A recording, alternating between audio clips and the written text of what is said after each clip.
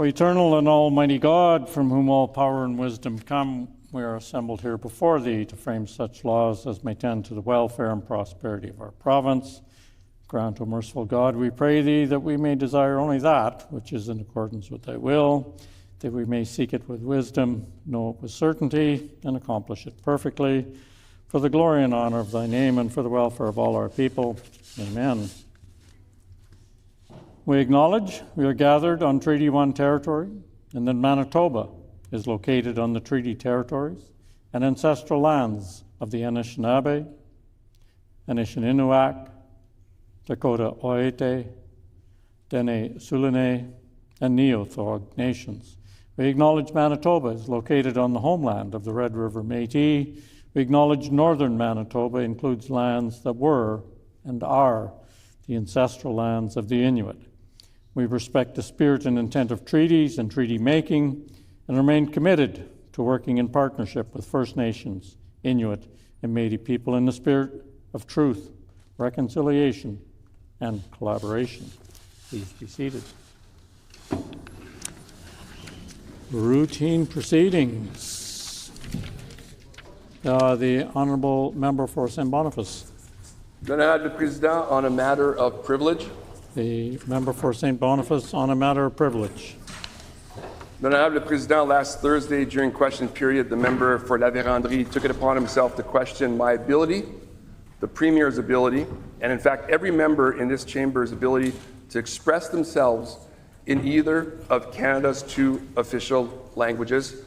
Honourable Speaker, I bring this serious matter to your attention at my earliest occasion, having needed time to review the broadcast and answered on Thursday, May 28th. L'Honorable Président, last Thursday during question period, in an exchange between the member for La Vérendrye and the Premier, who exercised his constitutional right to answer in French, the member for La Vérendrye was heard by myself and many members heckling, "Respect, respect, respect." I asked my question in English, to which I interjected with, "The Premier speaks French, just put your earpiece on for the translation." The member for La Vérendrye did not do so and went on to say, "I didn't ask my question in French, I asked my question in English." Honourable Speaker, this shows another lack of respect by the member for La Vérendrye, not only for the Canadian Constitution of 1867, but also for the Manitoba Act of 1870, and more specifically, Section 23 of the Manitoba Act, which I would like to table at this point.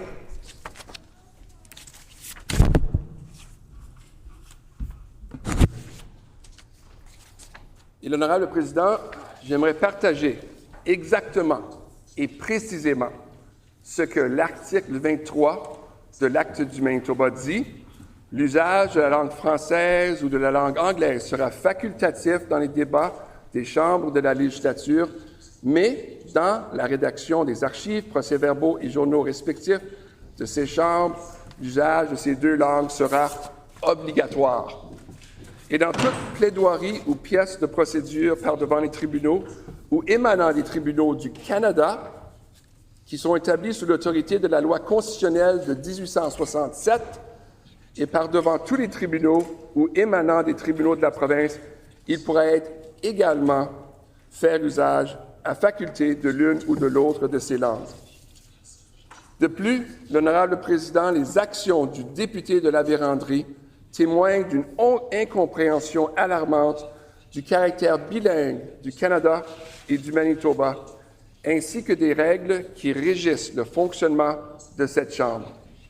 Et cela de la part d'un député qui représente justement des milliers de francophones dans la circonscription de la Vérendrye, notamment dans les villages de Labroquerie, Saint-Malo et Saint-Pierre, où se trouve d'ailleurs un centre de services bilingue de la province du Manitoba. L'Honorable Président, en tant que député de Saint-Boniface, en tant que métis de la Rivière-Rouge et en tant que francophone, je ne laisserai personne remettre en cause l'un des principes fondamentaux de notre pays ou de cette province, ainsi que de mon droit constitutionnel de m'exprimer dans la langue officielle de mon choix au sein de cette Assemblée. Therefore, Honourable Speaker, I move a motion in the House that the audio recordings be retrieved and distributed publicly, recording last week's exchange during question period, so that we can get to the truth of what was said by the member for La Vérendrye, and that the member for La Vérendrye apologize on the record to every member of this chamber, to every Francophone in Manitoba, and every Manitoban for violating Section 23 of the Manitoba Act and disrespecting the privilege given to all members of this House. Miigwech, thank you, merci.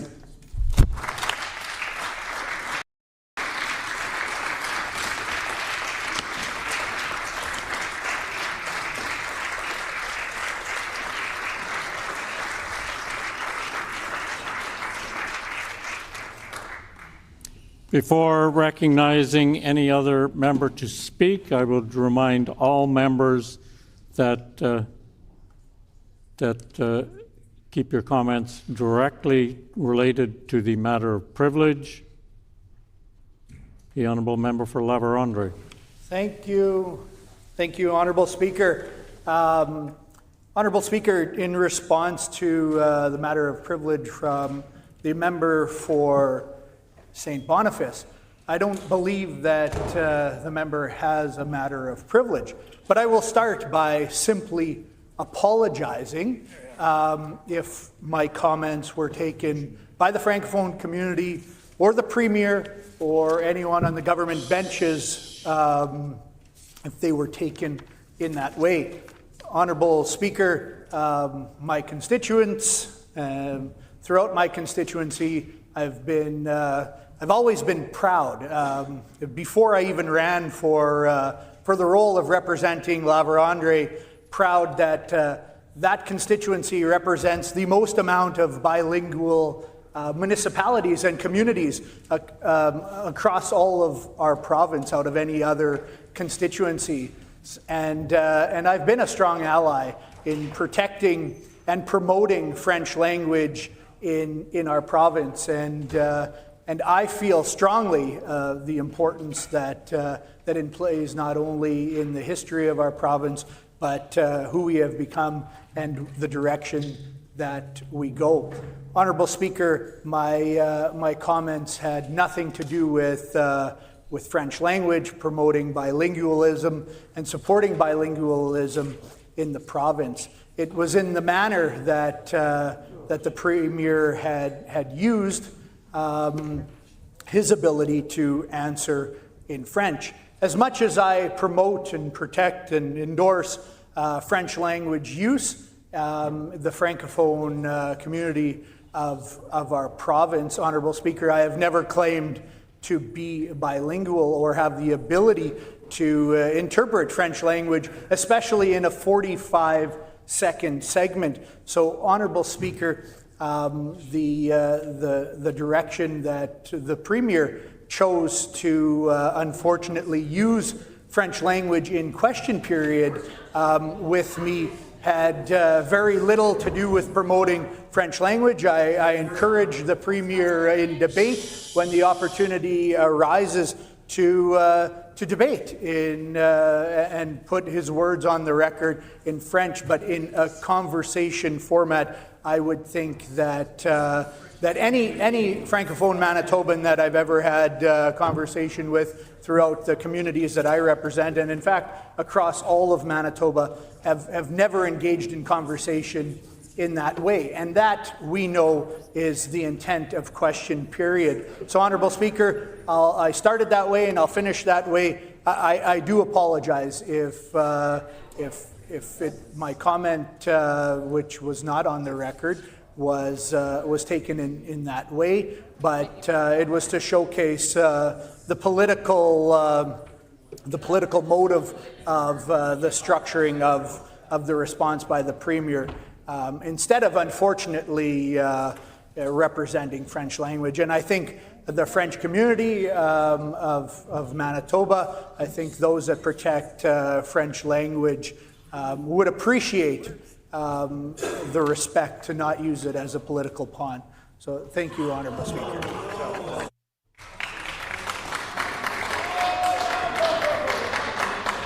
The Honourable Opposition House Leader on the same point of, or same matter of privilege? On the same matter of privilege. The Honourable Opposition Speaker. House Leader on the same matter of privilege. Yeah, I just want to point out that this isn't the earliest opportunity for the member to bring this forward. I also want to point out that no rights or privileges were impugned at all by the member, as the member was able to choose their language of choice when they answered the question, which they did, and it was in French. Thank you, Honourable Speaker.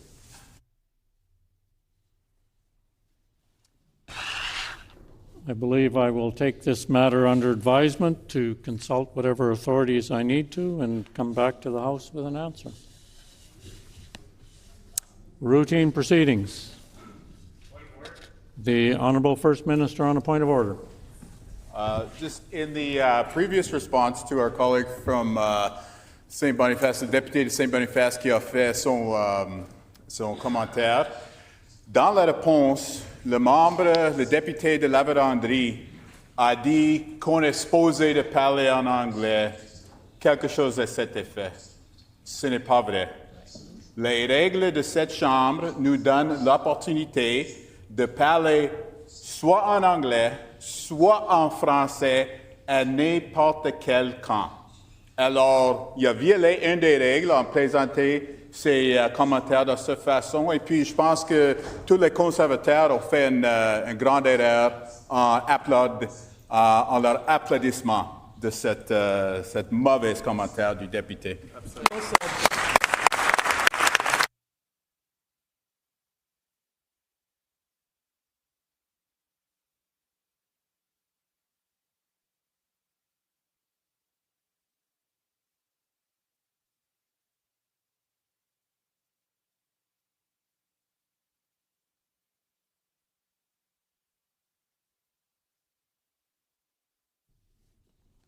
I thank the Honourable First Minister for his comments, and I think I will take it under advisement, and I'll come back to the House with a combined response to both the matter of privilege and the point of order. The Honourable Opposition House Leader. Yeah, you didn't open the floor to have people respond. The Honourable Opposition House Leader on the same point of order. On the same point of order. Obviously, no rules were violated, and the member got up and was able to speak in French, as we encourage all Manitobans to exercise their bilingual abilities, and it showed here today. So there was no point of order. Thank you. I, as I previously stated, will take this under advisement and come back to the House with a ruling that hopefully will address both the matter of privilege and the point of order. Routine proceedings. Introduction of bills. Introduction of bills.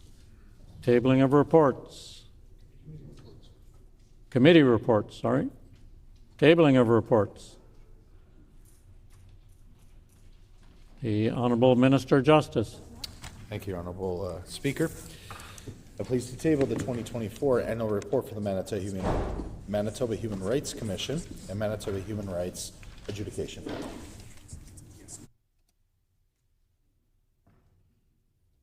The Honourable Minister of Environment and Climate Change. Thank you, Honourable Speaker. I am tabling responses to written questions. The Honourable Minister of Transportation and Infrastructure. Thank you, Honourable Speaker. I'm tabling responses to written questions. No further tabling of reports. Ministerial statements. The Honourable Minister of Transportation and Infrastructure. Thank you, Honourable Speaker. I am so proud to rise today to recognize June 2026 as Pride Month in Manitoba, the first time Pride Month has been officially recognized in this chamber since legislation received royal assent last fall. Woo!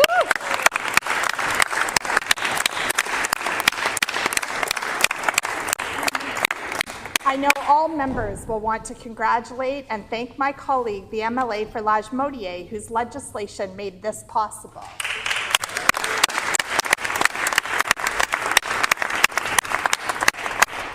Pride Month celebrates the history, culture, dignity, and visibility of 2SL LGBTQIA+ people. It is also a time to remember the protests and acts of resistance that challenged injustice and advanced human rights, and to recognize that the fight for equality continues today. Honorable Speaker, our government is proud to stand with queer, trans, and two-spirit Manitobans. Since forming government, we have taken meaningful action to advance inclusion, dignity, and human rights.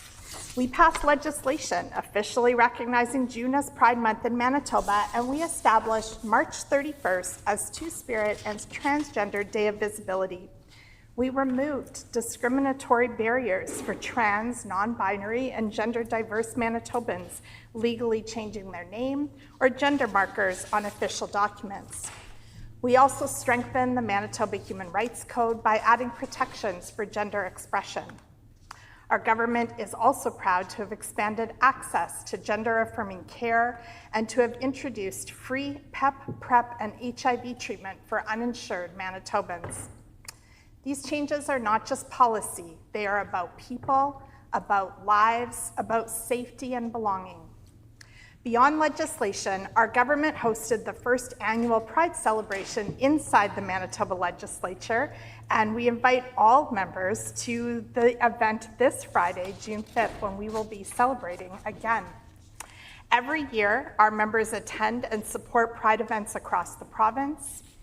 Through our Minister of Families, Women and Gender Equity, our government has also engaged with 2SL LGBTQIA+ community members and service providers and is now developing an action plan to improve access to government services and address barriers community members face.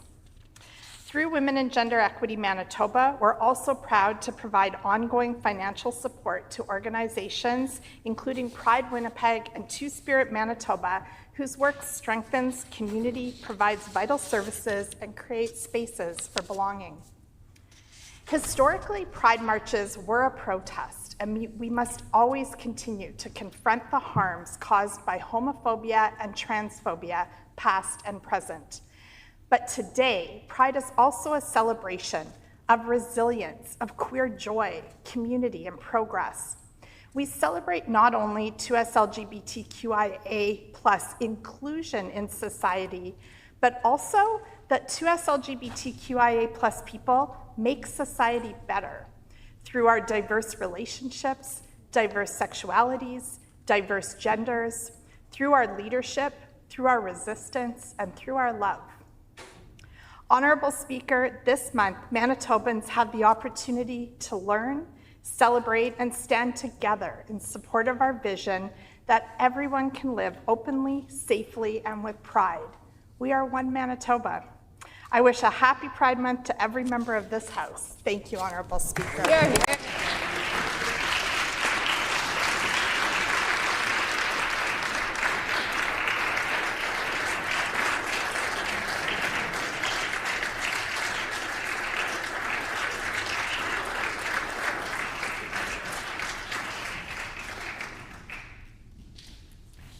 The honourable member for Portage la Prairie. Thank you, Honourable Speaker. As we conclude Pride Week and step into the month of June, it is my honour to celebrate Pride Month here in Manitoba. Not only does this month allow for an opportunity to celebrate the contributions and the resilience of the 2SL LGBTQIA+ Manitobans, it offers a chance to reflect on the values of equality and dignity for all people. It's also an opportunity to recognize the progress made and the brighter future that lies ahead of us. This year, Portage la Prairie will be marking its 11th annual Pride Festival. This fact speaks to the root of not only our city, but of Manitoba as a whole, that we are a diverse and growing province that is stronger when all Manitobans feel a sense of belonging. For that reason, I'd like to thank the member of Lagimodiere for introducing the Pride Month Act. I had the honor of attending various Pride events in Portage and Long Plains First Nation and the Portage Collegiate last year, and I look forward to joining in once again this month. Progressive Conservatives believe that all people deserve to live freely, safely, and with dignity.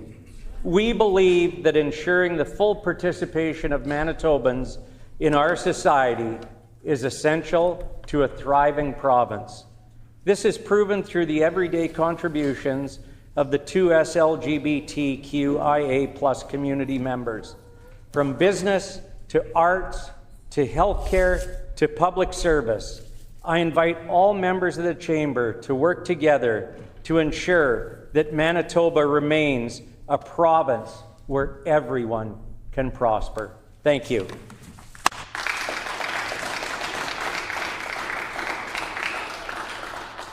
The Honourable Minister for Environment and Climate Change.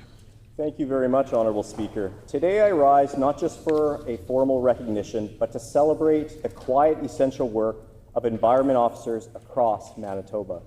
I'm proud to declare June 1st, 2026 as Environment Officer Recognition Day in our province, coinciding with World Environment Day, a fitting moment to honour those who protect our air, water, land, and communities. Manitoba's environment officers are the people who make environmental protection real on the ground. They issue licenses and permits, conduct inspections, monitor compliance, and enforce environmental and drinking water safety legislation. They are scientists, investigators, educators, and peace officers, and often all at once. Their work reaches every corner of this province, from our northern lakes and boreal forests to the Red River Valley, from small towns to Winnipeg's neighborhoods. When things go wrong, environment officers are the ones who step forward. They respond to spills and contamination incidents, quickly assessing risks to people, wildlife, and water supplies. They take samples, coordinate with municipalities and Indigenous partners, and work with first responders to contain hazards. They advise on immediate protective actions, from issuing drinking water advisories to arranging emergency treatment. And they oversee the cleanup and remediation that follows. That work can mean long hours in difficult conditions, complex technical decisions, and careful coordination with multiple agencies to protect public health and restore the environment. They also play a critical role in preventing problems from becoming crises.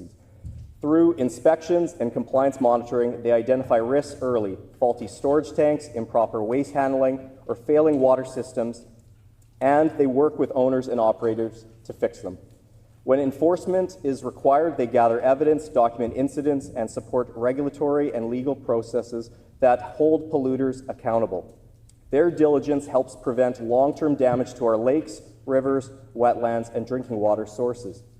Beyond emergencies and enforcement, environment officers are educators and partners. They provide guidance to municipalities, industry, farmers, and homeowners on best practices for waste management, petroleum storage, contaminated site management, and source water protection. They build relationships with Indigenous communities, municipal leaders, and local organizations so that responses are timely, culturally informed, and effective. Those partnerships are how we turn rules into real, lasting improvements. This is often unsung work. It means late-night calls, winter road travel, careful sampling in the field, and the steady application of science and judgment under pressure. It means showing up when a river is at risk, when illegal dumping is discovered, or when a community faces a drinking water concern. To every environment officer in Manitoba, thank you for your courage, your expertise, and your unwavering commitment to public health and the environment. Protecting our environment is a Manitoba effort. The officers we honor today are a vital part of that team. As Minister of Environment and Climate Change, I want to reaffirm our commitment to support your work, to strengthen the partnerships you rely on, and to ensure you have the tools and training needed to meet the challenges ahead. I ask all members to rise and recognize the environment officers from the divisions of water stewardship and environmental stewardship who are able to be with us today, and ask for their names to be added to Hansard. Thank you. Merci. Miigwech, Honourable Speaker.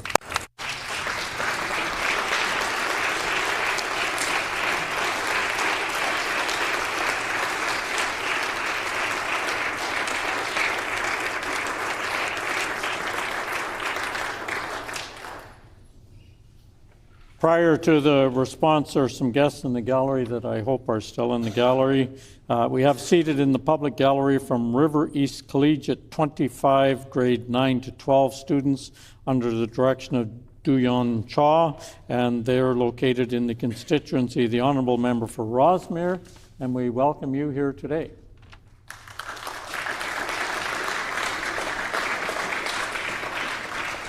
The Honourable Member for Brandon West.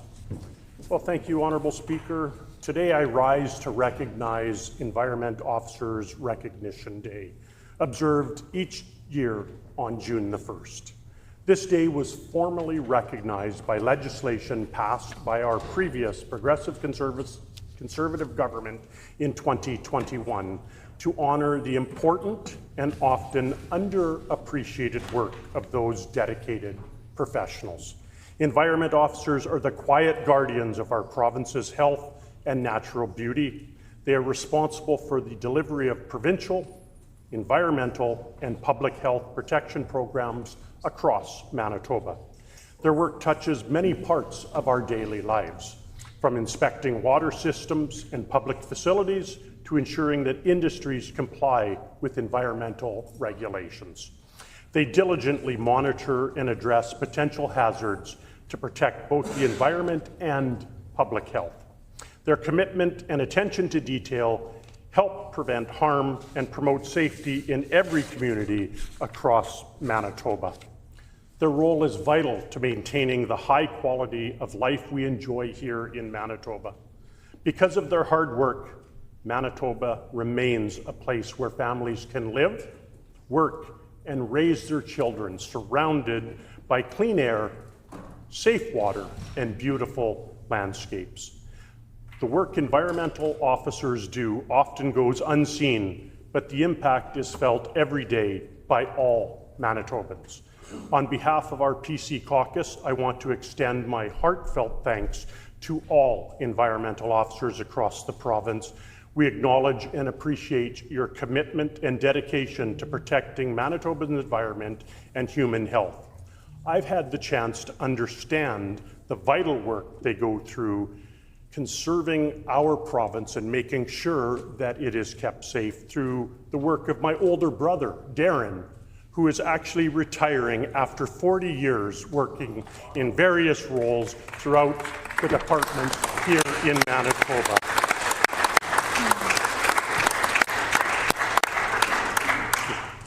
A shout out to my brother. He started as a conservation officer 40 years ago in 1986, becoming a natural resource officer, and in February 2019, becoming an environmental officer specialist. He's retiring on August 4th after giving tactical and operational advice for 30 field officers. He liaises with management, writes policy, and commits to training all of these officers. And I know that his plans are to thoroughly enjoy retirement and practice his golf game, which I know he really has to work on because I'm his golf partner. Congratulations, Darren. Enjoy your retirement, and thank you to all environment officers.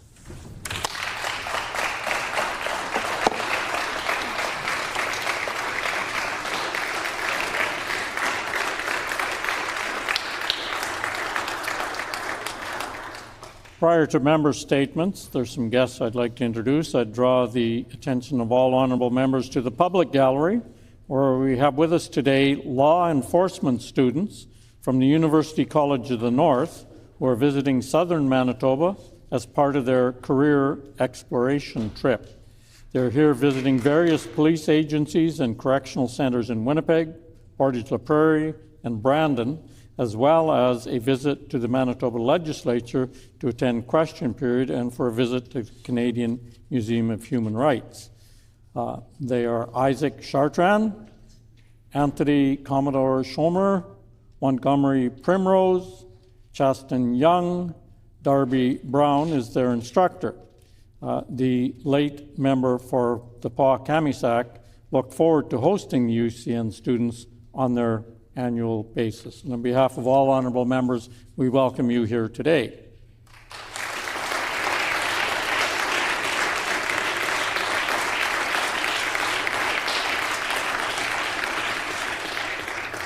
And I would draw the attention of all honourable members to the Speaker's Gallery, where we have with us today our 6 legislative interns. The interns have each written farewell statements, which I'm pleased to share with the House. Abdi Bimru came into the internship without a single clue or expectation of what it would look like. He applied in part due to his fascination with the building's architecture, and in part because his good friend Sylvia's suggestion, who was an intern the previous year. The first time he entered the building was for his interview, and every day since, his love walking into the building and finding new details of the beauty within its walls. Adi has been grateful for many parts of the internship, first and foremost to his fellow interns, Hayden, Sydney, Ngozi, Fred, and Emma, who have helped him foster feelings of joy, camaraderie that he will cherish going forward. We'd also like to give thanks to all the caucus and legislative staff who have supported him throughout his novice understanding of the world of governance and politics. Most of all, he would like to thank Habisha maintenance and cleaning staff who have treated him like their own and provided him with a greater understanding of the opportunity that his own parents have provided for him. Going forward, Abdia looks forward to the possibility of continuing with the government to enhance his perspectives on provincial affairs before moving on to grad school at either the University of Winnipeg or University of Manitoba. Next, we have Sydney Berzitsky. Sydney entered the internship eager to gain a better understanding of the political world and inner workings of the People's Building.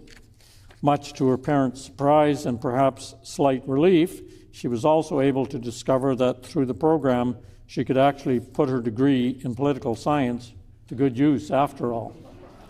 Sydney would like to extend a heartfelt thank you to all NDP members and caucus staff for their patience, kindness, and constant willingness to answer her thousands of questions. She is equally grateful to Andrea, Rick, Brandon for welcoming her so warmly to the legislative building. What struck Sydney most during her internship was seeing all the places former interns ended up throughout the building and beyond. It quickly became clear to her and her peers that this program continues to leave lasting impact long after the internship comes to an end. Sydney feels incredibly lucky to have spent the last 10 months alongside her fellow interns, Adia, Hayden, Emma, Fred, and Ngozi, whether it was participating in her increasingly goofy video ideas for the intern Instagram account or accepting a challenge to race up the grand staircase. Their friendship made this experience unforgettable. As the interns prepare for their next adventure, Sydney leaves with immense gratitude for everyone who made this program so meaningful. Although she will soon be moving away to complete her master's degree, Sydney knows Manitoba will always remain close to her heart because no matter where life takes her, there really is no place like home. Hayden Gilmore. Over the past 10 months, Hayden has had the privilege of working within the government caucus, gaining an inside perspective on the leadership of the province he was raised in and deeply loves. He had the opportunity to be involved in every part of the legislative process and is eternally grateful for the opportunity to be the first member of Brokenhead to be a part of the internship program and further infiltrate the system with more environmental, Indigenous, and youth representation within politics. Hayden would like to thank the Clerk's Office for their tireless effort to make this program the best it can be, being amazing leaders and examples to learn from. He would also like to thank the rest of the Assembly staff and all of the NDP staff that welcomed him into this crazy political world with open arms and made the office feel like home. He looks forward to what's next. He will forever be grateful for this year's being a foundation chapter in the never-ending story that is life. He is grateful for the amazing people he has met and friends he has made. Miigwech, merci, thank you. Frederick McCracken. Frederick, this internship program has far exceeded his expectations.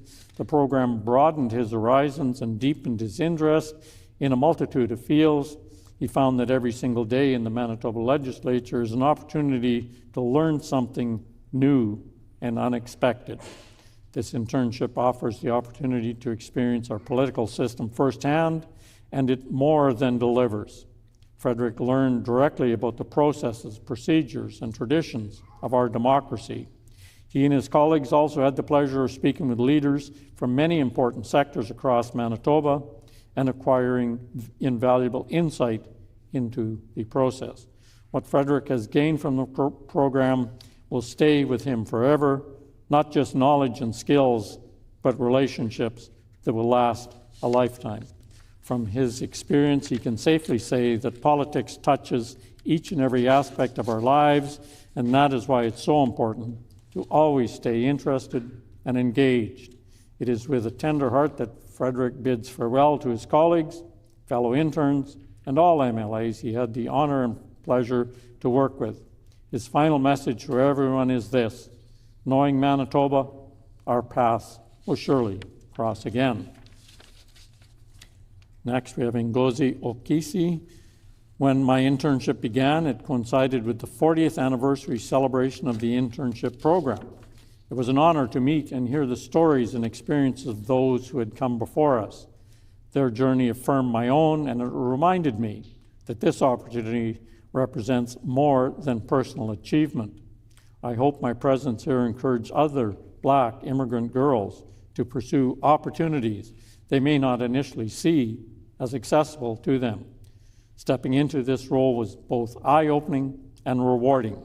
I gained hands-on experience with administrative and legislative processes, from coordinating tasks and managing records to supporting the daily operations of the caucus. These responsibilities reveal the extensive work behind governance and deepen my appreciation for collaboration, professionalism, and attention to details.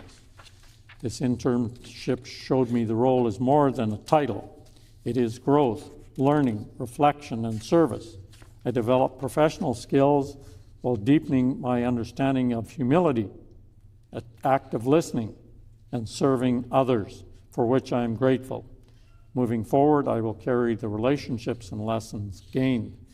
Thank you to Amy Karlinski, Hannah Ferris for your warmth, to Mark Moy for your support, and listening to Professor Brandon Task for academic guidance, and to Rick, the clerk's office, MLAs, ministers, and assembly staff for your mentorship and kindness throughout this experience, which will stay with me long term.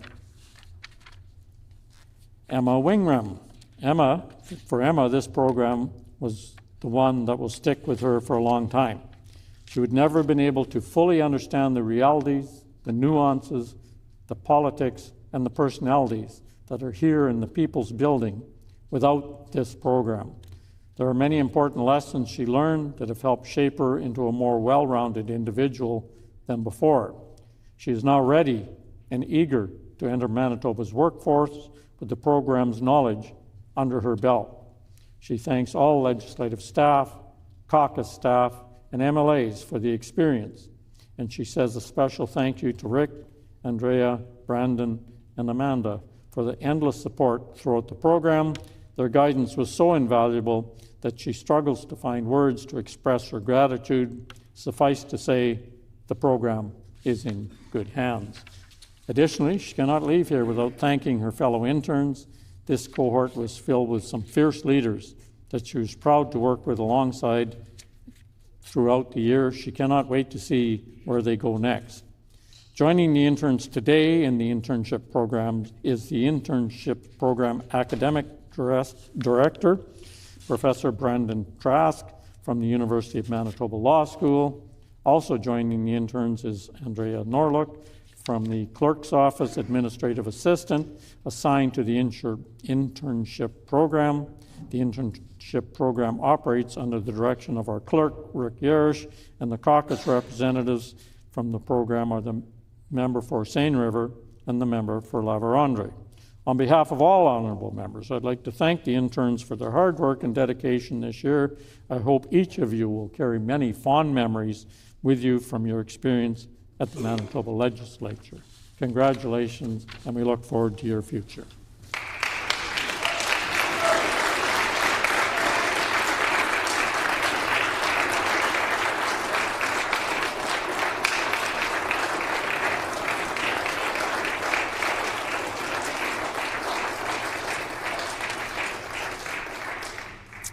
Beginning to look like it'll be all speaker today.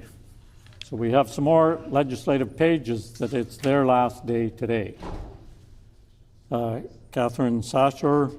Catherine will be graduating from College Jean Sauvé this June. Her hard work and dedication towards her academics have paid off as she was offered spots in her 2 top universities, and she has made the decision to attend Canadian Mennonite University in the fall, focusing on the social sciences. As she prepares for this new chapter in her life, she is also grateful for the experience she has gained for the past 2 years as a page at the Legislature. During her time here, she developed not only a greater understanding of how provincial governments operate, but also a stronger appreciation for public service, leadership, and the importance of civic engagement in shaping our communities and society. More than anything, Catherine is grateful for the people she met throughout her time at the Legislature. She would also like to extend her heartfelt gratitude to everyone who encouraged, supported, and believed in her over the past 2 years, to those who took the time to mentor her, answer her questions, share their wisdom, and help her grow. Thank you. Your kindness, patience, and guidance made her experience truly unforgettable, and the lessons and memories she gained will stay with her for years to come. Carson Craven. Carson is set to graduate from College Churchill High School in the coming weeks. He's looking forward to continuing his academics at the University of Winnipeg, where he hopes to earn his Bachelor of Arts and Education in the coming years. As he moves on to the next stage of his life, he can't help but look back on this past year and his time working at the Legislature. He's learned so much about the inner workings of our provincial government and its impacts on our communities. He would like to thank everyone who helped through patience while he was learning and continues to learn, especially when mixing up the C names, calling votes, and providing him with encouragement. Carson would also like to give special thanks to his parents and teachers for supporting him and helping him in making all of this possible. He will forever cherish the memories he has made during his time as a page and for the kindness he has been shown along the way. He is confident that his experiences working at the Legislature will help him to better the world around him and hopes that the future will bring him back here some point. Until then, he wishes everyone the very best. Mila Zayetas Mila will be graduating this June, marking the completion of an important chapter in her life. Throughout her high school journey, she has demonstrated a strong commitment to academic excellence, leadership, and community involvement while adapting to a new life in Canada. She successfully balanced studying in both a Ukrainian and a Canadian school, graduating with honors.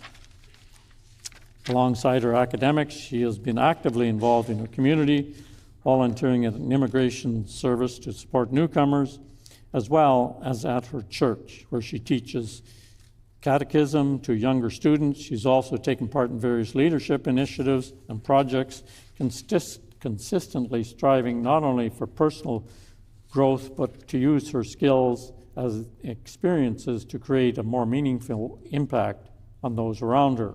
Most notably, she founded her own initiative aimed at supporting teenagers in developing leadership skills, personal growth, and creating positive change in the world. Through these experiences, she's developed a strong sense of purpose and a commitment to contributing to her community. Having moved to Canada from Ukraine just 3 years ago due to the war, she has shown resilience, determination, and a deep appreciation for the opportunities she has been given.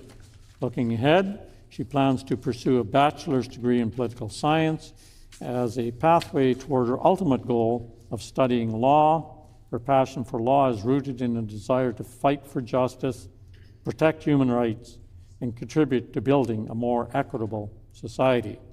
She believes that understanding political systems is essential in order to create meaningful and lasting change. She is committed to using her education to advocate for others.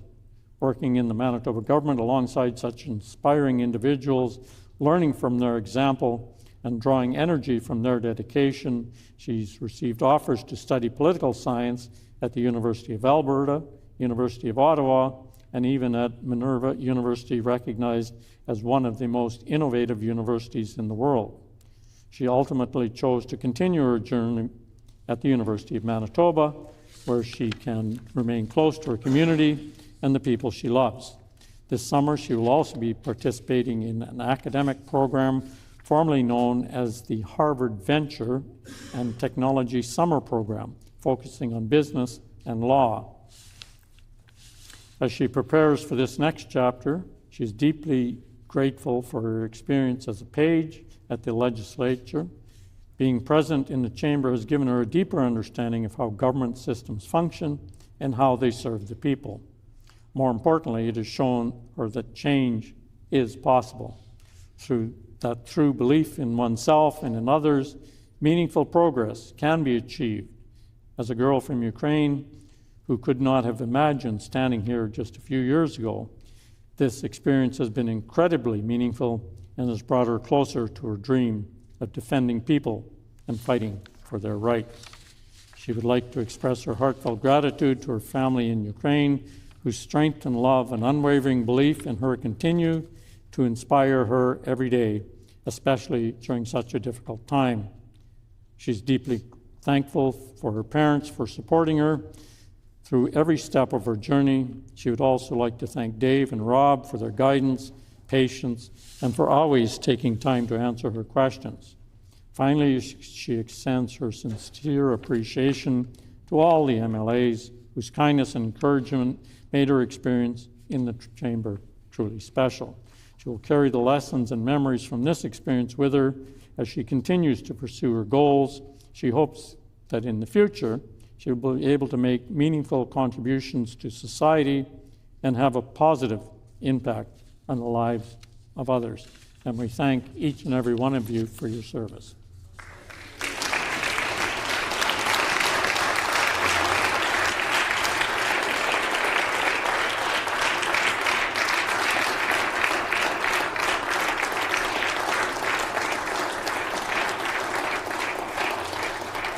And we have some students in the gallery that have to leave before too much longer. So we have seated in the public gallery from Strathcona School 35 grade 4 to 6 students under the direction of April Spence. This group is located in the constituency of the Honourable Member for Point Douglas, and we welcome you all here today.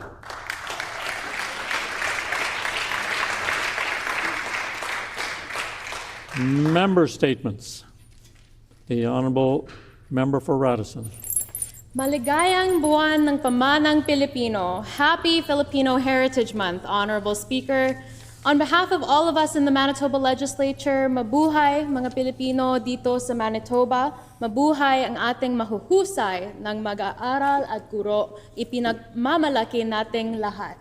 Honorable Speaker, I invite you to turn your attention to the gallery, where we are joined by outstanding students and teachers from Radisson celebrating Filipino Heritage Month with pride alongside the Manitoba Association of Filipino Teachers.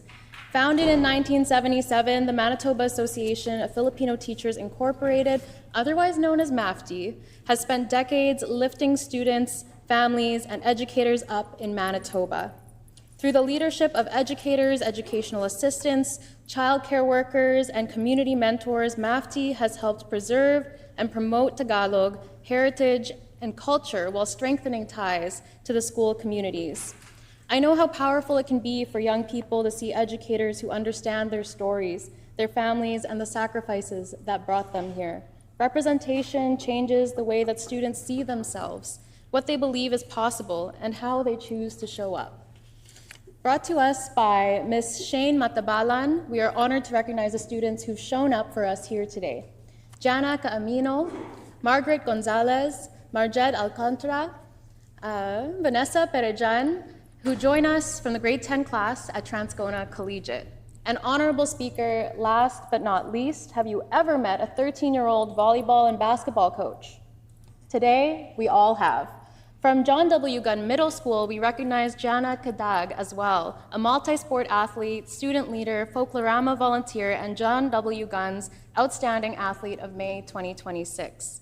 When I was Jana's age, I was sitting in the front row on my first day of school next to my newest best friend, Jana's teacher, Ms. Ziza Sinke. So this is your heads up. Time flies, so I implore each of you to keep soaring with it. Honorable Speaker, today I invite the Chamber to rise to recognize these students, their teachers, and the pride they bring sa aming kababayan.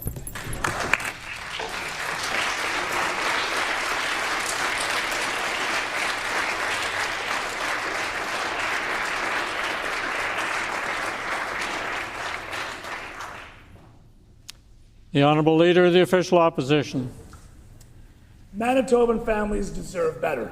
Manitobans deserve better than a junk food tax. They deserve better than what this canoe government, who takes more and more taxes from you and then only gives you pennies back. I've spoken with many Manitobans over the years, and especially over the past 3 months during this session. Families, seniors, small businesses, students, and more all share a similar story. They're working hard, harder than they've ever worked, doing everything they can, but they still can't get ahead. They can't even pay their bills. They want better. They deserve better. This will change when our PC party returns to government. We believe families should keep more of what they earn. We believe economic growth matters. We believe the government should create opportunity, not roadblocks, not division, not more red tape, not more excuses, not more blame, not picking winners and losers, just like this canoe government does time and time again. That's why we, on this side of the House, are fighting to increase your basic personal exemption to $30,000 so you can keep up to $3,000 of your hard-earned money.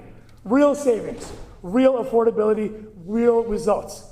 We believe in Manitobans. We believe we can grow our economy, we can create better jobs, make our community safer, and make life more affordable. If we face an election between now and the next sitting session, we know we will offer Manitobans a real choice. A choice between junk food savings or real savings. A choice between economic decline or opportunity and prosperity. A choice between self-satisfied government or a government that will work for the people. We believe Manitoba can do better. We know Manitoba deserves better. And we, the PC Party of Manitoba, will deliver better. Here, here. Here, here.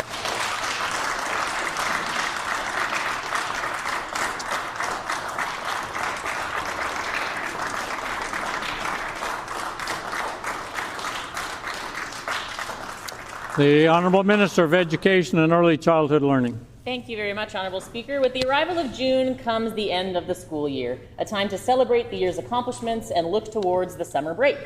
For many lucky Manitobans, summer break means summer camp, a place where young people can build skills, make lasting memories, and learn what it means to be a part of something bigger than themselves. The same principles inspired Camp Rossmere, a new initiative in our constituency office this summer. And as today marks the first day of camp, I welcome our 2026 campers to the People's Building, their building. Now, Camp Rossmere is not your average summer camp, Honourable Speaker. CAMP stands for Constituency Assistance Mentorship Program, and it's designed to give young folks in Rossmere a hands-on experience in public service, community leadership, and civic engagement. It is our hope that this is just the first of many camps to come in Rossmere and across Manitoba. Honourable Speaker, democracy may live in this chamber, but it is born on the doorstep. Ideas, policies, and progress do not arrive here on their own. The work that we do is carried here by Manitobans. Neighbours listening to their neighbours, advocates speaking up for change, and people across our province working hard to build stronger communities. To our 2026 cohort, Mac, Addison, Ethan, Luke, and Elliot, thank you for choosing to spend your summer in service to our community. Each of you brings your own strengths, your own perspective, and your own gifts to this work, and we are stronger because of you. I hope that over the course of this summer, you come to fully trust what our team already knows, that your voices matter, that your ideas matter, and that your place in this building matters. Honourable Speaker, I would like to acknowledge the work of our lead camp councillor, Bethany, for all of her hard work in setting up Camp Rossmere as a way of engaging young folks into our work of serving the good people of Rossmere. I invite all members of this House to join me in welcoming the students of Camp Rossmere here to the Manitoba Legislature, and also in wishing all of the many students and educators across our beautiful province a warm, beautiful Manitoba summer.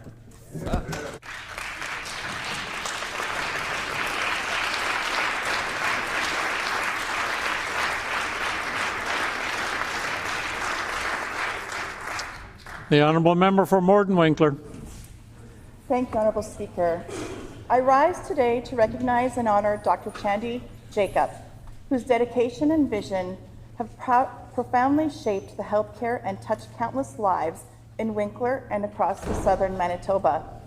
As the first medical specialist to establish a rural surgical program in southern Manitoba, Dr. Jacob brought advanced care closer to home for patients. Over an extraordinary 60-year career, he embodied the highest value of the medical profession: integrity, excellence, and an unwavering commitment to patient care. Through his skills, kindness, and selfless service, he earned the trust and gratitude of generations of Manitobans. Dr. Jacob has advocated for rural health care, inspired colleagues, and improved the lives of so many. He is also a visionary. Beginning in 1974, he championed the concept of regional healthcare centers, helping lay the foundation for what would become the Boundary Trails Health Center. His contributions have been widely recognized. He was named Physician of the Year by Doctors Manitoba in 1993, received honorary membership to the Canadian Medical Association, and recognized as a Physician Emeritus by Southern Health. Beyond his medical practice, he's also helped establish W.C. Weeb Community Foundation and is an avid outdoorsman, enjoying hunting, fishing, and golfing with his friends and family. Dr. Jacob could have chosen to practice anywhere in Canada, but he chose to stay in Winkler because of the relationships he built and the community he loves. On behalf of all of us at the Legislature and constituents of Morden-Winkler and all Manitobans, thank you. Mere words cannot express our sincere gratitude to you, Dr. Jacob, for your lifetime of service to us. As you celebrate your 90th birthday today, we extend our deepest warm wishes. Your legacy lives on in many lives you have touched through your service, your generosity and leadership, and unwavering commitment to others. Your story will be forever recorded in history in the Manitoba Legislature. I ask my colleagues to please rise and join me in honoring Dr. Jacobs today.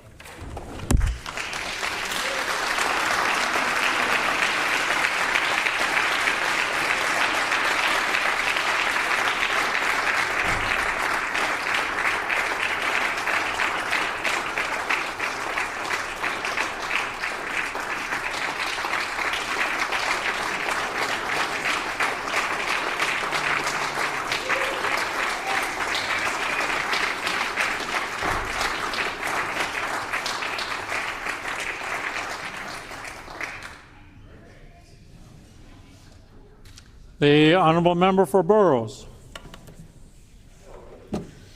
Mabuhay, Honorable Speaker. Today I rise to recognize and celebrate Filipino Heritage Month throughout our beautiful province. During this special month of June, we come together as Manitobans to honor the outstanding achievements, vibrant cultural traditions, and sacrifices of our incredible Filipino community. Filipino Manitobans are widely known for their helpful, warm, and inviting nature. This spirit of genuine hospitality defines their community and forms the foundation for how they welcome everyone around them. Many support newcomers to settle and thrive in Manitoba, while many others are active members in their communities, often through local neighborhood networks or organized volunteer groups. Their vital everyday contributions are also felt across every single sector of our province, from the front lines of healthcare and classrooms of education to essential roles in service and industry. Their unwavering dedication keeps our economy moving forward, our neighborhoods vibrant, and our families safe. Furthermore, numerous Filipino community organizations across Manitoba are proudly marking milestone anniversaries and decades of dedicated service this year. These volunteer leaders have invested decades into educating and empowering Filipino youth, effectively preserving cultural heritage while guiding the next generation to dream big and work hard. This special month gives us a wonderful opportunity to express our deep provincial gratitude to how they continually enrich our shared land and strengthen our collective future. Happy Filipino Heritage Month, everyone. Please join me in celebrating these remarkable contributions and honoring this wonderful community today. Salamat po.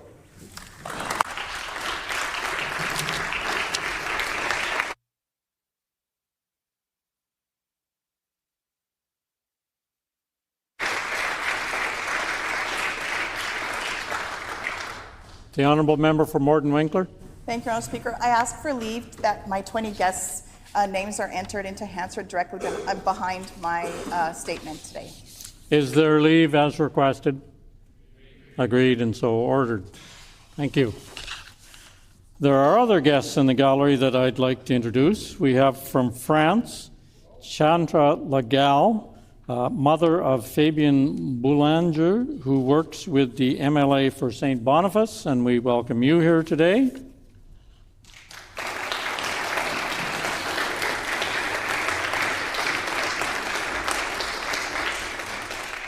We have guests seated in the public gallery with us from Strathcona School, April Spence, teacher, Samantha Gilks, teacher, Margaret Contact, educational assistant, and students Xavier Bantog, Liam Beardy, Matt Francisco, Carter Johnson, Jackson Kos, April Pacifico, Yasmin Romboa, Donovan Beardy, Gabriel Mario, Johnny Coates, James Lozada, Luis Andres, Shima Jean, Liam Villa, Mumbo Hasafia, Chaser Bokobo, Dija Chartrand, Sophia Filotio, Halen Jade Mitchell, who are guests of the Honourable Minister of Housing, Addiction and Homelessness, and we welcome you all here today.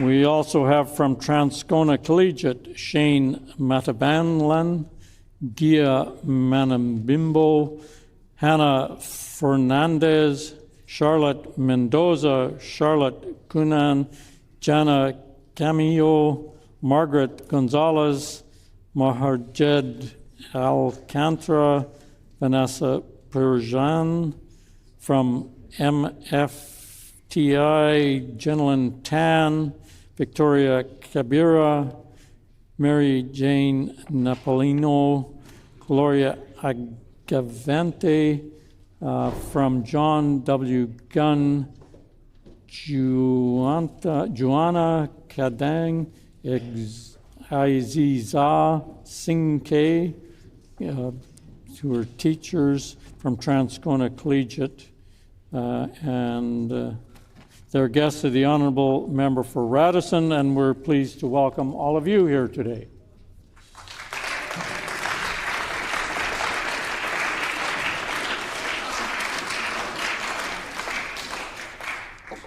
Oral questions. The Honourable Leader of the Official Opposition.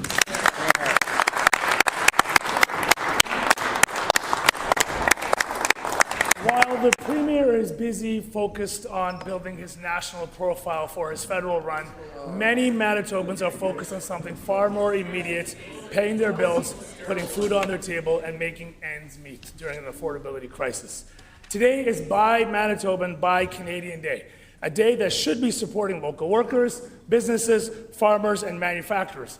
Yet, despite the government's announcements and photo opportunities, Manitobans still have no clear Buy Canadian strategy to review or follow, and that's 1 year after this NDP government promised they would have it. The Premier was quick to embrace the slogan,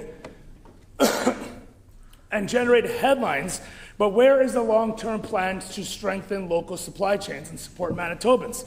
If this part-time Patriot Premier wants to be taken seriously, why, after a full year, has he failed to proclaim the act and provide a strategy to support Manitoba? Yeah, yeah.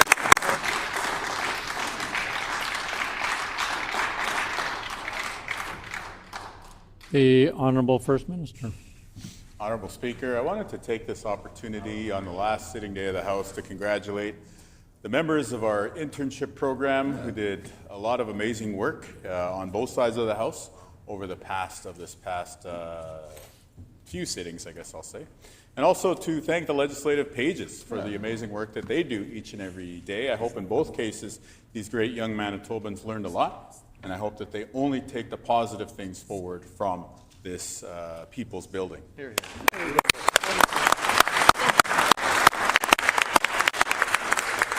When it comes to what the member opposite is selling, Manitobans aren't buying it. That's why we're going to keep working together to build up the most Canadian province of all, Manitoba. The Honourable Leader of the Official Opposition on a supplementary question. If that wasn't the fakest answer out there, I don't know what is. The NDP government is full of contradictions and hypocrisy. They offer a headline-catching statistics or announcement, but they refuse to validate or back it up. Freedom of information requests are going unanswered, and Manitobans have questions. What Manitobans can clearly see is a premier quick to say anything to catch the headlines, but nothing of substance behind the scenes. He says buy Canadian, yet this Canoe government just awarded a 3-year, $36 million contract to an American-based company. Wow. The Premier increased government contracts to SpaceX and Starlink by 5 times and uses U.S.-owned firms for polling and survey work. Why is the Premier refusing to engage with local businesses and industry to help Manitoba's economy? Here, here.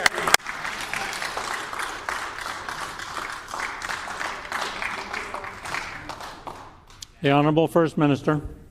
Each and every day, Manitobans get up and work hard. That's what inspires us to serve you as the deliverers of health care, as the people who bring the economy to life. It makes us so proud that we decided to hang a giant Canadian flag on the front of the Manitoba Legislature. Such is the nature of our patriotism. But while you're doing hard work, the opposition is light work. These folks on the other side thank Donald Trump literally. The member for Fort White, the leader of the PCs, went on a podcast the week after Trump levied the tariffs, and he goes, I would say thank you. That's a verbatim quote of how he thinks. Then it's bad enough, Borderland, Spruce Woods. How many other of them are in love with Donald Trump? On this side of the House, we're getting sued by Elon Musk because we love Canada so much. I'll put that lawsuit down in front of them any day. We'll keep working for you to build up the true north. Time has expired.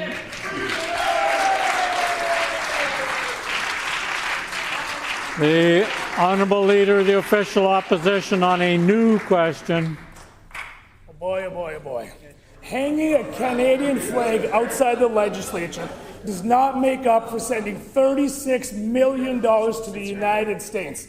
You know who's thanking this premier is Donald Trump. This premier has sent tens of millions of dollars to the United States, betraying Manitobans. He has done nothing to grow our economy or support local other than a catchy slogan, Honourable Speaker. Manitobans want contracts to be awarded through open and fair, transparent competition. Yet time and time again, this government is sole sourcing contracts.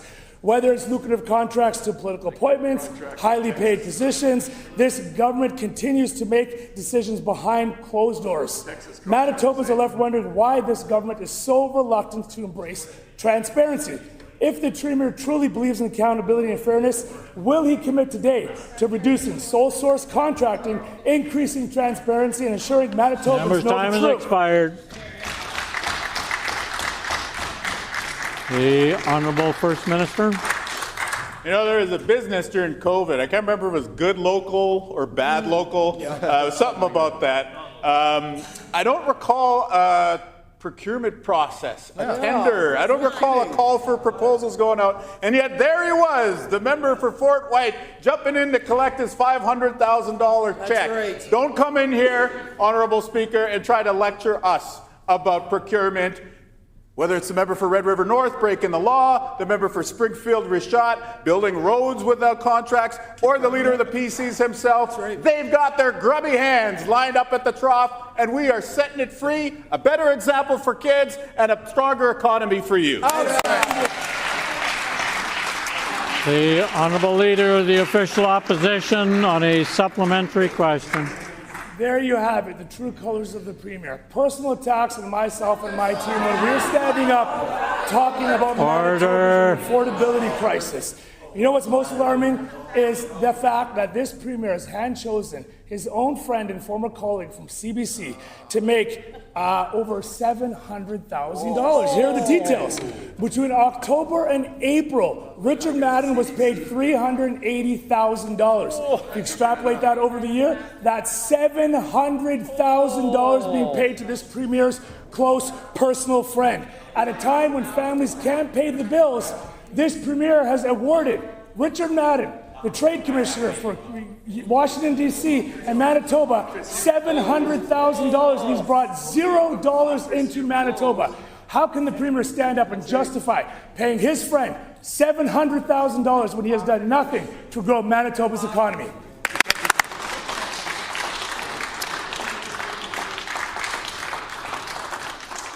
The Honourable First Minister. Honourable Speaker, Donald Trump has launched a trade war against our country. Now, what would the PCs have us do? They closed our presence in Washington, D.C., and their leader bows down before Donald Trump and says thank you in the face of tariffs. There's no spine in that. There's no pride in that. There's no patriotism in that. Yes, we have retained a trade embassy, a trade ambassador for Washington, D.C. He is not my friend. He is an employee, and he is working on behalf of you, the people of Manitoba, to ensure that Donald Trump's tariff war will stop at the border and we can get back to a good relationship. The members opposite, however, continue to be a mess. That's right. The Honourable Leader of the Official Opposition on a final supplementary question. Donald Trump is thanking this Premier for sending him tens of millions of dollars to the United States, out of Manitoba's economy into the American economy. Now, the Premier, you clearly see, did not deny paying his friend $700,000 for a job that was done behind closed doors, Honourable Speaker. Manitobans have a right to know how this Premier can justify that. Also, Manitobans have a right to know this Premier paying him $700,000. What has he delivered for Manitoba? Nothing. No results, no contracts, nothing for Manitobans to hang their hat on. Why will the Premier, or will the Premier stand up and apologize to Manitobans for betraying their trust? And will he do the right thing and fire Richard Madden today and start growing Manitoba's economy?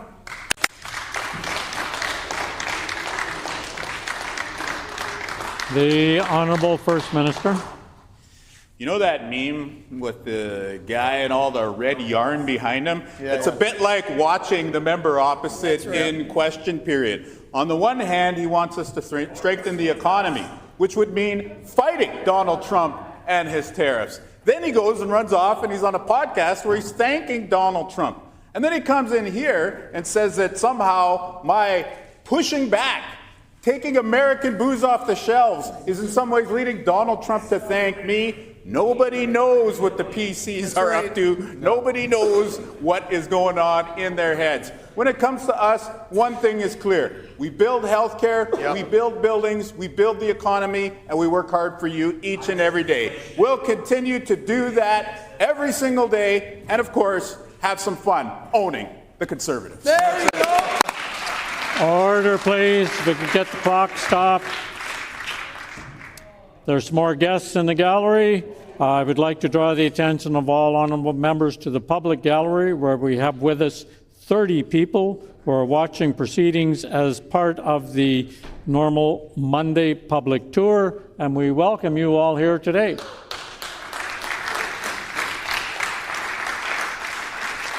The Honourable Member for La Vérendrye. Honourable Speaker, this session should have been about making life more affordable, growing our economy, and keeping jobs here in Manitoba. Instead, this government rejected real tax relief, ignored warning signs from businesses, and passed a budget that does nothing to improve affordability or Manitoba's long-term competitiveness. We offered solutions, raising the basic personal exemption, eliminating land transfer tax for first-time homebuyers, and implementing a single-desk permitting system. This out-of-touch Premier rejected all of them. As members return to their constituencies this summer, will the Premier finally start listening to Manitobans, or does he still believe he knows better than the people that have elected him? And I welcome his answer in Member's both time has official expired.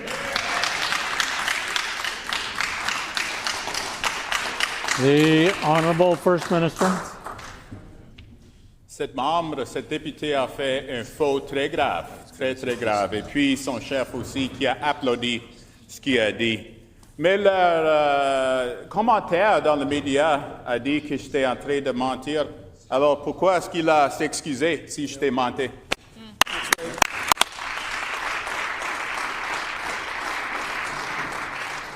The Honourable Member for Midland. Let's look at this NDP's record since they've been elected. Worst economic growth in Canada, 6 straight quarters of business exits, 50% of Manitobans within $200 of insolvency, the highest property taxes in Canada, and among the highest provincial income taxes in Canada. And the NDP has now made Manitoba the inflation capital of Canada. That's their record since they've been elected, despite the fact that Canada has now entered a technical recession and Manitobans deeply need more affordability relief. So why is this Premier and this Canoe government ignoring the very real struggles that Manitoba families are facing? The Honourable Minister of Finance. Let's take a look at our record, Honourable Speaker. We just passed a bill that's going to take the PST off all food and grocery stores in Manitoba. And let's dig deeper into our record. We came in, what do? We got rid of the gas tax for an entire year. Then we brought in a permanent 10% gas tax cut. Then we brought in a hydro rate freeze. Then we continue to do the work of making owning a home more affordable with increasing homeowner education property tax credits, the biggest checks that have ever gone out before supporting Manitobans with their costs of education property taxes. And of course, renters. We're helping renters more than ever before. After the PCs raised taxes on renters, we're doing the work of restoring that credit with that last bits of bill that we just passed. We are going to continue to do the work. Expired. The Honourable Member for Borderland. I've heard from parents of children with disabilities about the gap in support services in southern Manitoba. These parents tell me that there are no government programs in our area to provide support to families who have children with autism. To fill this need, a local businessman, John Lowen, and his family, along with the support of the community, have spearheaded an effort to set up a nonprofit called Clover Creek Learning Center to help families and children with ASD. This organization does great work and will soon be opening a second location in Gretna. Can the minister commit to fixing the gap in the resources and the support that families in southern Manitoba are looking for? The Honourable Minister of Families. Our government understands and is committed to supporting children and their families that are struggling with autism and ensuring that they get the supports that they need. That's why our government also raised the Children's Disability Services Program by $900,000 in budget 2025. But we also announced an additional $5 million in increased spending in autism. And we are also right now looking and working with partners to create a Center of Excellence in respect of autism. Our government is committed to working with families and committed to continuing that important support for children with autism. The Honourable Member for Roblin. Nurse practitioners are autonomous, highly trained clinicians who provide comprehensive patient care in every part of Manitoba. British Columbia, Saskatchewan, Alberta, Ontario, and PEI have all implemented new funding models that enable nurse practitioners to work independently, serve patients better, and ensure those provinces are in compliance with the Canada Health Act. When will the Minister of Health get on board with the rest of Canada and commit to implementing an alternative public funding model for nurse practitioners in Manitoba so that they no longer have to bill patients directly for services? The Honourable Minister of Health, Seniors and Long-Term Care. Honourable Speaker, our government respects and appreciates the work, the invaluable work that nurse practitioners do across our province each and every day, which is why we've met on many occasions with the nurse practitioners. That's why we'll continue to meet with them, work with them and our partners to make sure that Manitobans have more access to the essential care they provide, not less. We have worked also with post-secondary to make sure that nurse practitioners can actually specialize now moving forward in our province. So there's a lot of work we're doing with our partners, including nurse practitioners, to move the profession in the direction they've asked. Didn't happen for 7.5 years under the PCs. Beautiful. The Honourable Member for Tuxedo. Honourable Speaker, families affected by dementia deserve support they can count on. After years of uncertainty under the PCs, we're ensuring Manitobans living with dementia and their loved ones have access to the services they need. This weekend, the Minister joined hundreds of Manitobans at the Alzheimer's Society of Manitoba Walk. Can the Minister of Health, Seniors and Long-Term Care please tell Manitobans about the exciting announcement that they gave at the walk?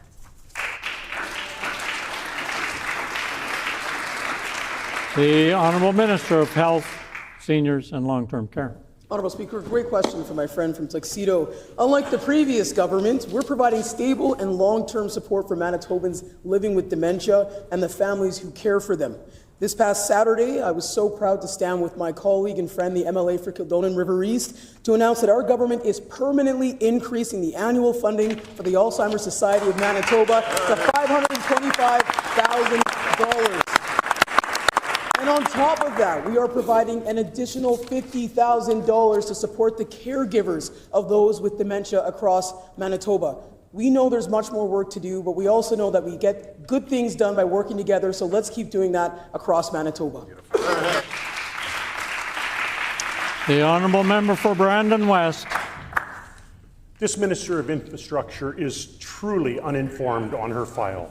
Last week, a 49-year-old woman died in a crash at the known to be unsafe intersection of Highway 110 and Richmond Avenue East. This minister says the intersection is safe and appropriate. She said that after a woman died, and she said that after multiple Brandonites have raised concerns with this intersection. This is the second fatality at this intersection in 5 years, the 4th collision this year, and the 11th in the last year and a half. This was a preventable tragedy. No intersections in Winnipeg are brought down by a single part on back order. So why is the safety of my community an afterthought? The Honourable Minister of Transportation and Infrastructure. Thank you, Honourable Speaker. There is a number of erroneous remarks in that question, but I'm going to first start with my first public opportunity to give my condolences to the family that was affected by this terrible tragedy.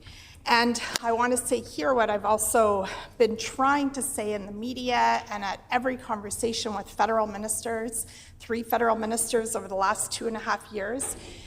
The crux of this collision, the fault for this collision rests on the driver, an inexperienced driver operating with a company that had their license, their operating ability taken away in Manitoba, but we have a problem across the country where operators are allowed to then get a fitness safety certificate in another province and be allowed to keep operating. That needs to stop. Member's time has expired. The Honourable Member for Dawson Trail. Residents living near the proposed silica sand mining project have raised concerns that drilling and groundwater disturbances could mobilize naturally occurring uranium and increase radon levels in nearby homes. Can the Minister explain what assessment has been conducted on the potential for uranium mobilization and elevated radon exposure for neighboring homes, and what mitigation and compensation program will be put in place if radon levels exceed Health Canada guidelines? The Honourable Minister of Environment and Climate Change. Thank you, Honourable Speaker. Quite frankly, we care about water and we care about the environment. And Manitobans know who they can trust when it comes to this and everything else. The same can't be said for all of the members opposites in the PC caucus. They tried to ram through a controversial project that had a lot of questions that remained on the aquifer in southeast Manitoba. This attempted backroom deal was an absolute affront to our democracy. We're always going to protect our water, we're always going to protect our environment, and we stand for democracy. The honourable member for Dawson Trail on a supplementary question. Manitobans were previously told that the proposed CO Silica project required a higher level of environmental review under a Class 3 designation. Now concerns have been raised that the project is being advanced under a Class 2 process, with less scrutiny and fewer opportunities for public input. Can the minister explain why this project is no longer being subjected to the more rigorous review process that was previously deemed necessary, and what assurances can he provide that the environment protection has not been compromised? Good question. The Honourable Minister of Environment and Climate Change. Honourable Speaker, we know that we can build up our economy as well as protect the environment. This project is going through the normal process just like any other project that gets applied for. We're going to always ensure that the highest levels of environmental standards are applied to any project as well as the evaluation process. Now, when it comes to the record of the PCs, they tried to ram through a controversial mining project, and this is why 3 members were fined by the Ethics Commissioner. We're not going to do that. We're going to ensure that all projects go through a rigorous process, and I recommend the members of the PCs get on board. The honourable member for Dawson Trail on a final supplementary question. The CO Silica proposal involves drilling into aquifer systems that supply drinking water to thousands of Manitobans. Residents continue to express concerns about the potential risk to groundwater quality and long-term water security. If there is a failure, contamination event, or other environmental disaster affecting the aquifer, who will be responsible for the cleanup costs, and what contingency plans has the government put in place to protect Manitoba families, communities, and my constituents of Dawson Trail? The Honourable Minister of Environment and Climate Change. Thank you, Honourable Speaker. And to be perfectly clear, there's been no project that have been approved. In fact, the previous project that was applied for was denied by this government. We will always protect the environment, we will always protect the water, and we will always listen to Manitobans. Now, it's clear that the PCs only work for themselves and their high-rolling friends. Their corrupt behavior is why the Ethics Commissioner fined 3 members of their party, including the member for Red River North. We'll never do that. We're always going to protect our environment and the water. The honourable member for St. Boniface. Honorable Président, after 8 years of cuts, closures, and chaos, under the failed PC government, Manitobans were left with staffing shortages across the entire healthcare system. But instead of firing nurses, our government has been focused on rebuilding the front lines and strengthening patient care across the province. Can the Minister of Health, Seniors and Long-Term Care please tell Manitobans how many net new healthcare workers have been hired since our government took office?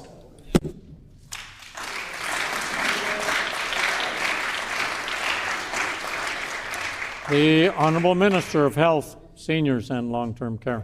Thank my friend from St. Boniface for that fantastic question. When the PCs were busy and working hard to fire nurses, we made a commitment to rebuild the front lines, and that's exactly what we're doing.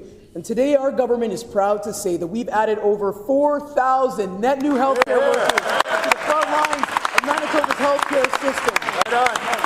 We've added over 350 doctors, bringing our total to a historic, a record-breaking 3,700 doctors practicing here in Manitoba, helping families every single day.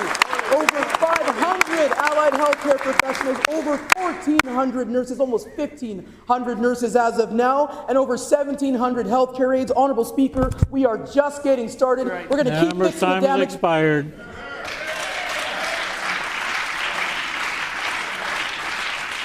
The Honourable Member for Lac-Dobonnie. Association for Community Living organizations who support our community members living with disabilities are now being forced by this minister to sell their group homes, shut down supportive employment options, and to stop taking new community members because of her cuts to services by this Canoe government. I will table the Minister of Accessibility's own document that proves that her so-called increase is only inflationary. Will she stand up and apologize to all those community members all across this great province of ours? Honourable Speaker.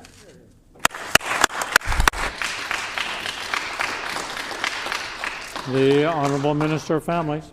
The member for Lac du Bonny continues to get up in this chamber and put up erroneous facts to try and peddle some narrative of his and the PECs. We know that we have investments in disabilities, more than has ever been in the history of Manitoba. We are committed to folks that are on the front lines working with Manitobans with disabilities and supporting their families. It is a sacred responsibility that our government takes incredibly seriously. And I would ask the member for Lac du Bonny to stop peddling whatever he's trying to peddle and actually just get out of the way and allow us to continue the good work that we're doing, fixing the damage that they did for 7.5 years. Hear, hear. The Honourable Member for Agassiz.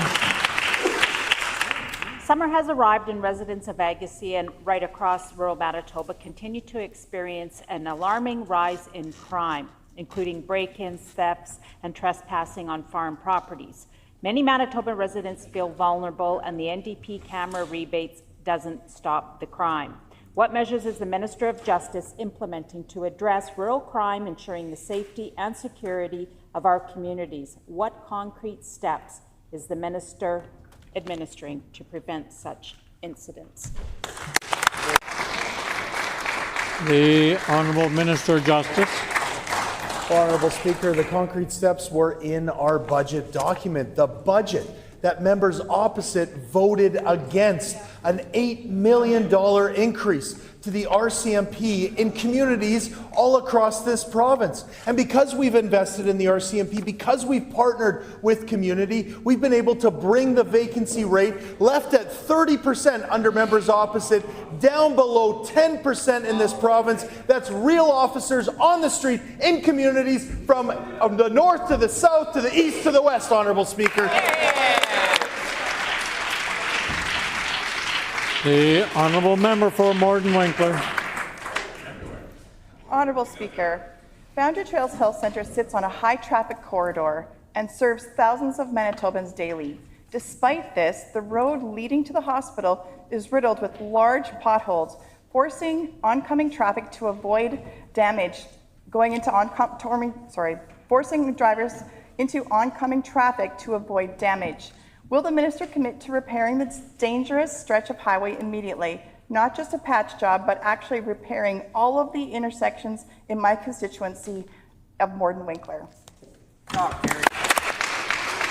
The Honourable Minister of Transportation and Infrastructure.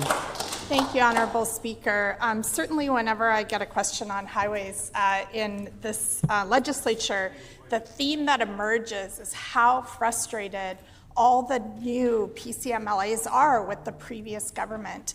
And the fact that they underspent their budget year after year after year, they left these roads in disarray. And, you know, I have been very committed to raising the budget for our department, spending the full budget for our department. And I'm very excited that Budget 2026 has an additional $10 million so that we can continue to repair the damage done to the infrastructure by the PC government before us. Thank you. The Honourable Member for Riding Mountain. Bill 211, allowing for Manitoba Parks specialty license plates, received royal assent in June of 2024. 2 years later, and Manitobans still can't show their love of our provincial park system or help sustain projects in these amazing parks. Clearly, this Minister of Environment and Climate Change seems more interested in credit than doing the work. Out of touch. We FIPA'd the delays, and it turns out they all lead back to this minister's office. Is this minister so ashamed that the PC caucus beat him to such a good idea that he would needlessly delay the availability of parks plates for all Manitobans? The Honourable Minister for Environment and Climate Change.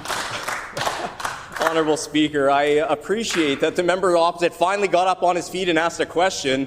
I know that the Parks Plate is the most pressing issue in our environment. I actually know I've never heard that from any environmental group anywhere or any Manitoban.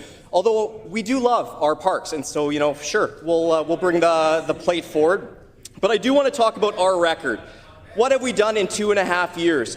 Started up an EV rebate, started the first wind farms, restored funding to environmental groups that they cut, supporting families with heat pumps, saved the LeMay Forest, created the path to net zero, had free park entry for over a year, created an efficiency power plant. We did so much, and yet, what does he focus on? A parks license plate. The Honourable Member for Portage-La Prairie. Portage-La Prairie farmers are fed up with the theft that now they're offering rewards of $10,000 to catch criminals stealing copper from equipment. That stolen copper can be turned into drug money. While this NDP government pours resources into drug-enabling policies, hardworking Manitobans are left paying the price through more theft, more disorder, and less safety. Farmers shouldn't have to police their own communities. Honourable Speaker, when will this government properly protect rural Manitobans? The Honourable Minister of Justice. Well, Honourable Speaker, we're mere moments away from the House rising and all of us returning back to our constituencies.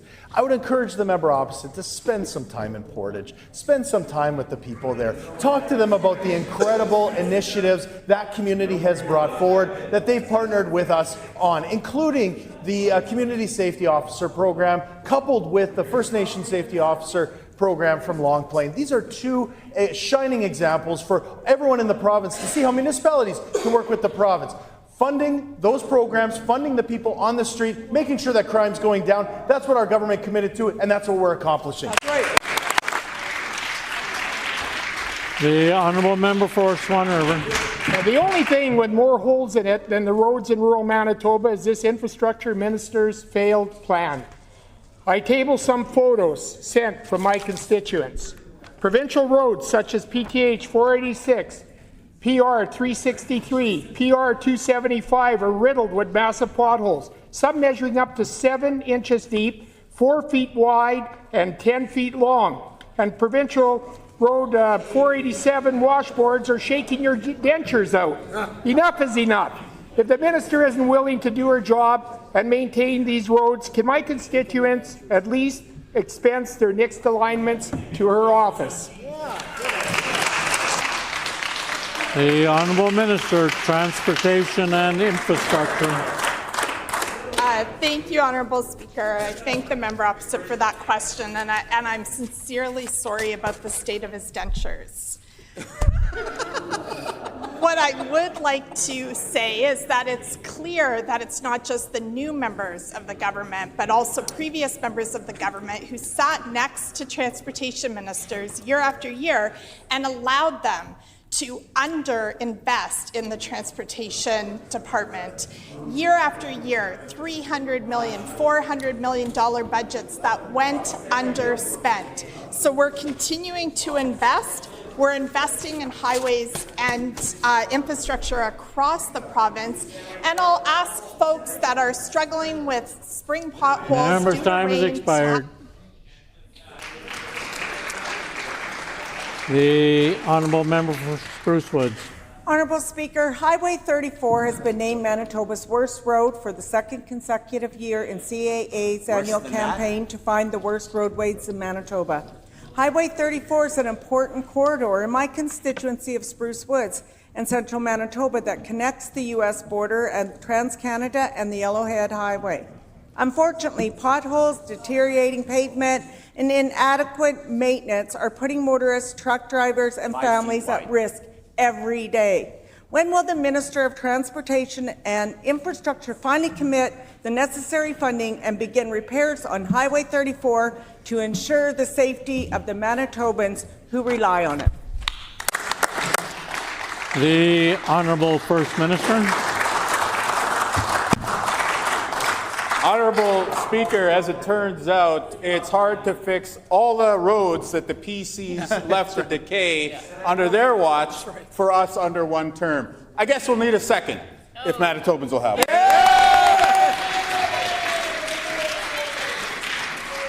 The Honourable Member for Midland.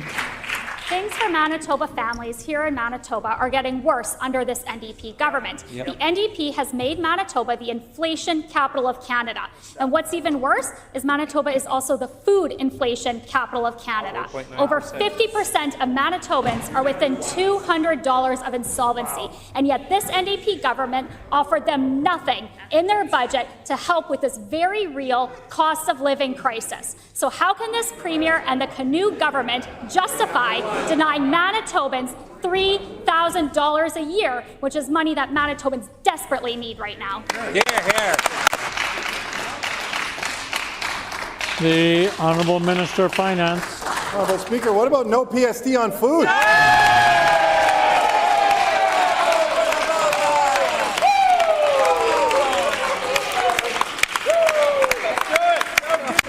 What about free transit for youth?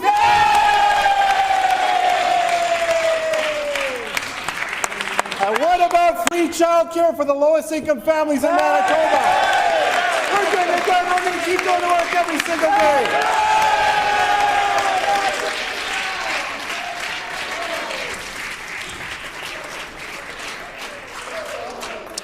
The Honourable Member for Roblin. Phoenix School in Headingley is overcrowded and in desperate need of expansion. It is, in fact, the #1 capital priority of the St. James Assiniboia School Division. The previous government approved the expansion and renovation project that the students, teachers, and families in Headingley have been asking for years. But when the NDP took power, they cancelled the project. When is this NDP government finally going to prioritize the teachers, students, and families in Headingley and move forward with the Phoenix School expansion and renovation project? The Honourable Minister of Education and Early Childhood Learning. Honourable Speaker, the member speaks of priority, but the PCs waited till like question 25 today to ask a question about education. So I'm happy to speak about education. If the member opposite would have read, we're going to work with members in Charleswood. We're going to work with constituents all across the province. In our beautiful budget, which we just passed last week, we announced 4 schools. Devonshire Park, we have a school in Brandon, we have a school in Waverley, we have a school in McPhillips. But that wasn't enough, Honourable Speaker. We had to build a school with le DSFM in Saint-Boniface. Pourquoi, Honourable Speaker? Pour qui? C'est pour les étudiants, les étudiantes, pour les éducateurs et les éducatrices. That's who we work for in this province, Honourable Speaker. The member opposite needs to get on board.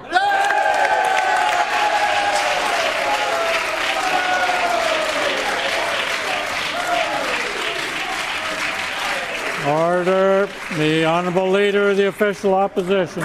The Minister of Education, the Minister of Families, and the Minister of Justice love to yell from their seats, but don't have any interest in actually doing their job.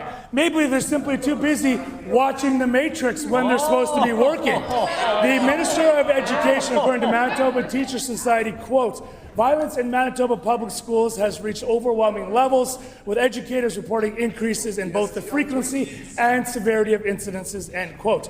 The Minister of Education swears she has all the data, but when we filed the Freedom of Information request, what came back? No data found. Violence in schools is spiking. It's impacting the teacher's ability to teach. It's impacting students' ability to learn, and it undermines the entire education system under this failing Canoe government. Will the minister admit she does not have the data, admit her failures, and listen to Manitoba's Teacher Society, or will she tell Manitoba teachers how to do their job just like the Premier does?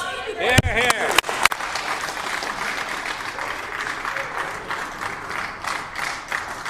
The Honourable First Minister. Honourable Speaker, we know that the issue of violence in schools is a major concern. We know that teachers and educational assistants and really everybody involved, parents, students, identify this as a top priority. And that's why our government is working together with them as partners. And so we'll continue to do that over the course of the summer break, so ensure that when students and teachers go back in the fall, that everybody will be able to learn safely. When it comes to the PCs, though, they never seem to learn. No. Started question period today by trying to ask about dropping the writ. There's no election coming. He just wants to get out of here because he doesn't know how many more of his MLAs are going to drop out this summer.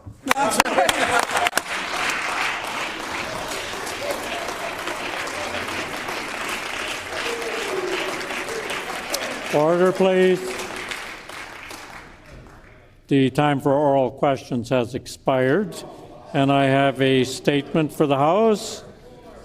As the House is expected to adjourn later today for our summer break, I'm encouraging all members to remove the contents of their desks today.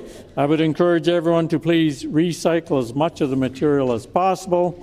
Any material you would like to recycle may be placed in the larger recycling containers in both message rooms located just outside of the chamber. The big blue bins inside the chamber are designed for or designated for recycling copies of Hansard only, as these can be reused by Hansard and the Legislative Library. Thank you. Petitions. Grievances. Orders of the day. Government business, the Honourable Government House Leader. Would you please canvass the House for leave to consider a government resolution regarding the hiring of the Chief Electoral Officer, despite the fact the resolution is not on the order paper? Is there leave as requested by Is there leave to consider a government resolution regarding the hiring of the Chief Electoral Officer, despite the fact that the resolution is not on the order paper? Is there leave? Agreed, and so ordered. The Honourable Government House Leader. I move, seconded by the Minister for Justice, whereas a subcommittee of the Standing Committee on Legislative Affairs was struck to manage the hiring process of the Chief Electoral Officer, and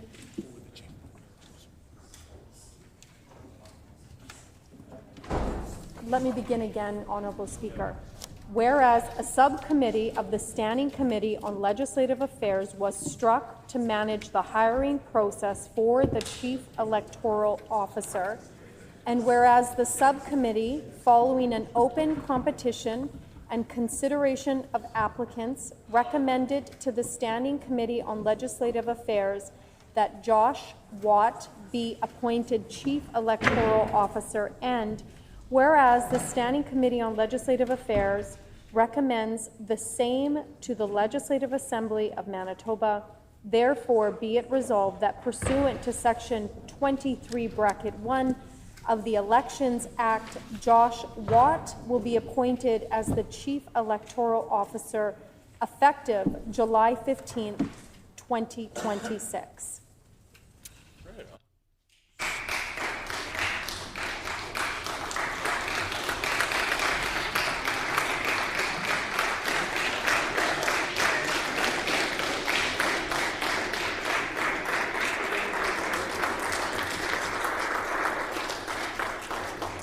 It's been moved by the Honourable Minister of Families, seconded by the Honourable Minister of Justice, that therefore be it resolved that pursuant to Section 23(1) dispense. Is it the pleasure of the House to adopt? The Honourable Government House Leader. Miigwech, Honourable Speaker. On behalf of our NDP caucus and our NDP government, we want to welcome you to your new position as the Chief Electoral Officer. We have all confidence that you will do your duties with amazing resolve, and welcome to your new role.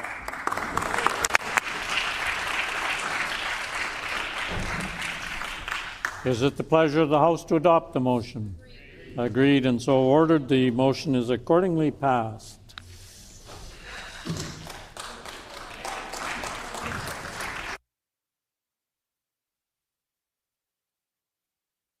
The Honourable Government House Leader.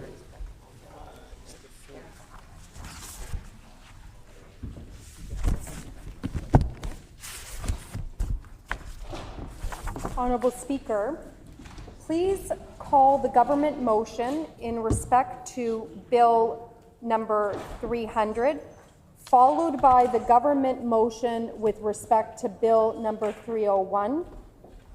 I now would also like to table the specified government bills.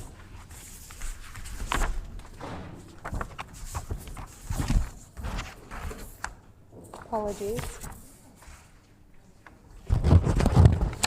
For the third session of the 43rd Legislature. And then, Honourable Speaker, can you please call concurrence and third reading of Bills 3, 4, 8, 9, 31, 34, 40, 42, 44, 5, 6, 36, 11, 15, 16, 18, 37, 19, 26, 27, 28, 32, 50, 29, 35, 45, 33, 38, 41, and 43.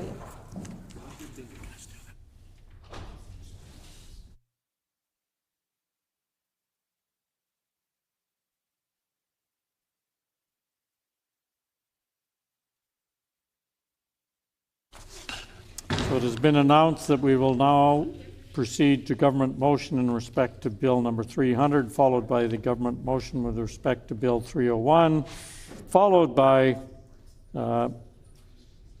the specified government bills, Bill 3, 4, 8, 9, 31, 34, 40, 42, 44, 5, 6, 36, 11, 15, 16, 18, 37, 19, 26, 27, 28, 32, 50, 29, 35, 45, 33, 38, 41, and 43.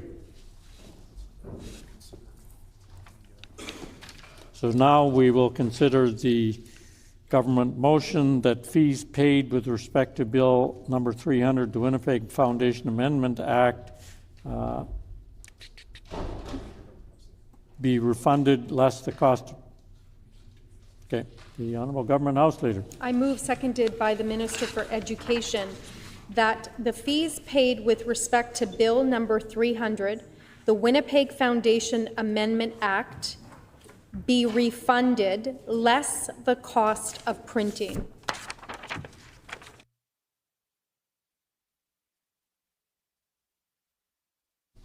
Been moved by the Honourable Government House Leader, seconded by the Honourable Minister of Education and Early Childhood Learning, that the fees paid with respect to Bill 300, the Winnipeg Foundation Amendment Act, be refunded less the cost of printing. Is the House ready for the question? Question before the House is it the pleasure of the House to adopt the motion? Agreed, and so ordered. The motion is accordingly passed. The Honourable Government House Leader. I move, seconded by the Minister for Natural Resources and Indigenous Futures, that the fees paid with respect to Bill number 301, the Westminster United Church Foundation Incorporation Amendment Act, be refunded less the cost of printing.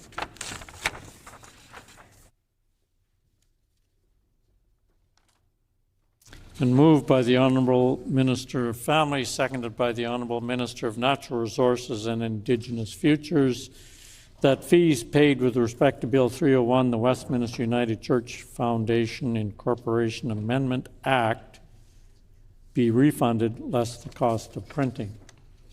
Is the House ready for the question? The question before the House is that shall the motion pass? The motion is accordingly passed.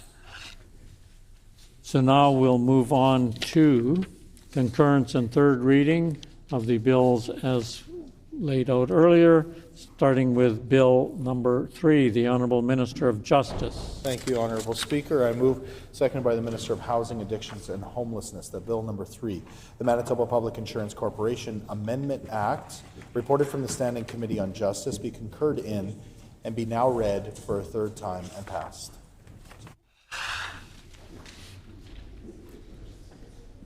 Been moved by the Honourable Minister of Justice, seconded by the Honourable Minister of Housing, Addiction and Homelessness, that Bill number 3, the Manitoba Public Insurance Corporation Amendment Act, reported from the Standing Committee on Justice, be concurred in and be now read a third time and passed.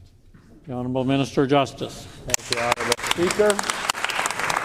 I'm pleased to rise in the House today for third reading of Bill 3, the Manitoba Public Insurance Corporation Amendment Act.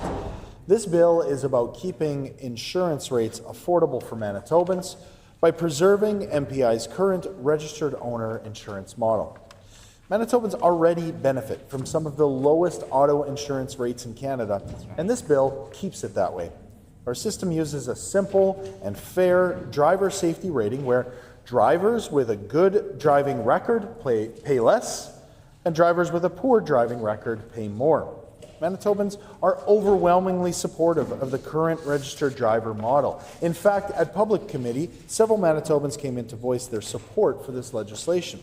If members opposite really do care about affordability for Manitobans, I expect that they might actually support this bill here in the legislature this evening.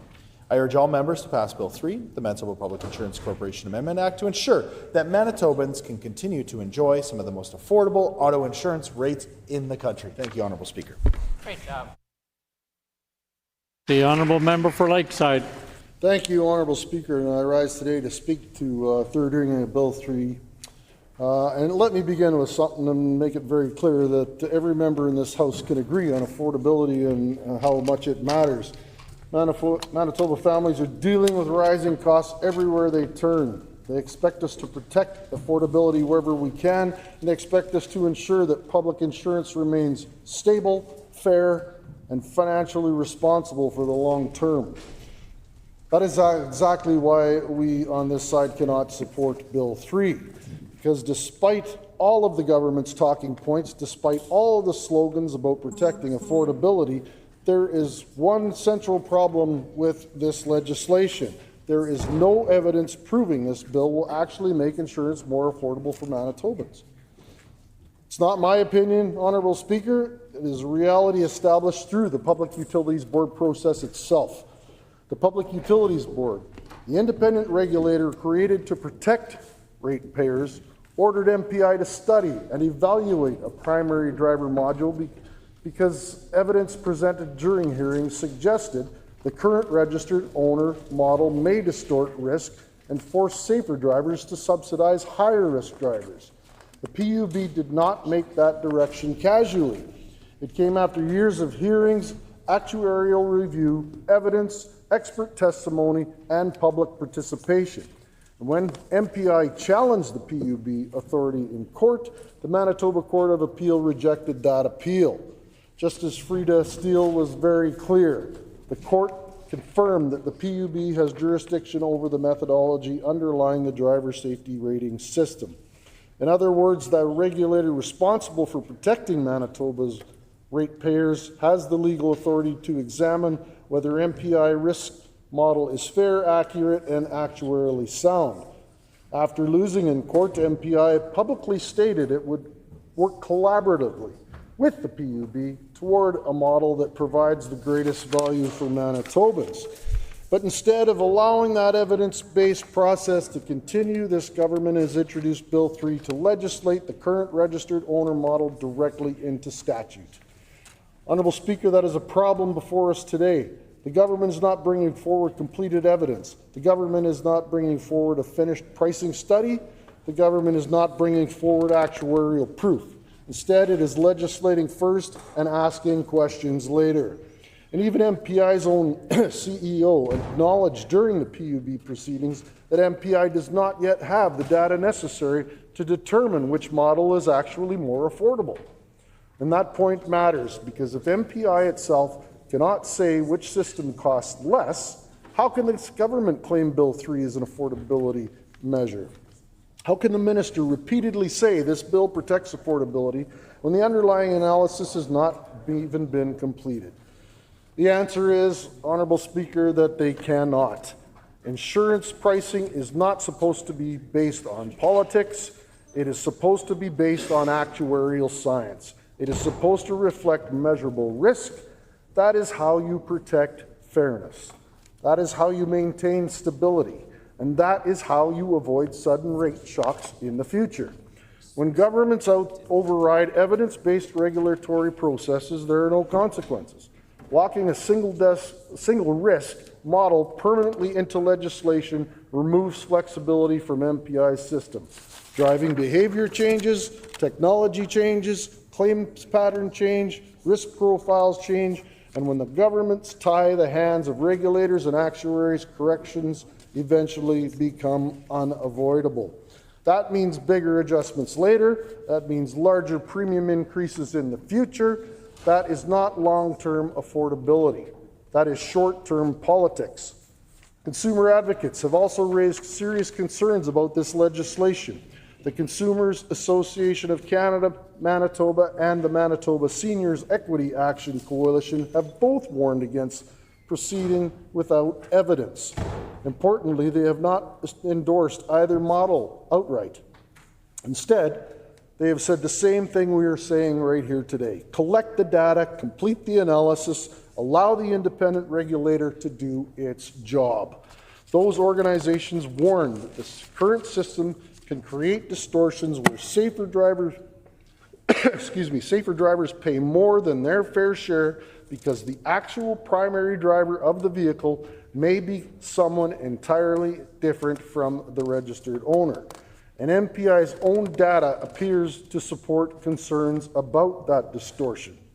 We know that significant number of collisions involve someone other than the registered owner driving the vehicle. We know that many claims occur when the registered owner is not the primary operator. Those are exactly the kinds of issues the PUB wanted studied through an evidence-based review. Instead of completing that work, this government is shutting the door before the evidence is even gathered. What makes this situation even more striking is the inconsistency from members opposite regarding independent oversight. For years, the NDP members passionately defended the authority of the Public Utilities Board when discussing Manitoba Hydro. They warned repeatedly about governments setting rates at the cabinet table. They accused previous governments of circumventing the PUB. They said removing independent oversight would weaken transparency and accountability. Those were not isolated comments. Those arguments were repeated over and over again by members opposite, including senior ministers and even the Premier himself. Independent oversight either matters or it doesn't.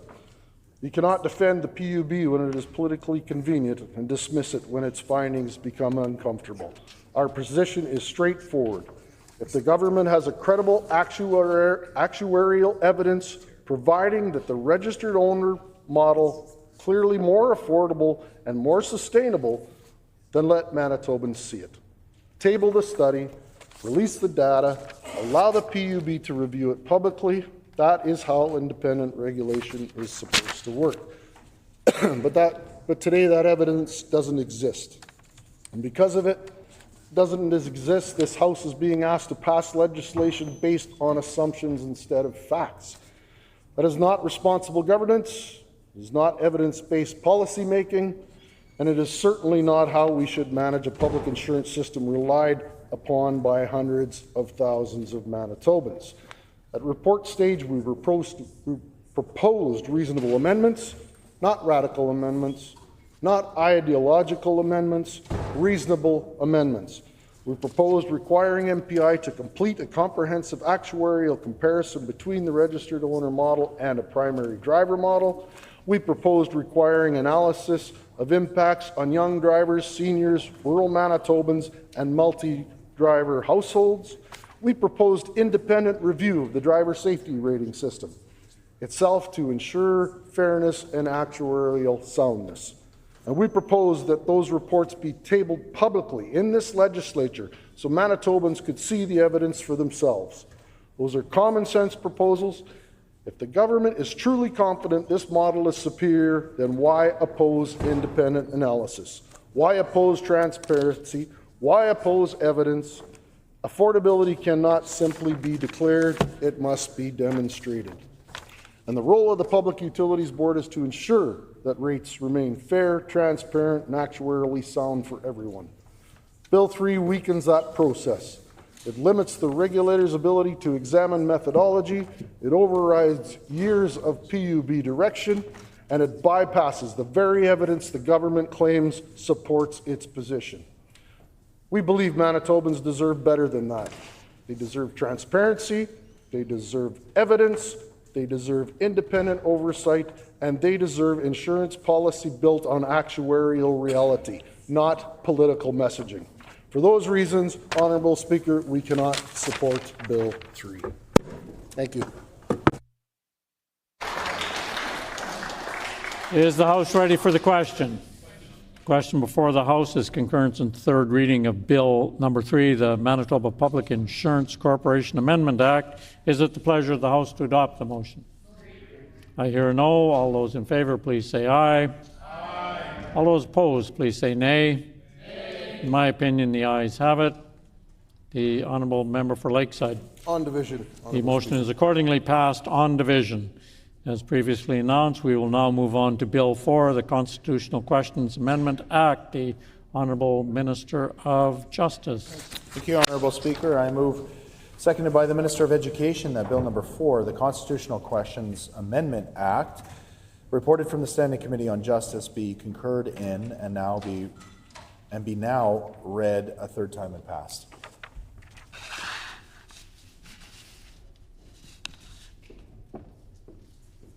Been moved by the Honourable Minister of Justice, seconded by the Honourable Minister of Education and Early Childhood Learning, that Bill number 4, the Constitutional Questions Amendment Act, reported from the Standing Committee on Justice, be concurred in and be now read a third time and passed. The Honourable Minister of Justice. Thank you, Honourable Speaker. I'm pleased to rise to third reading on Bill number 4. At its core, this bill is about holding governments accountable to protect the rights of citizens. Bill 4 requires that whenever the notwithstanding clause is used, the government must automatically refer that decision to the Court of Appeal for review. If a Manitoba government does invoke the notwithstanding clause, we just want to make sure that Manitobans have the information that they need when they then go to vote.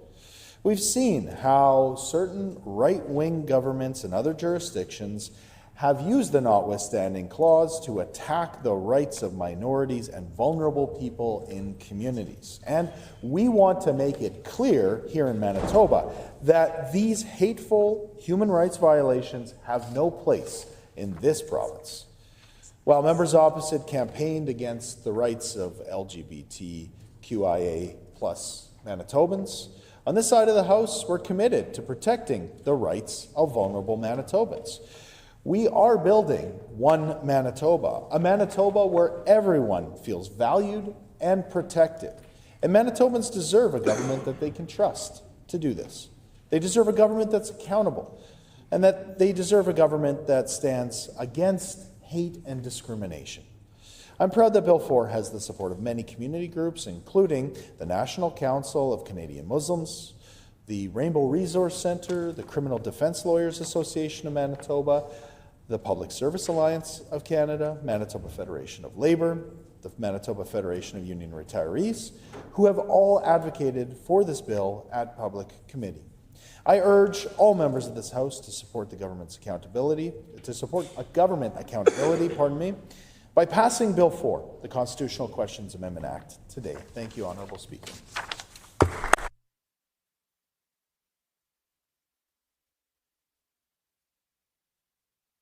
The honourable member for Brandon West.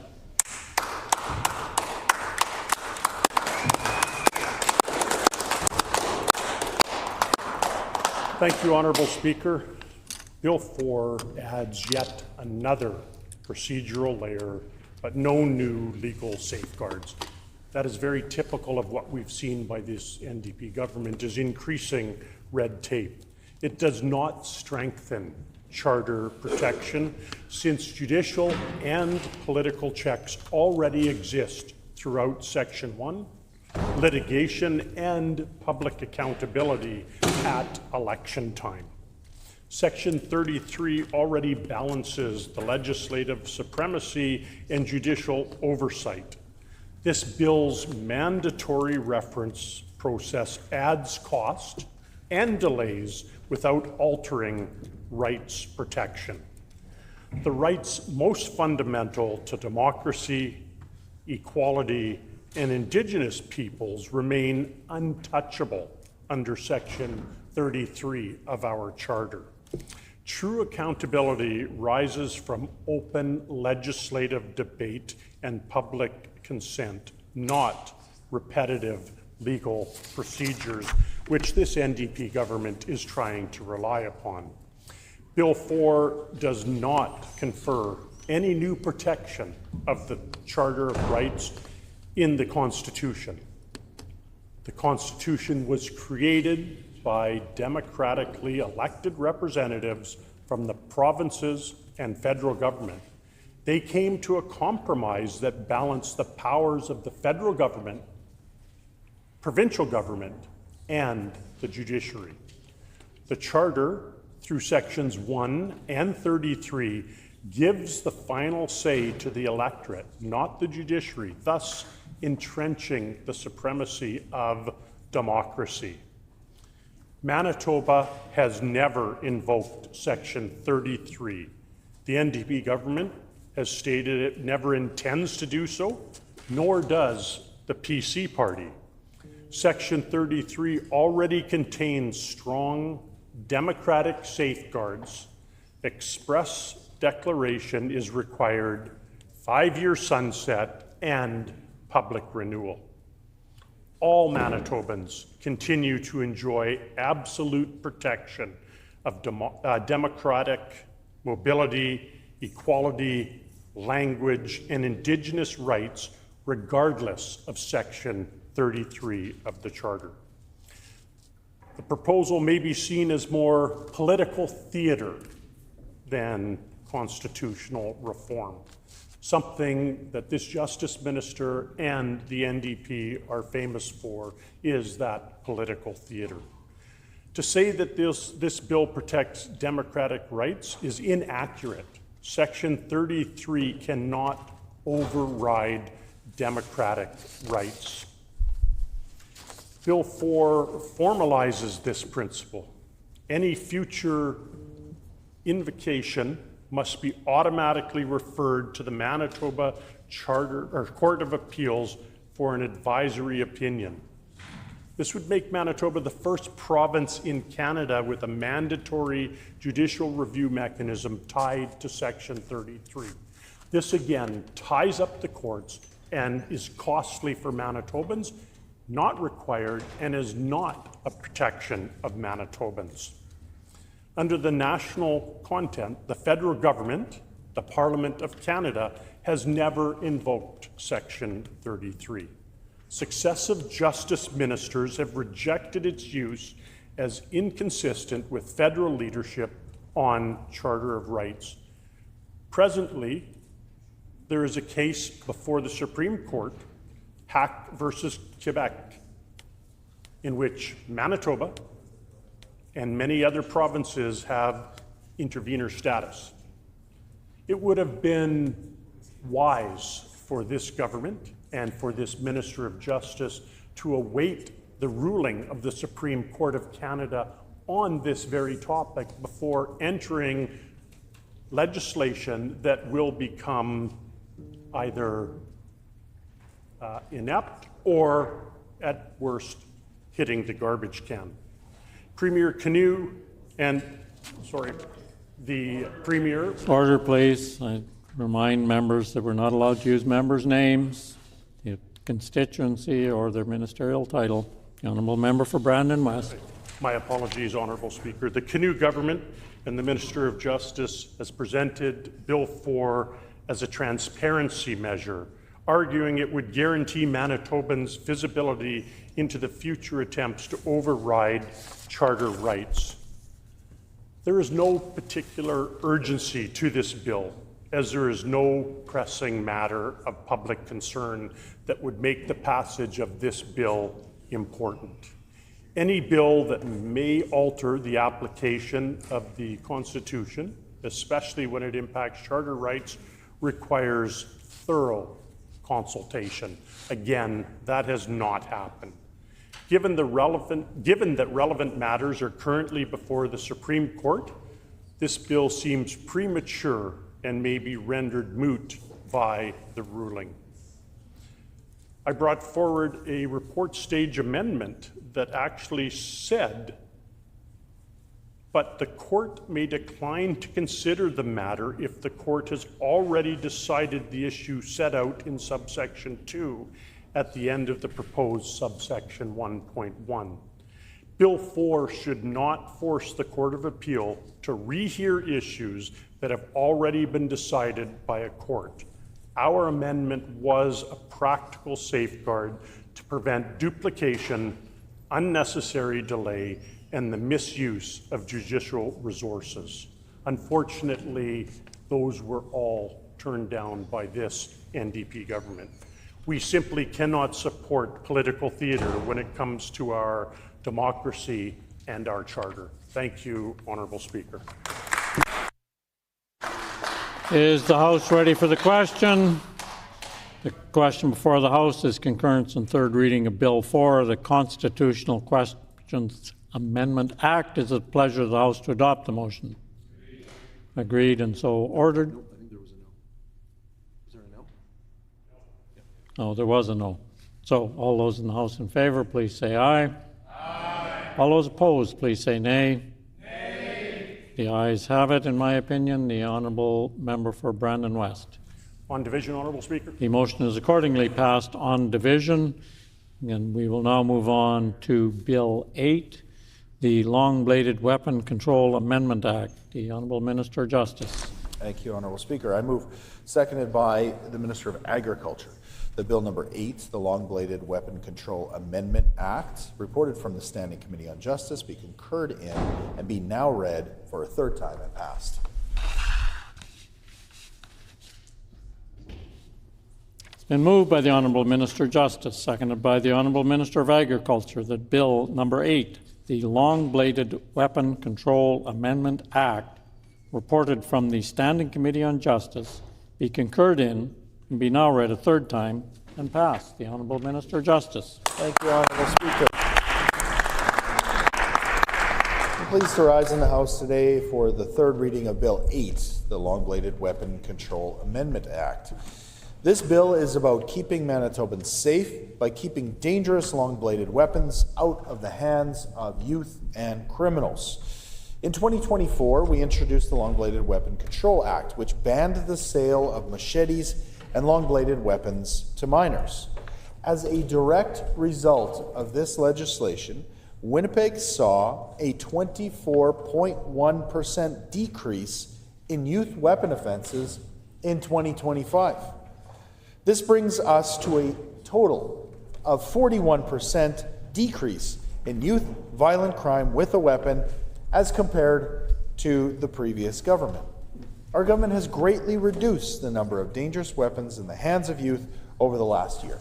But we know that online sellers and resale platforms are still selling these weapons without proper age checks. Bill 8 puts an end to that by banning online and secondary sellers from selling long-bladed weapons to minors.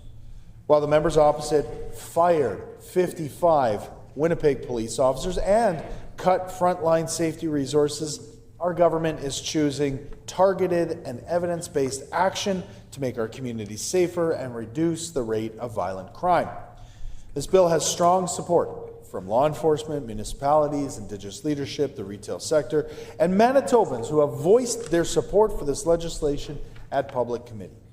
Manitobans, they want safer streets, and that's what this bill delivers. Honourable Speaker, I urge all members to support Bill 8 to keep long-bladed weapons out of the hands of young people and criminals. Thank you, Honourable Speaker. No further speakers. Is the House ready for the question then? Question before the House is concurrence in third reading of Bill number 8, the Long-Bladed Weapon Control Amendment Act. Is it the pleasure of the House to adopt the motion? Agreed, and so ordered. The motion is accordingly passed. We will now move on to Bill 9, the Street Weapons Control Act. The Honourable Minister of Justice. Thank you, Honourable Speaker. I move that Bill number 9, the Street Weapons Control Act, reported from the Standing Committee on Justice, be concurred in and now be read for a third time and passed. By the Honourable Minister of Justice. I move, seconded by the Minister of Municipal and Northern Relations, that Bill number 9, the Street Weapons Control Act, reported from the Standing Committee on Justice, be concurred in and be now read for a third time and passed. Been moved by the Honourable Minister of Justice, seconded by the Honourable Minister of Municipal and Northern Relations, that Bill number 9, the Street Weapons Control Act, reported from the Standing Committee on Justice, be concurred in and be now read for a third time and passed. The Honourable Minister of Justice. Thank you, Honourable Speaker. I'm pleased to rise in the House today for third reading of Bill number 9, the Street Weapons Control Act. Unlike members opposite who cut frontline safety resources and fired 55 Winnipeg police officers, our government is committed to making our communities safer. This NDP government has increased funding to municipal police by now 32% over our short time in office, and we have massively expanded the Community Safety Officer program as compared to the previous government. Our government's work is paying off. In 2025, Winnipeg saw one of the largest decreases in crime severity on record, Honourable Speaker. Specifically, in 2025, knife crime in Winnipeg was down 15.7%, which the Winnipeg Police directly attributed to our government's Long-Bladed Weapon Control Act. We've made progress, clearly, but we also know that there's more work to do. Bill number 9 continues the work of keeping our communities safe by making it illegal to carry street weapons like machetes, axes, and pepper spray in public spaces. It will allow police and safety officers to step in and seize the weapon before someone gets hurt. I'm proud to inform the House that this legislation has the support of law enforcement and community leaders throughout our province, including the Association of Manitoba Municipalities, Manitoba, Kawatanawi, Okamakinak, Southern Chiefs Organization, and the Assembly of Manitoba Chiefs. I want to thank these valued stakeholders for their advocacy and support at public committee. Honourable Speaker, I urge all members of this House to support the common sense legislation embodied in Bill number 9, which will make communities safer for all Manitobans. Thank you, Honourable Speaker. Seeing no further speakers, is the House ready for the question? Question before the House is concurrence in third reading of Bill 9, the Street Weapons Control Act. Is it the pleasure of the House to adopt the motion? Agreed, and so ordered. The motion is accordingly passed. We'll now move on to Bill 31, the Highway Traffic Amendment Act. The Honourable Minister of Justice. Thank you, Honourable Speaker. I move, seconded by the Minister of Infrastructure and Transportation, Bill number 31, the Highway Traffic Amendment Act, reported from the Standing Committee on Justice, be concurred in and be now read for a third time and passed.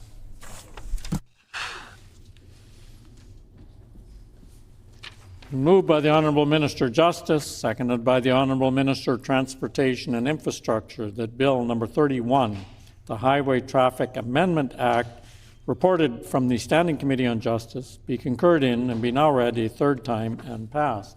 The Honourable Minister of Justice. Thank you, Honourable Speaker. I'm pleased to rise in the House today for the third reading of Bill 31, the Highway Traffic Amendment Act.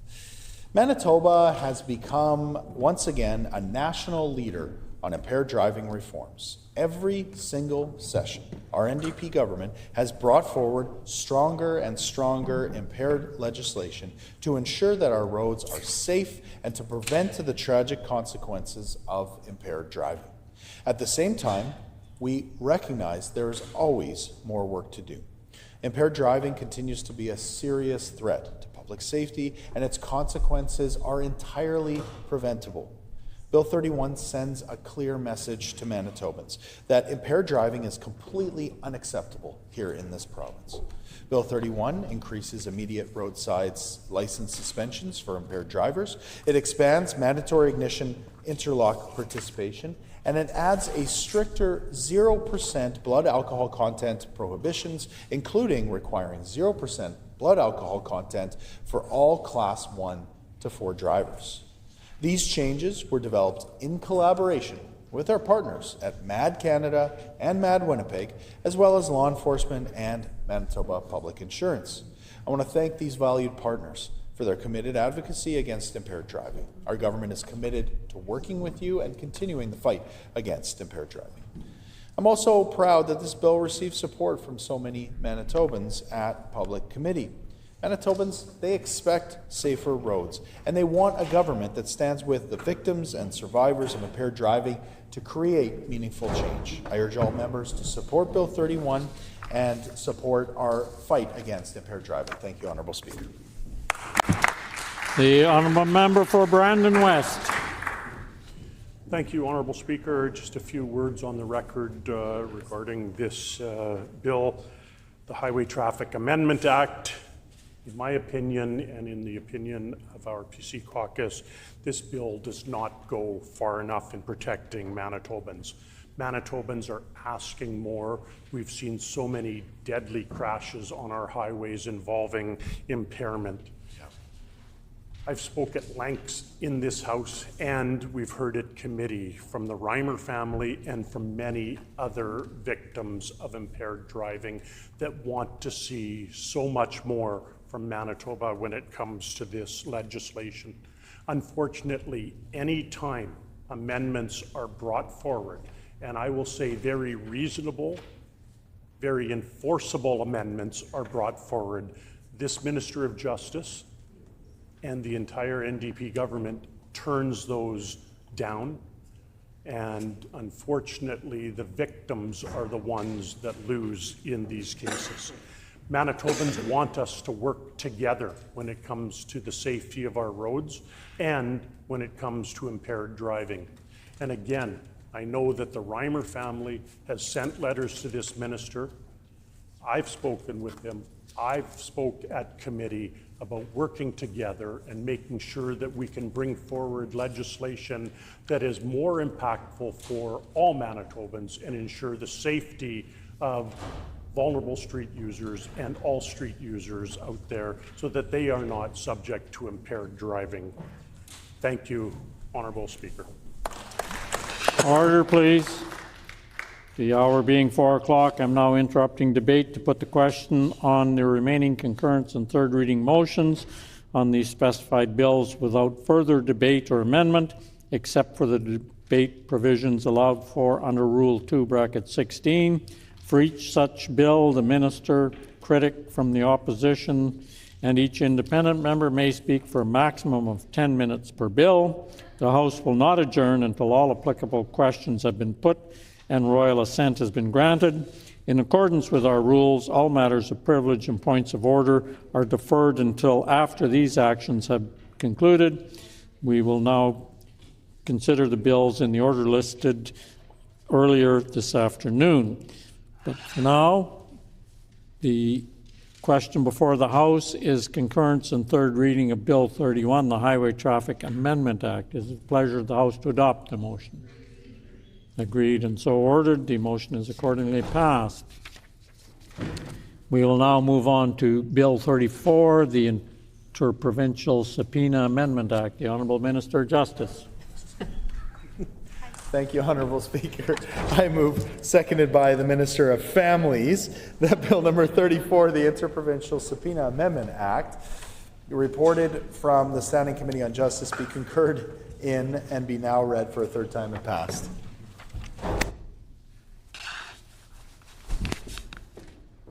It's been moved by the Honourable Minister of Justice, seconded by the Honourable Minister of Families, that Bill number 34, the Interprovincial Subpoena Amendment Act, reported on from the Standing Committee on Justice, be concurred in and be now read for a third time and passed. Honourable Minister of Justice. Thank you, Honourable Speaker. I'm pleased to rise in the House today for third reading of Bill 34, the Interprovincial Subpoena Amendment Act. This bill amends the Interprovincial Subpoena Amendment Act to apply to boards, commissions, and tribunals, allowing them to require witnesses from outside Manitoba to give evidence. Bill 34 improves accountability in our justice system, making sure that all cases have complete evidence. Members opposite should be on board with increased accountability, especially with their record of having a premier who was fined for violating the Constitution.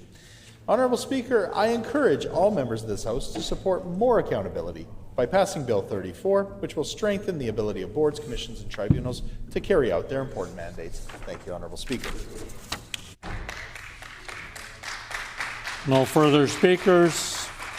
Is the House ready for the question? Question before the House is concurrence and third reading of Bill 34, the Interprovincial Subpoena Amendment Act. Is it the pleasure of the House to adopt the motion? Agreed and so ordered. The motion is accordingly passed. We'll now move on to Bill 40, the Elections Amendment Act. The Honourable Minister of Justice. Thank you, Honourable Speaker. I move, seconded by the Minister of Sport, Culture, Heritage, and Tourism, that Bill number 40, the Elections Amendment Act, reported from the Standing Committee on Justice, be concurred in and be now read for a third time and passed.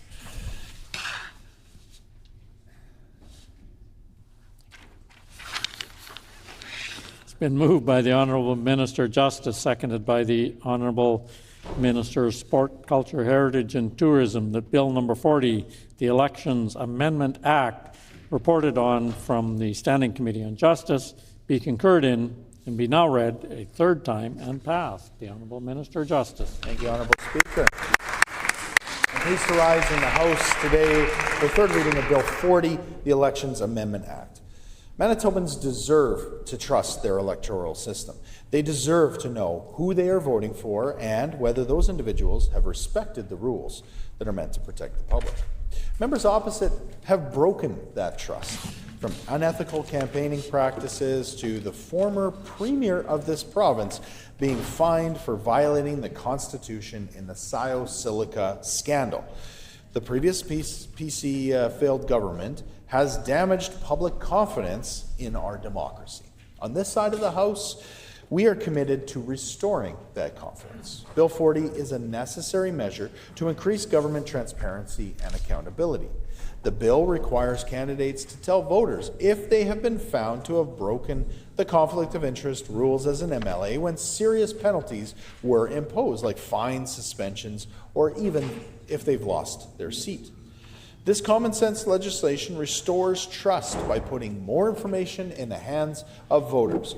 Given their shameful record of violating conflict of interest rules, I would expect members opposite to just get on board with this legislation and begin to repair the damage that was left by the previous PC government.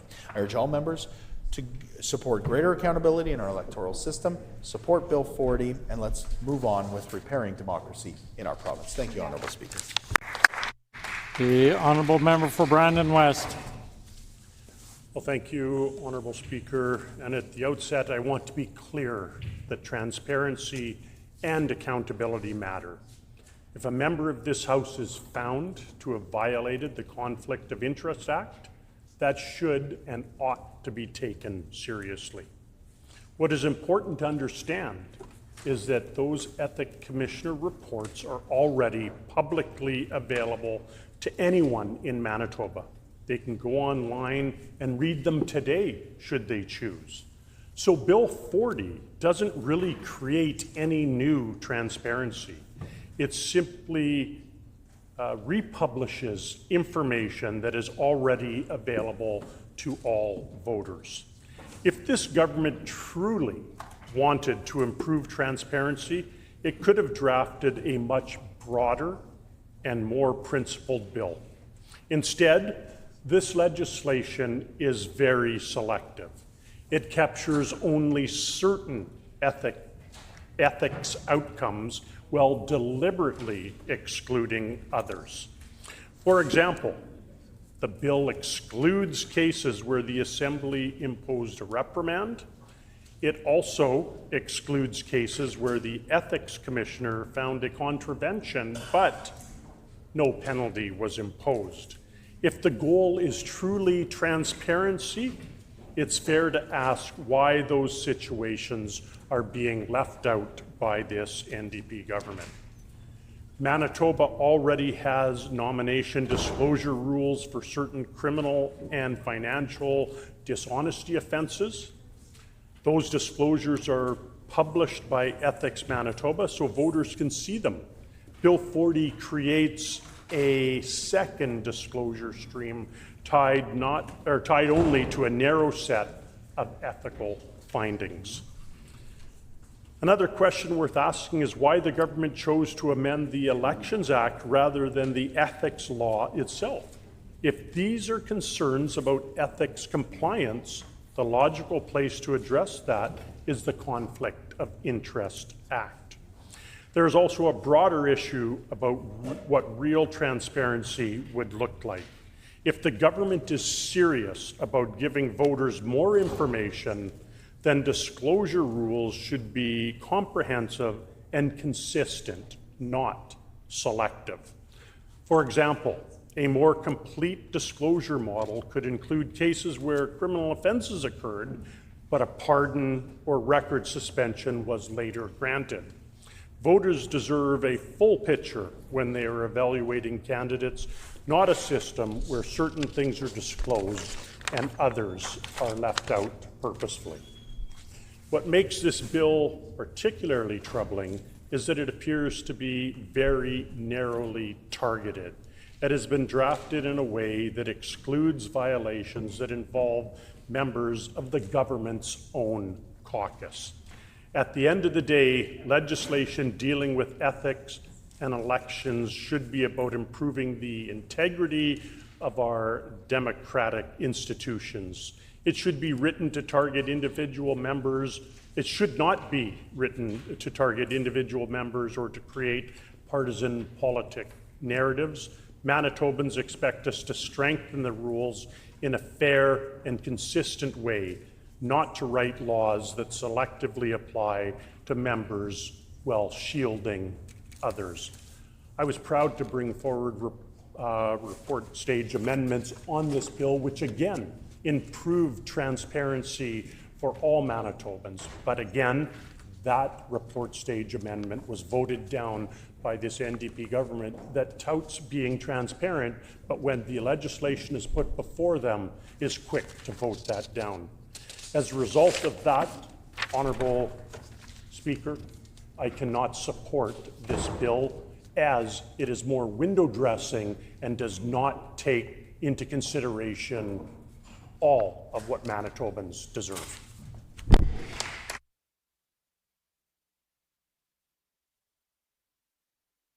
Seeing no further speakers, is the House ready for the question? Question before the House is concurrence and third reading of Bill 40, the Elections Amendment Act. Is it the pleasure of the House to adopt the motion? I hear a no. All those in the House in favor, please say aye. Aye. All those opposed, please say nay. In my opinion, the ayes have it. The honourable member for Brandon West. On division. The motion is accordingly passed on division.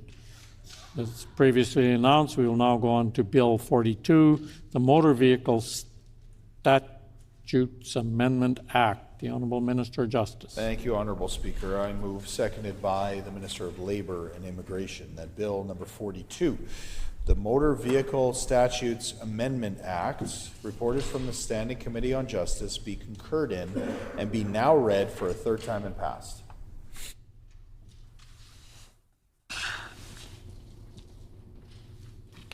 Been moved by the Honourable Minister of Justice, seconded by the Honourable Minister of Labour and Immigration, that Bill number 42, the Motor Vehicle Statutes Amendment Act, reported on from the Standing Committee on Justice, be concurred in and be now read for a third time and passed.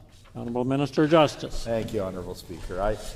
I'm pleased to rise to speak to third reading of Bill number 42, the Motor Vehicle Statutes Amendment Act. Bill 42 makes improvements to MPI products and services to strengthen supports for Manitobans to make roads safer and to reduce red tape. This bill expands counseling benefits from MPI, reduces red tape in truck driver training regulation, modernizes the definition of antique vehicles, and allows farm trucks to be used for personal purposes. Unlike members opposite who never modernize the antique vehicle legislation, we are committed to improving efficiency and making life easier for Manitobans. I'm proud that this bill has the support of the Manitoba beef producers who advocated for this expanded uses of farm trucks at public committee. I urge all members to vote in favor of road safety and reducing red tape by passing Bill 42, the Motor Vehicle Statutes Amendment Act today. Thank you, Honourable Speaker. The Honourable Member for Lakeside. Thank you, Honourable Speaker, and I'm pleased to have the opportunity to rise today to put a few words on record in regards to Bill 42 here at third reading. This bill contains a number of practical and reasonable changes affecting driver training, farm vehicle use, and Manitoba public insurance benefits, and for that reason we will be supporting its passage. Perhaps the most significant change is the expansion of MPI counseling benefits to family members of those who have suffered catastrophic injuries or loss of life in a motor vehicle accident, as well as individuals who witness these traumatic events. Trauma does not stop with the direct victim. Serious accidents can have lasting impacts on families and witnesses, and recognizing those mental health challenges is an important step forward. This bill also modernizes oversight of driver training schools by introducing written contracts, greater transparency requirements, annual reporting, and a public registry. Manitobans who invest their time and money into driver training deserve clear expectations and accountability from these providers. For rural Manitobans, the changes to farm truck usage reflect the realities of modern farm life. Allowing greater flexibility for personal use recognizes how farm vehicles are actually used by farm families each and every day. While we support this legislation, there are still important questions that the government will need to answer as these changes are implemented. Much of the detail surrounding driver training oversight will be contained in regulation rather than in the legislation itself. We will be watching closely to ensure that those regulations are fair, practical, and appropriately tailored to different types of driver training programs. There are also unanswered questions regarding the expanded counseling benefits, including how eligibility will be determined and what the long-term financial impact will be on MPI. During briefing, government officials were unable to provide a cost estimate for those changes. Manitobans once again deserve transparency regarding both the benefits and the costs associated with new programs. Overall, Bill 42, however, represents a sensible modernization of several areas of Manitoba law. We support its passage and will continue to hold the government accountable for ensuring these changes are implemented effectively, fairly, and in the best interests of Manitobans. Thank you, Honourable Speaker. The question before the House is concurrence and third reading of Bill 42, the Motor Vehicle Statutes Amendment Act. Is it the pleasure of the House to adopt the motion? Agreed and so ordered. The motion is accordingly passed. We'll now move on to concurrence and third reading of Bill 44, the Minor Amendments and Corrections Act 2026. The Honourable Minister of Justice. Thank you, Honourable Speaker. I move, seconded by the Minister for Advanced Education and Training, that Bill number 44, the Minor Amendments and Corrections Act 2026, be concurred in and be now read for a third time and passed.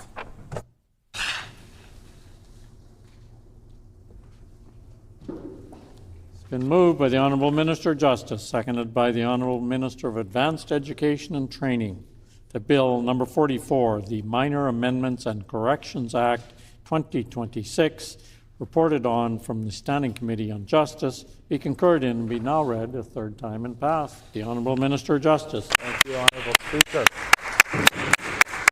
I can feel the excitement in the room as we rise for third reading of Bill 44, the Minor Amendments and Corrections Act 2026. This annual omnibus bill corrects drafting, typographical, and numbering errors in Manitoba statutes. It also makes other minor amendments to various acts to provide clarity and consistency in Manitoba's statute book. The bill is about keeping our legislation current and clear and is a necessary part of the legislative process. I encourage all members to get on board and to support Bill number 44, the Minor Amendments and Corrections Act 2026 today. Thank you, Honourable Speaker. Seeing no further speakers, the House ready for the question. The question before the House is concurrence and third reading of Bill 44, the Minor Amendments and Corrections Act 2026. Is it the pleasure of the House to adopt the motion? Agreed, and so ordered. The motion is accordingly passed. We will now move on to concurrence and third reading of Bill 5, the Accessibility for Manitobans Amendment Act and the Commemoration of Days, Weeks, and Months Amendment Act, Access Awareness Week. The Honourable Minister of Families. I move, seconded by the Minister for Sports, Culture, Heritage and Tourism, that Bill number 5, the Accessibility for Manitobans Amendment Act and the Commemoration of Days, Weeks and Months Amendment Act, Access Awareness Week, reported from the Standing Committee on Justice and subsequently amended, be concurred in and now read for a third time and passed.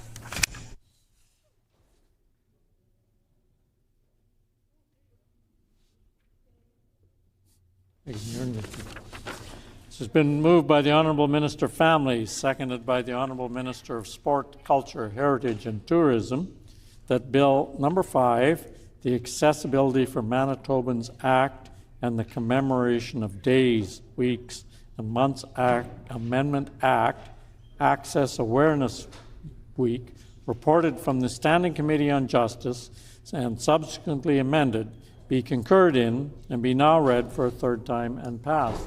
The Honourable Minister of Families. Miigwech, Honourable Speaker. I'd like to start by saying miigwech to the Manitobans who took time to address the Standing Committee on Social and Economic Development on Wednesday, March 18th, 2026. I appreciate the thoughtful comments on Bill 5, particularly those informed by lived experience. Our government is a listening government. We heard this feedback and made adjustments accordingly to the planned draft changes to the Accessibility for Manitobans Act. Once Bill 5 is in force and after a transition period comes to an end, 4-year accessibility plans will be required starting in 2032. The first plans will cover the 4-year period 2032 to 2035. I proposed and passed amendments on Bill 5 in response to the suggestion we require progress reports on 4-year accessibility plans. These amendments add a requirement for public sector bodies to submit progress reports on the implementation of their 4-year accessibility plans halfway through their completion. And that's within the first 2 years of the 4-year plan. This will allow public sector bodies to benefit from longer periods to execute their plans while also ensuring there is accountability and transparency throughout the extended 4-year period. Under legislation, accessibility plans must be made available to the public, something members of the disability community let us know was critical for transparency and accountability. These amendments reflect feedback from both the public and sector bodies and members of the disability community, supporting a sustainable impact and collaborative path to a more accessible Manitoba for everyone. Again, miigwech for those folks that came and gave their presentations. We did listen and we heard you and we made those changes. Miigwech. No further speakers.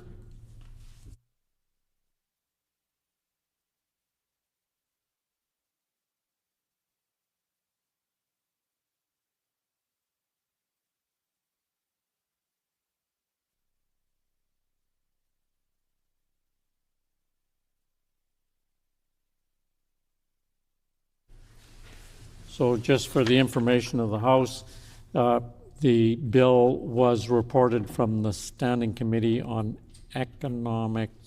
Social and Economic Development, not the Standing Committee on Justice. So the question before the House then is concurrence and third reading of Bill 5, the Accessibility for Manitobans Amendment Act, and the So the whole motion is Bill number 5, the Accessibility for Manitobans Amendment Act and the Commemoration of Days, Weeks, and Months Amendment Act, Access Awareness Week, reported on from the Standing Committee on Social and Economic Development and subsequently amended, be concurred in, and be now read for a third time and passed. Is it the pleasure of the House to adopt the motion? Agreed, and so ordered. The motion is accordingly passed. We now move on to Bill 6, the Sign Languages Recognition Act. The Honourable Minister of Families. I move, seconded by the Minister for Labour and Immigration, that Bill number 6, the Sign Languages Recognition Act, reported from the Standing Committee on Social and Economic Development and subsequently amended, be concurred in and now read for a third time and passed.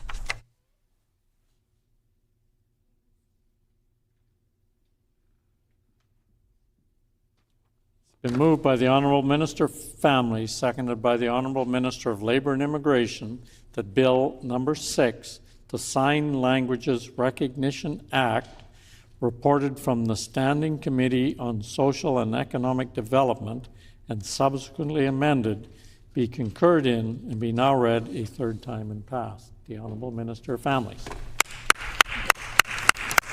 I want to say miigwech to the Manitobans who took time to address the Standing Committee on Social and Economic Development on Wednesday, May 7th, 2026. I very much appreciate the thoughtful comments and the lived experience these Manitobans brought to our committee. Amendments were made to Bill 6 based on that, those presentations from folks with lived experience. And those amendments add more specific recognition of deaf, blind, and hard of hearing Manitobans who also use sign languages, including tactile sign languages as primary languages. This amended wording was developed through additional consultation directly with members of these communities. And I just want to say a profound miigwech to all of the folks that we've met with in the last many years to bring us to this really important day of third reading and concurrence on the Sign Languages Recognition Act. Miigwech to each and every one of you. No further speakers. Is the House ready for the question? Question before the House is concurrence and third reading of Bill number 6, the Sign Languages Recognition Act. Is it the pleasure of the House to adopt the motion? Agreed, and so ordered. The motion is accordingly passed. We will now move on to Bill 36, the Child and Family Services Amendment Act. The Honourable Minister of Families. I move, seconded by the Minister for Education, that Bill number 36, the Child and Family Services Amendment Act, reported from the Standing Committee on Social and Economic Development, be concurred in and be now read for a third time and passed. Been moved by the Honourable Minister of Families, seconded by the Honourable Minister of Education and Early Childhood Learning, that Bill number 36, the Child and Family Services Amendment Act, reported from the Standing Committee on Social and Economic Development, be concurred in and be now read a third time and passed. The Honourable Minister of Families. Miigwech, Honourable Speaker. I'm pleased to just put up a couple of words in respect of Bill 36. As folks know, we are having a lot of amendments to our CFS Acts and our Authorities Acts to ensure that Manitoba is moving towards the path of jurisdiction. And Bill 36 creates the conditions for smoother transitions to Indigenous-led service delivery. It affirms the inherent right of Indigenous governments to care for our children according to our own laws and our governance and cultural practices. Bill 36 also reflects the input of Indigenous partners in helping ensure provincial processes don't impede on the exercise of that jurisdiction. As well, it addresses long-standing gaps by extending post-majority supports to young adults in a broader range of care arrangements. This change helps ensure that all youth in care can transition to adulthood with the supports that they need and they are entitled to. It also recognizes the self-government agreement of Sioux Valley Dakota First Nation. I appreciate Chief Bone and the meeting that we had with Chief and Council mere days after they won their election, and their support of Bill 36 reaffirms our commitment towards jurisdiction. So again, this bill strengthens our collective efforts to build a child and family services rooted in respect, partnership, and reconciliation. I'm so proud to have this third reading and concurrence of Bill 36. Miigwech. No further speakers. Then the question before the House is concurrence and third reading of Bill 36, the Child and Family Services Amendment Act. Is it the pleasure of the House to adopt the motion? Agreed and so ordered. The motion is accordingly passed. We'll now move on to Bill 11, the Employment Standards Code Amendment Act, sick notes for employee absences. The Honourable Minister of Labour and Immigration.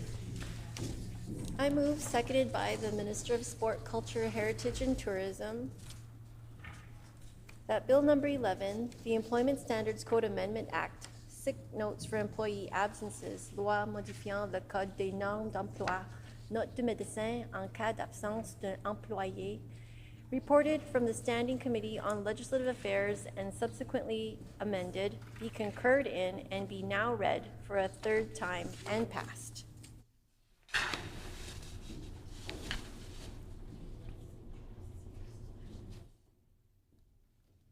And moved by the Honourable Minister of Labour and Immigration, seconded by the Honourable Minister of Sports. The Honourable Minister of Sports, Culture, Heritage and Tourism, that the Employment Standards Code Amendment Act, sick notes for employee absences, reported on from the Standing Committee on Legislative Affairs and subsequently amended, be concurred in and be now read a third time and passed. The Honourable Minister of Labour and Immigration. Thank you. Thank you, Honourable Speaker. I am pleased to rise for the third reading of Bill 11. The bill limits when an employer may require a sick note from an employee who is absent from work due to illness or injury. With these measures, employers may only require a sick note if an employee's absence continues for more than a week, or if the employee has been absent for more than 10 working days in a calendar year.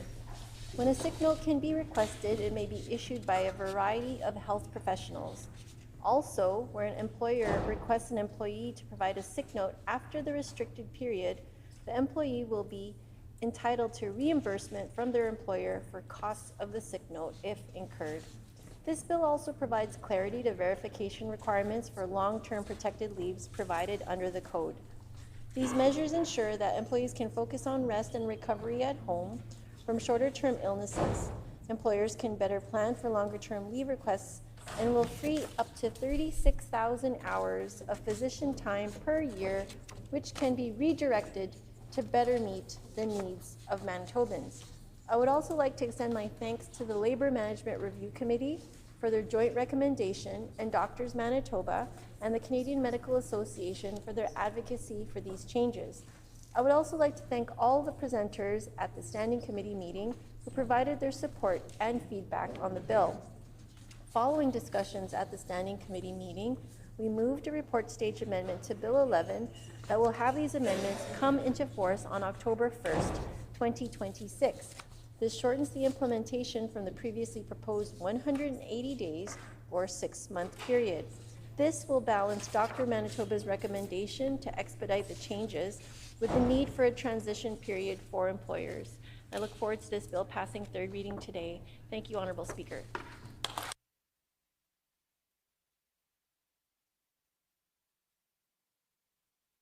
Further speakers, and the question before the House is concurrence and third reading of Bill number 11, the Employment Standards Code Amendment Act, sick notes for employee absences.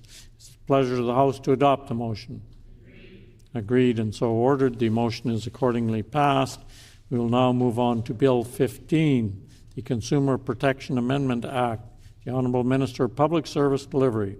Thank you, Honourable Speaker. I move, seconded by the Minister of Agriculture, that Bill number 15, the Consumer Protection Amendment Act, reported from the Standing Committee on Legislative Affairs, be concurred in and be now read for the third time and passed.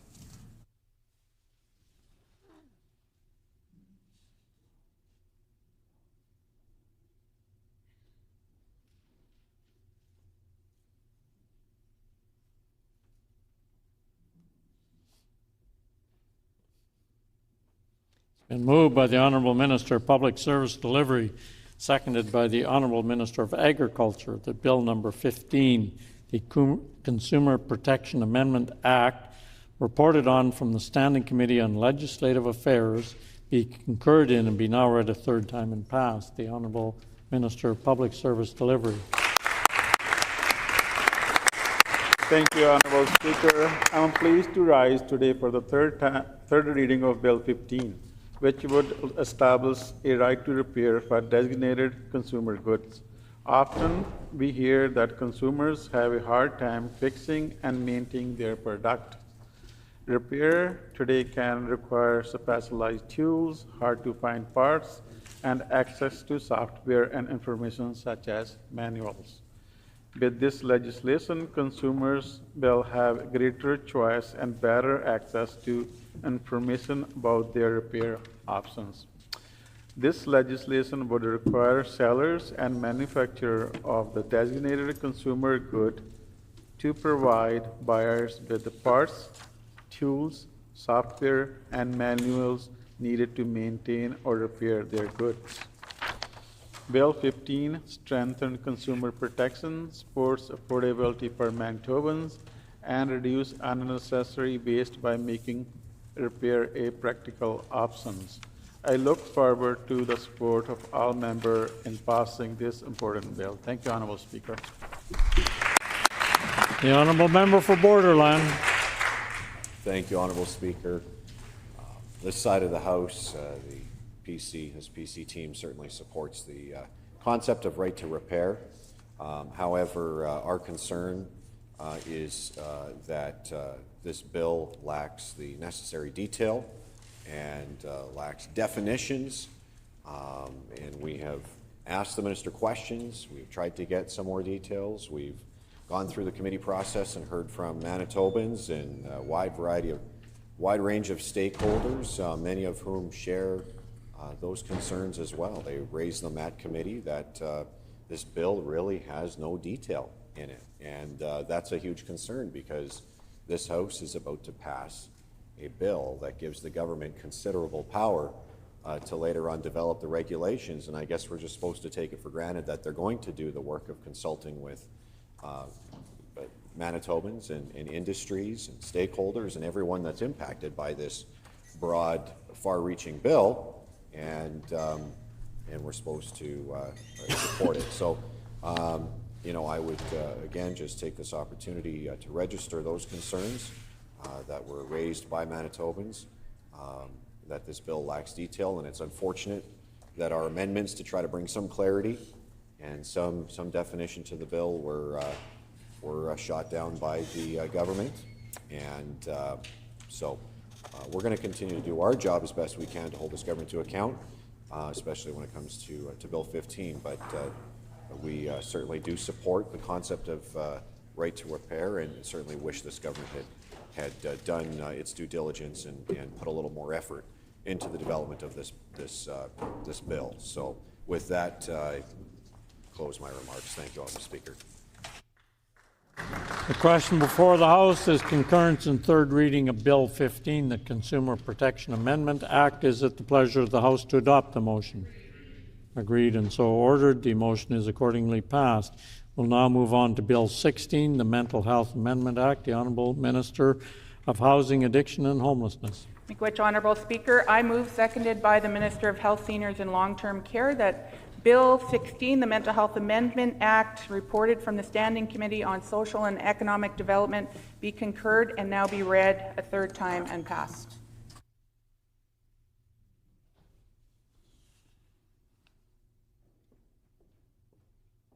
Been moved by the Honourable Minister of Housing, Addiction and Homelessness, seconded by the Honourable Minister of Health, Seniors and Long-Term Care, that Bill number 16, the Mental Health Amendment Act, reported on from the Standing Committee on Social and Economic Development, be concurred in and be now read a third time and passed. The Honourable Minister of Housing, Addiction and Homelessness. Miigwech, Honourable Speaker. I'm pleased to rise on third reading of Bill 16. Bill 16 will strengthen the access to urgent psychiatric assessment and treatment to ensure that all individuals are provided with the mental health care that they need to live the best quality of life possible in Manitoba. Bill 16 is a first step in modernizing the Mental Health Act by expanding the authority of qualified health professionals, including physician assistants, clinical assistants, and nurse practitioners, to complete involuntary psychiatric assessments for individuals that may be high risk of harming themselves or others due to a mental health disorder. This bill also establishes authority to authorize other qualified health professionals in regulation at a future time, such as registered psychiatric nurses. Currently, only physicians may apply for involuntary psychiatric assessment under the Mental Health Act.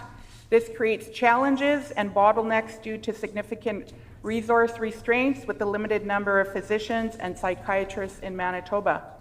Based on the strong recommendations of the Chief Provincial Psychiatrist and shared health psychiatric leadership, this expansion is about improving access and reducing delays in urgent psychiatric assessment and treatment across Manitoba, including crisis response settings, emergency departments, and rural remote health settings.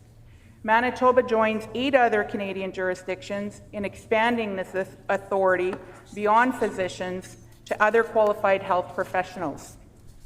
Since the last major review of the Mental Health Act in 1998-99, the education and scope of practice of qualified health professionals has expanded to enable them to complete applications for psychiatric assessments and other functions. Honourable Speaker, the health profession regulatory colleges responsible for these qualified health professionals unanimously supported Bill 16.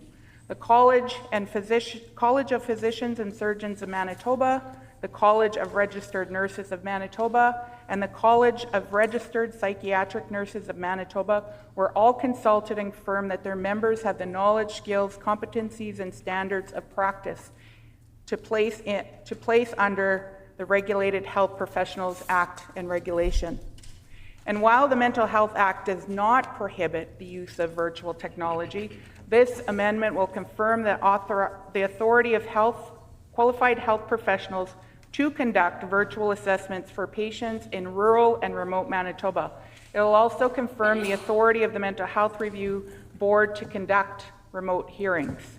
I look forward to the unanimous support of this bill passing today. Miigwech. No further speakers, then the question before the House is concurrence and third reading of Bill 16, the Mental Health Amendment Act. Is it the pleasure of the House to adopt the motion? Agreed and so ordered. The motion is accordingly passed. We'll now move on to Bill 18, the Waste Reduction and Prevention Amendment Act, strengthening enforcement. The Honourable Minister of Environment and Climate Change. I move, seconded by the Minister of Business, Mining, Trade and Job Creation, that Bill number 18, the Waste Reduction and Prevention Amendment Act, strengthening enforcement, reported from the Standing Committee on Social and Economic Development, be concurred in and now read for a third time and passed.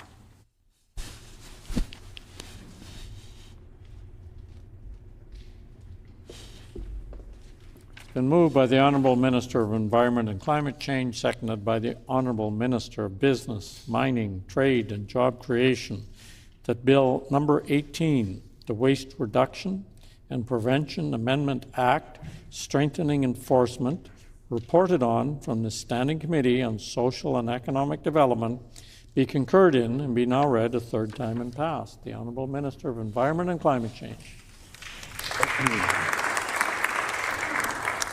Thank you, Honourable Speaker. I'm pleased to rise for third reading of Bill 18. This bill strengthens the framework under the Waste Reduction and Prevention Act. It ensures Manitoba has contemporary compliance tools and helps ensure stewards and stewardship program operators, landfill owners, and operators meet their responsibilities.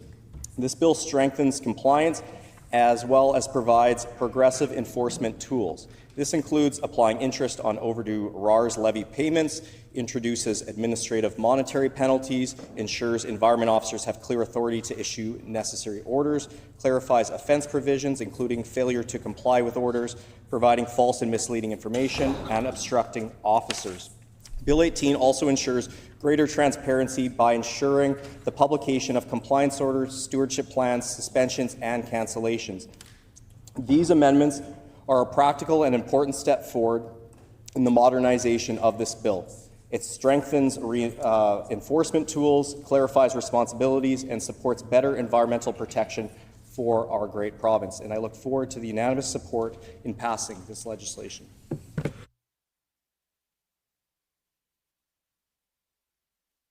The Honourable Member for Riding Mountain.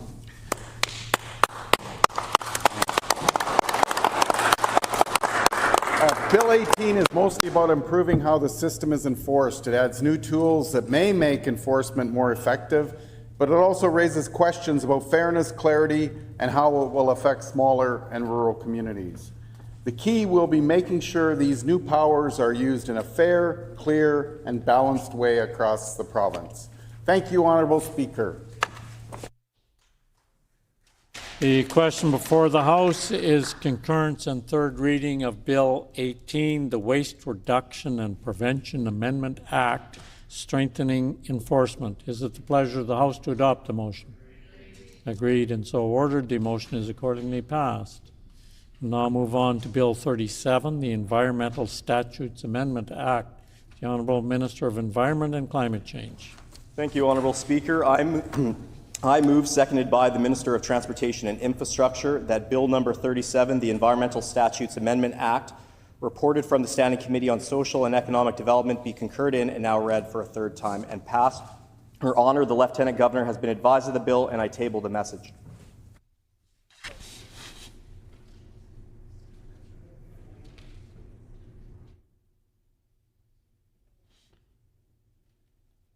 Been moved by the Honourable Minister of Environment and Climate Change, seconded by the Honourable Minister of Transportation and Infrastructure, that Bill number 37, the Environmental Statutes Amendment Act, reported on from the Standing Committee on Social and Economic Development, be concurred in and be now read a third time and passed. And Her Honour, the Lieutenant Governor, has been advised of the bill and the message has been tabled. The Honourable Minister for Environment and Climate Change. Thank you, Honourable Speaker. I'm happy to rise for third reading of Bill 37, the Environmental Statutes Amendment Act. This bill ensures that the Manitoba government can better protect our environment now and for generations to come. Bill 37 enhances transparency strengthens enforcement, and puts the onus for costs on those creating environmental risk rather than citizens. This bill builds on past amendments to ensure Manitobans have access to environmental information and that we can enforce our regulations better while protecting the land, water, and air. Specifically, this bill will improve communication with the public by modernizing how environmental information, proposals, and decisions are shared. It enhances reporting and transparency so that Manitobans have consistent access to environmental information that matters to their communities. It also ensures those who violate environmental laws face meaningful consequences, and it holds polluters accountable. The bill also expands the public registry so that all Manitobans have access to the information about the environmental compliance, monitoring, and enforcement of licensed developments under the Environment Act and the Dangerous Goods Handling and Transportation Act. Information about appeals related to licensing decisions and information about appeals related to licensing decisions will be shared through the public registry, something that we heard a lot or have heard from stakeholders and the Manitoba Law Reform Commission. Together, these changes in Bill 37 help protect our environment, improve public accountability, and strengthens regulatory oversight. And I look forward to the support of all members and that we can continue to do the good work on protecting the environment. Thank you. The honourable member for Riding Mountain. Bill 37 contains some positive steps, especially around enforcement and information sharing. At the same time, it raises real questions about costs, transparency, oversight, and fairness. Those questions need careful consideration as this bill moves forward to royal assent. As opposition members, our responsibility is to make sure laws are fair, clear, and accountable. We will be watching to make sure northern and smaller communities are not left at a disadvantage and that the impacts of new rules are shared fairly across the province. Thank you, Honourable Speaker. The question before the House is concurrence and third reading of Bill 37, the Environmental Statutes Amendment Act. Is it the pleasure of the House to adopt the motion? Agreed and so ordered. The motion is accordingly passed. We will now move on to Bill 19, the Animal Care Amendment Act. The Honourable Minister of Agriculture. Thank you, Honourable Speaker. I so move, second by Minister of Housing, Addiction and Homelessness. The Bill 19, the Animal Care Amendment Act, reported from the Standing Committee as Legislative Affairs, we concur in and now read for the third time to pass.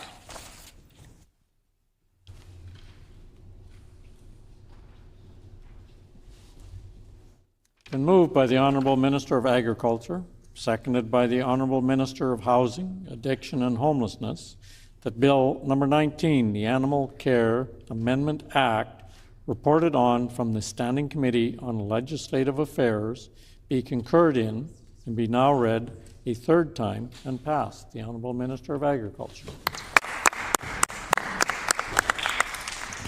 Thank you, Honourable Speaker. On behalf of Manitoba Agriculture, I'm pleased again to bring forward Bill 19 for passage. We are serious about the ethical treatment of animals, and we saw at the committee there is support for these amendments. But this bill, fines will now double from $10,000 to $20,000 for the first offence and from $20,000 to $100,000 for a subsequent offence. Prison terms for serious offenders also increased. Bill 19 will establish a new licensing regime for those selling and transferring pet animals in Manitoba. Our intent is to first focus on the sale and the transfer of dogs in their efforts to address puppy mills. The intent is to capture ongoing commercial activities. The licensing approach we are pursuing replaces one that has not been in use for many more than a decade. The intent is not to require individuals acting in good faith, whether due to circumstances and other one-off situations, to hold a license. We also intend to develop other exceptions for licensing fees. Examples include municipal rescues that are registered charities and organizations like the Winnipeg Humane Society. With the passage of the bill, agriculture looks forward to monitoring online advertisements of pet animals for sale. And there are other elements of this bill. The bill allows us to adopt animal health welfare codes and standardize by regulations. These standards are supported by animal industry quality assurance programs. This allows our actions to be timely, it responds to industry, it benefits animals, and assists Manitobans who care for animals. It allows for immediate incorporation of current industry-approved animal care standards. The bill also addressed some procedural matters that Manitoba pursues in court orders with individuals who are no longer able to care for their animals. We need to ensure people have access to justice while also preserving a strong system of animal protection. Lastly, it is our intent to bring forward regulatory changes to support this bill. I've mentioned some elements include exemptions to licensing. We also intend to make it an offense for abandoning pet animals. The bill supports Manitoba Agriculture's ongoing mandate to animal care and welfare. Thank you, Honourable Speaker. The Honourable Member for La Vérendrye. Thank you, Honourable Speaker. Thank you for the opportunity to speak to Bill 19. Honourable Speaker, I've made it clear through second reading and committee our stance on protecting the rights and the safety of all animals on this side of the House, but especially as the focus is on puppy mills, as the Minister has stated, as well as dogs and dog breeding. Honourable Speaker, we both share the strong opinion of the importance that we need to promote through legislation in this House. Unfortunately, Honourable Speaker, some concern that has been brought up, and right now all that we can do is hope that the regulations within this legislation are drafted with the proper intent and consideration of the potential negative effects. Honourable Speaker, the original permitting system and licensing system has been now repealed, or will now be repealed, bringing in a new system that does not have a clear permitting system. The legislation does not provide any clarity on who will be issuing the permits or the timelines for approval of the permits. What we do see is a drastic increase in fines, but no clarity. The Minister, in his remarks just before mine, has once again reiterated that exceptions will be considered. But, Honourable Speaker, other than the vague response that we had heard and an exception potentially for the Humane Society, we haven't heard the extent of exceptions that will be made. A concern from an agriculture perspective that I need to put on the record is comments that were made that those that obtain these licenses as breeders would need to have the involvement of veterinarians, which I don't disagree with. I think it's important that there is oversight by the professionals that are able to state the health of an animal. But my concern, Honourable Speaker, is that we are seeing a severe shortage of veterinarians in the province, large animal veterinarians. The agriculture sector, livestock producers are struggling with those shortages. And, Honourable Speaker, what we would not want to see is a further burden on that system. So, Honourable Speaker, with that, I hope that regulation within this legislation will be well thought out and drafted to be a benefit to the animals it intends to protect, as well as being mindful of the effects that it could have on the broader agriculture sector. So with that, I thank you, Honourable Speaker. So the question before the House is concurrence and third reading of Bill 19, the Animal Care Amendment Act. Is it the pleasure of the House to adopt the motion? Agreed and so ordered. The motion is accordingly passed. We'll now move on to Bill 26, the Health System Governance and Accountability Amendment Act eliminating mandatory overtime for nurses. The Honourable Minister of Health, Seniors and Long-Term Care.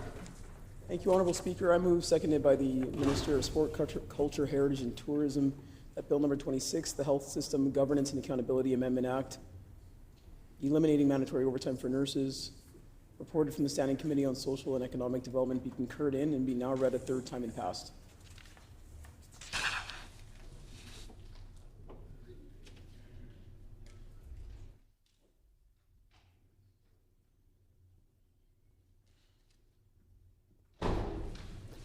Been moved by the Honourable Minister of Health, Seniors and Long-Term Care, seconded by the Honourable Minister of Sport, Tourism, Sport, Culture, Heritage and Tourism, that Bill number 26, the Health System Governance and Accountability Amendment Act, eliminating mandatory overtime for nurses, reported on from the Standing Committee on Social and Economic Development, be concurred in and be now read for a third time and passed. The Honourable Minister of Health, Seniors and Active Living.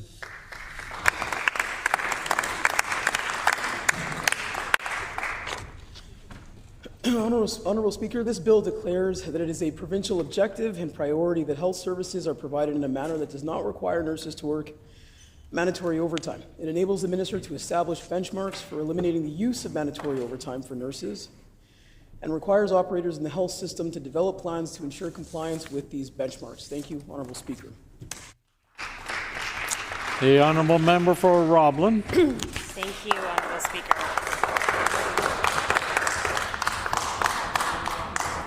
Certainly, this is something that nurses have been asking for and something that we on this side of the House are supportive of. However, we had proposed an amendment that I think really would have strengthened the bill.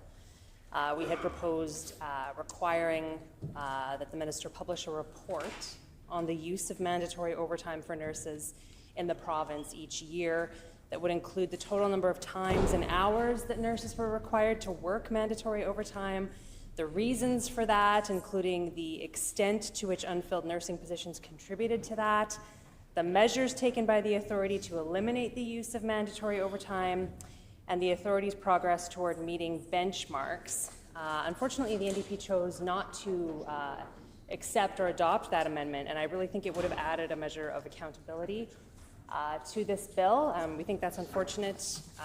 Regardless, we're prepared to see the bill pass third reading today. So the question before the House is concurrence in third reading of Bill 26, the Health System Governance and Accountability Amendment Act, eliminating mandatory overtime for nurses. It's the pleasure of the House to adopt the motion. Agreed and so ordered. The motion is accordingly passed. Now move on to Bill 27, the Declaration of Principles for Patient Health Care Act and amendments to the Health System Governance and Accountability Act. The Honourable Minister of Health, Seniors and Long-Term Care. Thank you, Honourable Speaker. I move, seconded by the Minister of Health, Minister of Sport, Culture, Heritage and Tourism, that Bill number 27, the Declaration of Principles for Patient Health Care Act and amendments to the Health System Governance and Accountability Act, reported from the Standing Committee on Social and Economic Development, be concurred in and be now read for a third time and passed.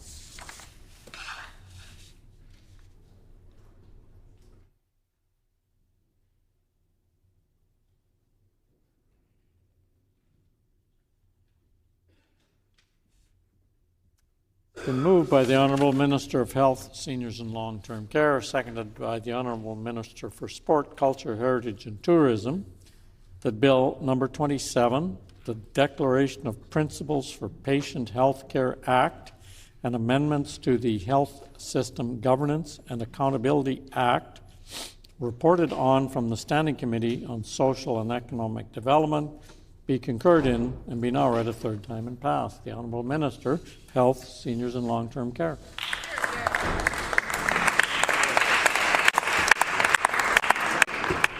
Thank you, Honourable Speaker. This bill will create a new act that establishes guiding principles for our government and future governments in making decisions about Manitoba's health system and will outline what patients can expect when accessing health care. The additional amendments to the Health System Governance and Accountability Act will enhance the sharing of information about critical incidents within Manitoba's health system for the purpose of improving our health system province-wide. Thank you, Honourable Speaker. The honourable member for Roblin. Thank you, Honourable Speaker. I do want to put a couple of words on the record with respect to Bill 27. I mentioned this during second reading debate, but I think it bears repeating. The Premier and the NDP promised a patient safety charter. This is not a patient safety charter. It has no teeth and no accountability mechanisms. And there are some issues with the bill that we tried to address, again, through amendments that the NDP chose not to adopt. One of the issues with this bill is that some of the key provisions in the bill are very unclear, in particular the provisions around, quote, reasonably timely access. And that's not defined anywhere. It says in the bill that reasonably timely access will be in accordance with clinical guidelines, but it's not clear what those clinical guidelines are or where a patient could find them. To that end, we attempted to amend the bill that would require statements respecting expectations to include clear and understandable information setting out what patients can generally expect regarding reasonably timely access to health care, including an explanation of how clinical guidelines are used to determine whether access is reasonably timely. This is for the public, because if this is supposed to be what the NDP are trying to pass off as a patient safety charter, then patients should be able to understand what's in it. Again, the NDP chose not to incorporate that amendment. There are also other ways that this bill could be improved that we tried to address through amendments. One of those was incorporating many of the principles outlined in Debbie's law, which of course is intended to ensure that patients receive the care they need before they die on a wait list. To that end, we introduced an amendment requiring a healthcare delivery organization to determine whether access to healthcare will be reasonably timely. And if it is not going to be reasonably timely, it would have required the healthcare delivery organization, namely the RHA, to give the patient a written statement that sets out a description of the health care the patient is waiting for, the time frame that is considered reasonably timely, because a lay person isn't going to know what's considered reasonably timely in any given case. It would also require the statement to include when the healthcare delivery organization reasonably expects to be able to provide that care, i.e. this is when you should get the care, and this is when we can provide it. And, if applicable, options for a patient to get that care elsewhere if Manitoba can't provide it in a timely manner. That would have added an additional layer of accountability for patients in Manitoba. Again, disappointing to see that the NDP chose to reject that amendment.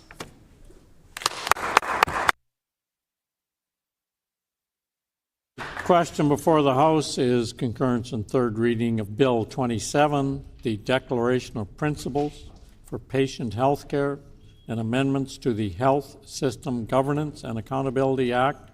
Is it the pleasure of the House to adopt the motion? Agreed, and so ordered. The motion is accordingly passed. We'll now move on to Bill 28, the Health System Governance and Accountability Amendment Act, Nurse-to-Patient Ratios. The Honourable Minister of Health, Seniors and Long-Term Care. Thank you, Honourable Speaker. I move, seconded by the Minister of Sport, Culture, Heritage and Tourism, that Bill number 28, the Health System Governance and Accountability Act, Nurse-to-Patient Ratios, reported from the Standing Committee on Social and Economic Development, be concurred in and be now read for a third time and passed.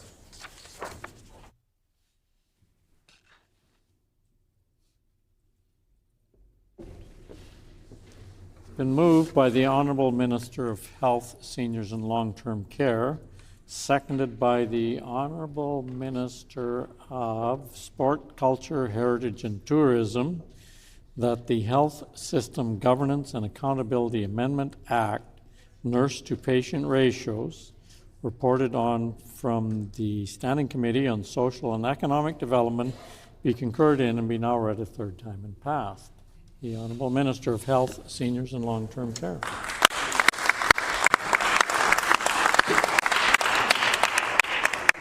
Thank you, Honourable Speaker. I am thrilled that we have gotten to this stage. Our government is the only government in all of Canada to be bringing forward legislation that not only establishes but protects nurse-to-patient ratios in our province. By establishing nurse-to-patient ratios in regulation for healthcare operators, Manitoba will promote patient safety, reduce medical errors, and support the delivery of quality healthcare. Through operators' compliance plans and regular reporting to the minister, the department will be able to efficiently monitor trends and identify facilities and healthcare settings where there are nursing shortages or challenges. This is the direct result of nurses advocating. This is the direct result of working with our partners, employers, unions, and nurses themselves. I look forward to this passing and us getting on to doing the good work of implementing these ratios for nurses across Manitoba. Thank you, Honourable Speaker.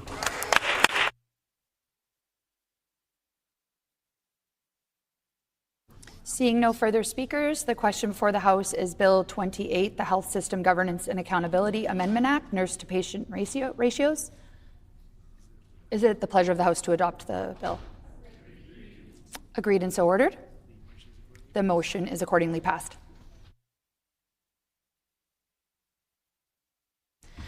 Next bill before the House, Bill 32, the Improving Access to Breast Cancer Screening Act. The Honourable Minister of Health, Seniors and Long-Term Care.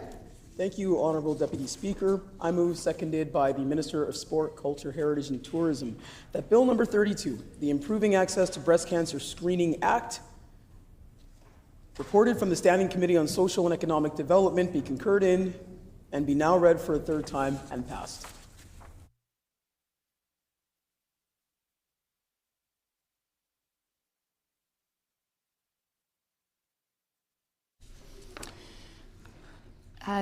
Bill 32, the Improving Access to Breast Cancer Screening Act. It has been moved by the Honourable Minister of Health, Seniors and Long-Term Care, seconded by the Honourable Minister of Sport, Culture and Heritage, that Bill 32, the Improving Access to Breast Cancer Screening Act, be reported from the Standing Committee on Social and Economic Development, be concurred in, and be now read for a third time and passed. The Honourable Minister of Health, Seniors and Long-Term Care.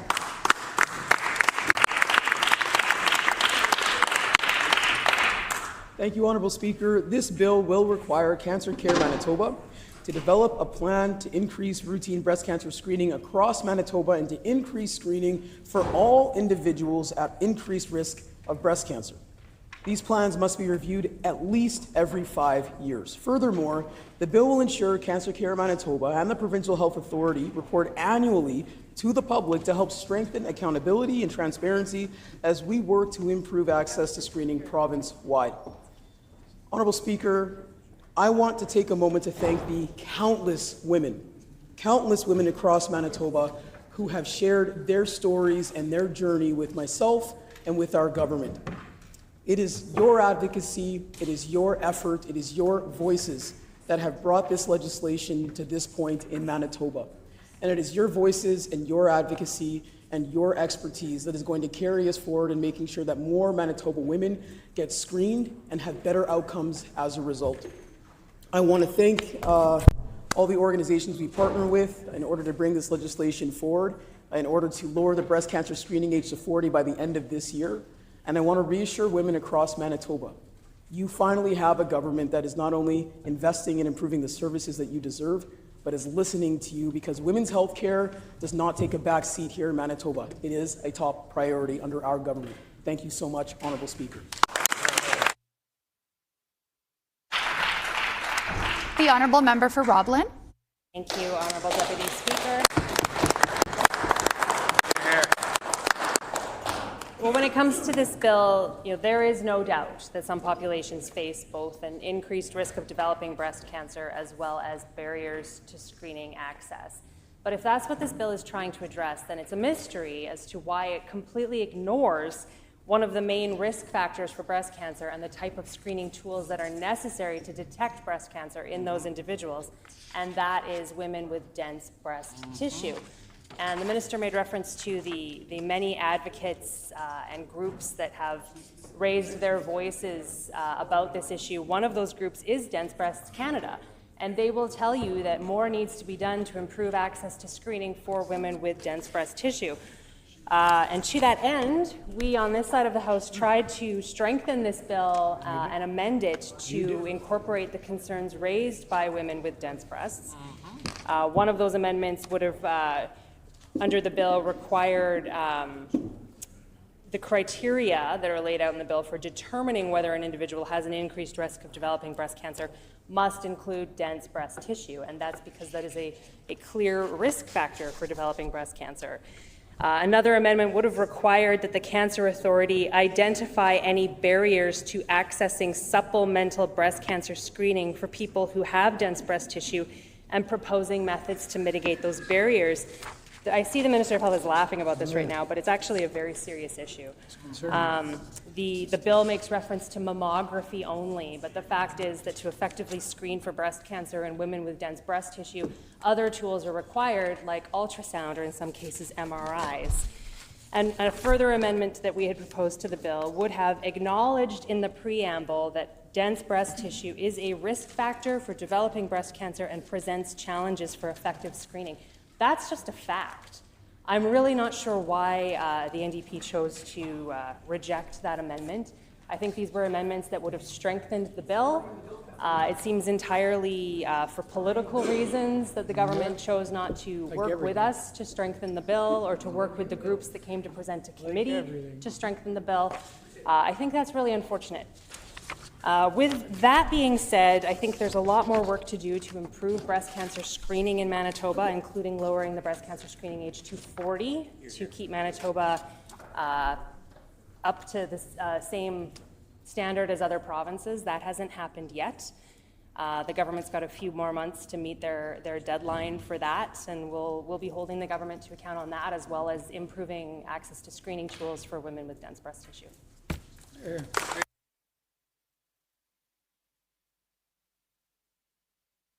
Question before the House is concurrence and third reading of Bill 32, the Improving Access to Breast Cancer Screening Act. Is it the pleasure of the House to adopt the motion?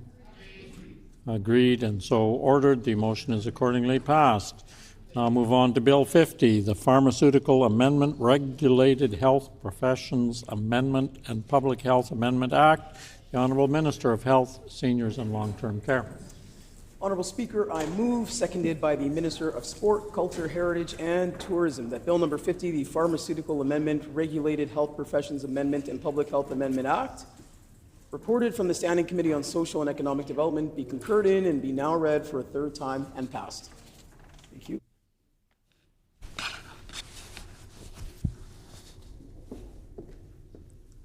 Been moved by the Honourable Minister of Health, Seniors and Long-Term Care, seconded by the Honourable Minister of Sport, Culture, Heritage and Tourism, that Bill number 50, the Pharmaceutical Amendment, Regulated Health Professions Amendment and Public Health Amendment Act, reported on from the Standing Committee on Social and Economic Development, be concurred in and be now read for a third time and passed. The Honourable Minister of Health, Seniors and Long-Term Care.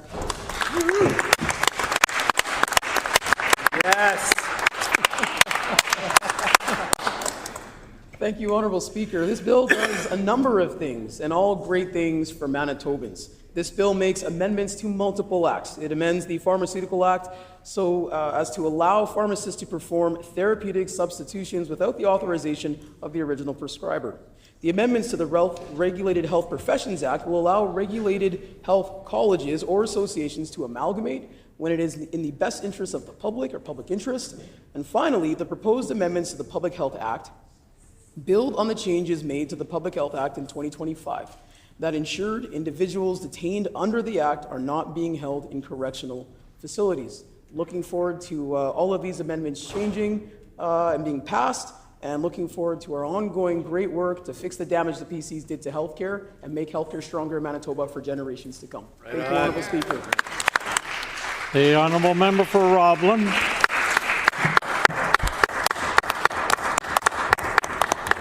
Thank you, Honourable Speaker.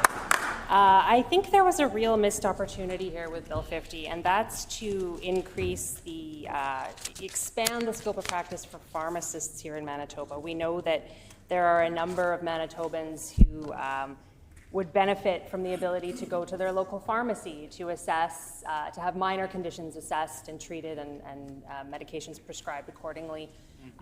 For some reason, that seems to be something that the current government seems entirely unwilling to move on. And I think that was a significant missed opportunity within this bill. I hope that that's something the government's willing to move on and consider on moving forward. The minister's heckling me and says that it's already being done, but there's about 30 minor ailments and conditions that pharmacists in other provinces that can assess and treat that they can't here in Manitoba, which is really a detriment to Manitoba patients. With that being said, we're ready to move Bill 50, forward and see it pass third reading today. Thank you. So the question before the House is Bill 50, concurrence and third reading of Bill 50, the Pharmaceutical Amendment, Regulated Health Professions Amendment, and Public Health Amendment Act. Is it the pleasure of the House to adopt the motion? Agreed, and so ordered. The motion is accordingly passed. We'll now move on to Bill 29, the University of Winnipeg Amendment Act. The Honourable Minister of Advanced Education and Training.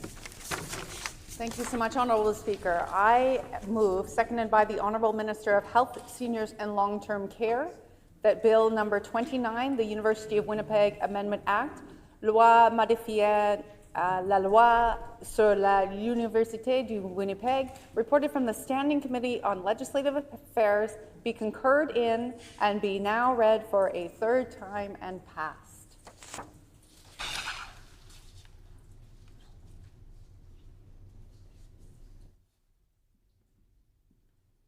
Been moved by the Honourable Minister of Advanced Education, seconded by the Honourable Minister of Health, Seniors and Long-Term Care, that Bill number 29, the University of Winnipeg Amendment Act, reported from the Standing Committee on Legislative Affairs, be concurred in and be now read a third time and passed. The Honourable Minister of Advanced Education and Training.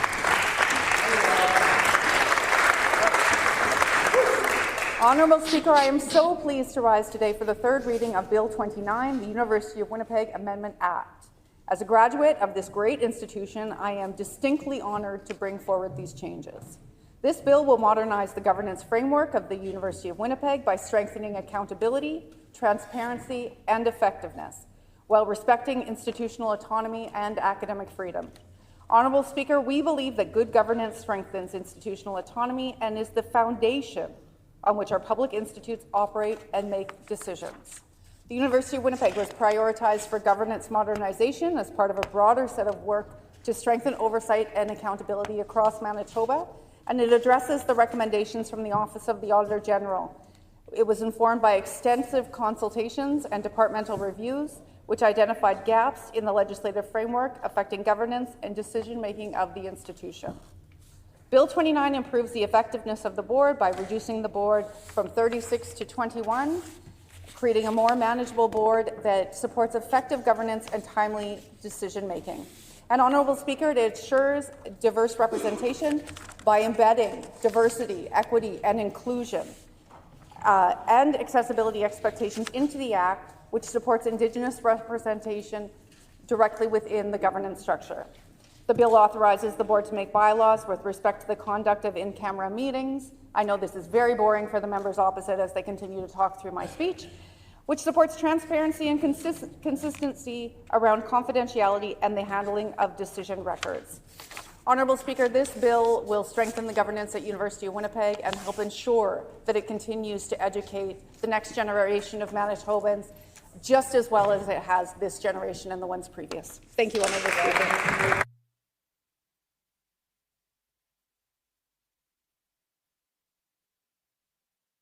Being no further speakers, the question before the House is concurrence and third reading of Bill 29, the University of Winnipeg Amendment Act. Pleasure of the House to adopt the motion. Agreed, and so ordered. The motion is accordingly passed.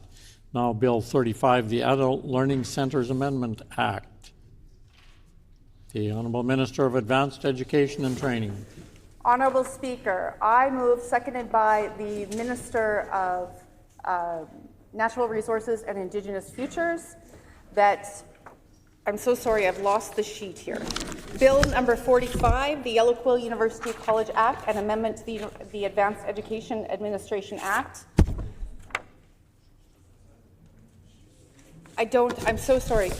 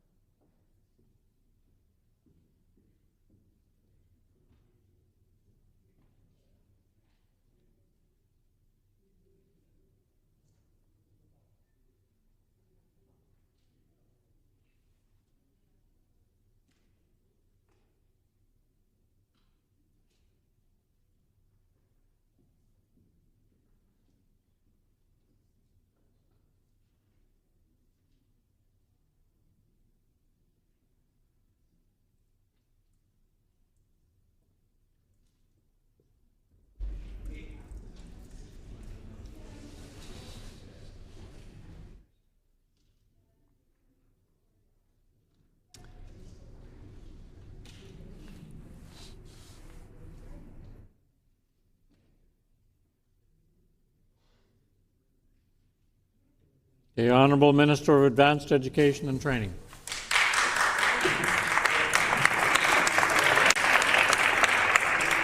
Thank you for your patience, Honourable Speaker. I move, seconded by the Minister of Natural Resources and Indigenous Futures, that Bill number 35, the Adult Learning Centres Amendment Act, loi modifiant la loi sur les centres d'apprentissage pour adultes, reported from the Standing Committee on Legislative Affairs, be concurred in and be now read for a third time and passed.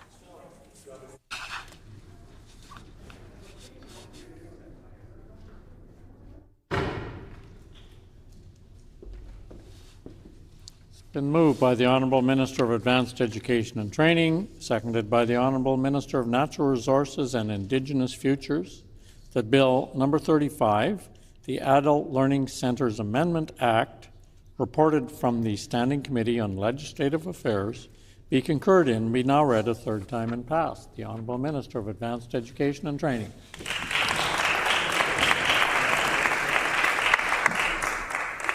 Honourable Speaker, I am so pleased to rise today for the third reading of Bill 35, the Adult Learning Centres Amendment Act. This bill eliminates the requirement for First Nations to partner with a registered educational institution for 3 years before operating an adult learning centre independently. Some First Nations will choose to continue to engage in this partnership, and this will continue to remain an option. Honourable Speaker, this bill advances our commitment to truth and reconciliation by recognizing the autonomy of First Nations and their right to determine the adult education model that best aligns with their community priorities, governance structures, and capacity. For providing this option, we're reducing barriers for First Nations that are already well positioned to meet the learning needs of their communities. We are enabling First Nations to respond more quickly to local learner needs, and we are supporting Manitoba's economic growth, particularly in the north, by preparing learners for further training and employment opportunities. In some communities, such as those in the north, Indigenous individuals account for nearly all learners, the vast majority of whom identify as First Nations. This amendment does not change the Act's existing registration, accountability, or operational requirements. First Nations band councils, like all operators, must follow the established application process and meet program and quality standards to ensure learners receive recognized education.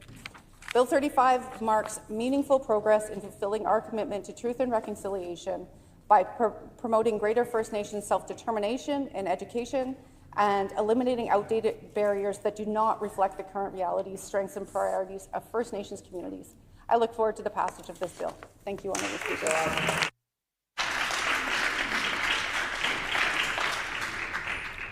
No further speakers. The question before the House is concurrence and third reading of Bill 35, the Adult Learning Centers Amendment Act. Is it the pleasure of the House to adopt the motion? Agreed and so ordered. The motion is accordingly passed.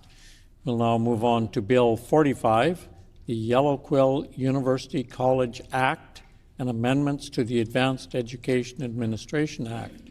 The Honourable Minister of Advanced Education and Training. Thank you, Honourable Speaker. I move, seconded by the Minister of Families, that Bill number 45, the Yellow Quill University College Act and amendments to the Advanced Education Administration Act, Loi sur le Yellow Quill University College et modification de la loi sur l'administration de l'enseignement post-secondaire, as amended and reported from the Standing Committee on Legislative Affairs, be concurred in and be now read for a third time and passed.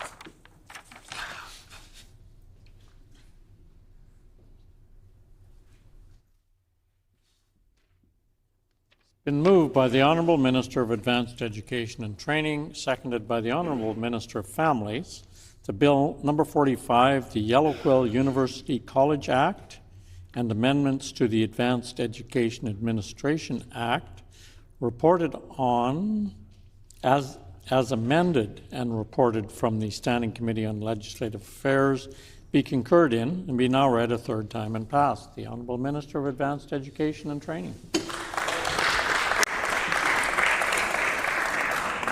Honourable Speaker, it's my distinct pleasure to rise today for the third reading of Bill 45, the Yellow Quill University College Act and the amendment of the Advanced Education Administration Act. Today, maybe more than any other day during this session, I miss our late colleague, Nello Altamare. I know that he is here he's here with us to see this, but I offer my sincere gratitude to Nello for helping to move this forward. This bill formally recognizes Yellow Quill University College as the first fully recognized First Nations-owned and operated degree-granting institution in Manitoba. For more than 40 years, Yellow Quill has delivered culturally grounded programming in Manitoba and has played a vital role as an Indigenous-governed post-secondary institution. And while that role has not previously been formally recognized in legislation, this bill will provide that recognition. Our department has worked together with Yellow Quill to co-develop this legislation through a respectful nation-to-nation approach that affirms First Nations leadership, reflects shared priorities, and supports a strong path forward. This bill recognizes Yellow Quill alongside other public, private religious, and private vocational post-secondary institutions in Manitoba's post-secondary system. This reaffirms First Nations governance and advances the province's commitments to truth and reconciliation. It responds to TRC calls to action 10 and 11 by supporting culturally appropriate curricula, protecting language rights, and eliminating barriers for First Nation students pursuing post-secondary education. Indigenous adult learners have benefited from Yellow Quill's commitment, leadership, and contributions in higher education. And this bill strengthens that commitment and supports our goals to work together. I would once again like to express my deep gratitude to everyone at Yellow Quill College for trusting us with this incredibly important initiative, for your patience, for your thoughtfulness, and for moving forward in true partnership. This will be transformational for so many students. Thank you, Honourable Speaker.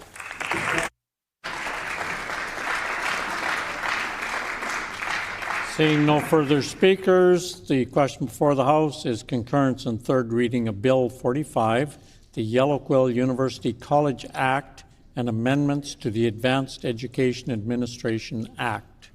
Is it the pleasure of the House to adopt the motion? Agreed and so ordered. The motion is accordingly passed. We'll now move on to Bill 33, the Planning Amendment and City of Winnipeg Charter Amendment Act. The Honourable Minister of Municipal and Northern Relations. Thank you, Honourable Speaker. I move, seconded by the Minister of Natural Resources and Indigenous Futures, that Bill 33, the Planning Amendment and City of Winnipeg Charter Amendment Act, loi modifiant la loi sur l'aménagement du territoire et la charte de la ville de Winnipeg, reported from the Standing Committee on Legislative Affairs, be concurred in and be now read for a third time and passed.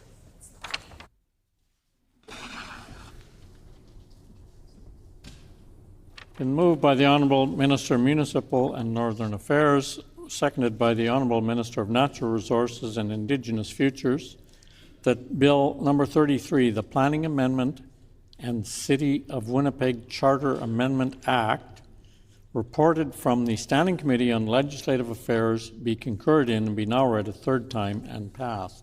The Honourable Minister of Municipal and Northern Affairs.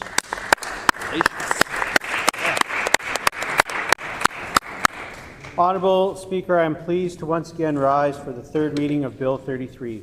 This bill amends the Planning Act and the City of Winnipeg Charter to deliver on our government's throne speech commitment to respect the freedom and autonomy of municipalities, and through implementing the recommendations from the independent review of the previous government's Bill 37. I'm very happy to see this legislation move through the approval process. We heard municipalities loud and clear. They want to build and keep growing, but the top-down, heavy-handed approach was not working. In fact, it delayed projects in these communities.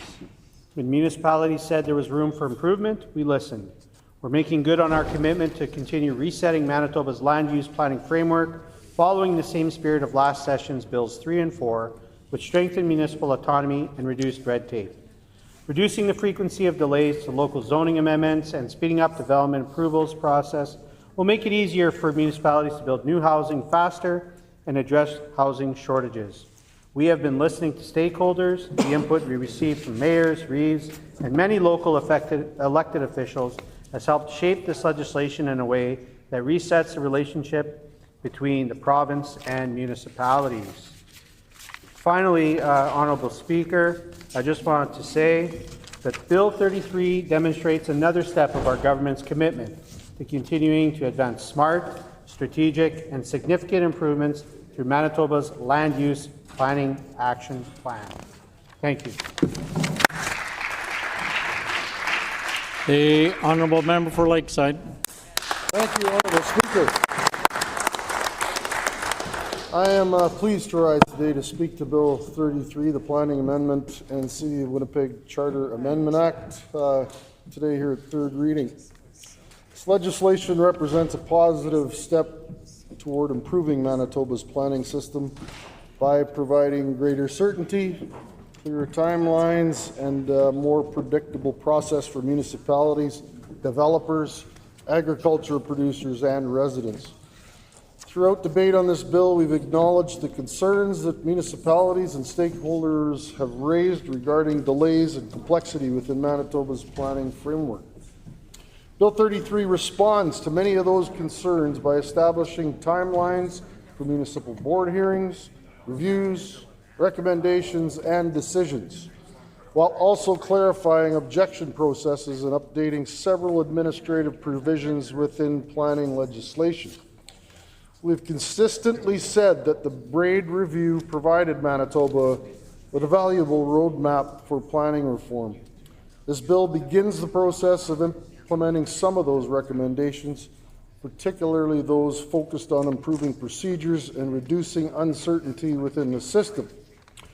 For that reason, Honourable Speaker, we will support Bill 33.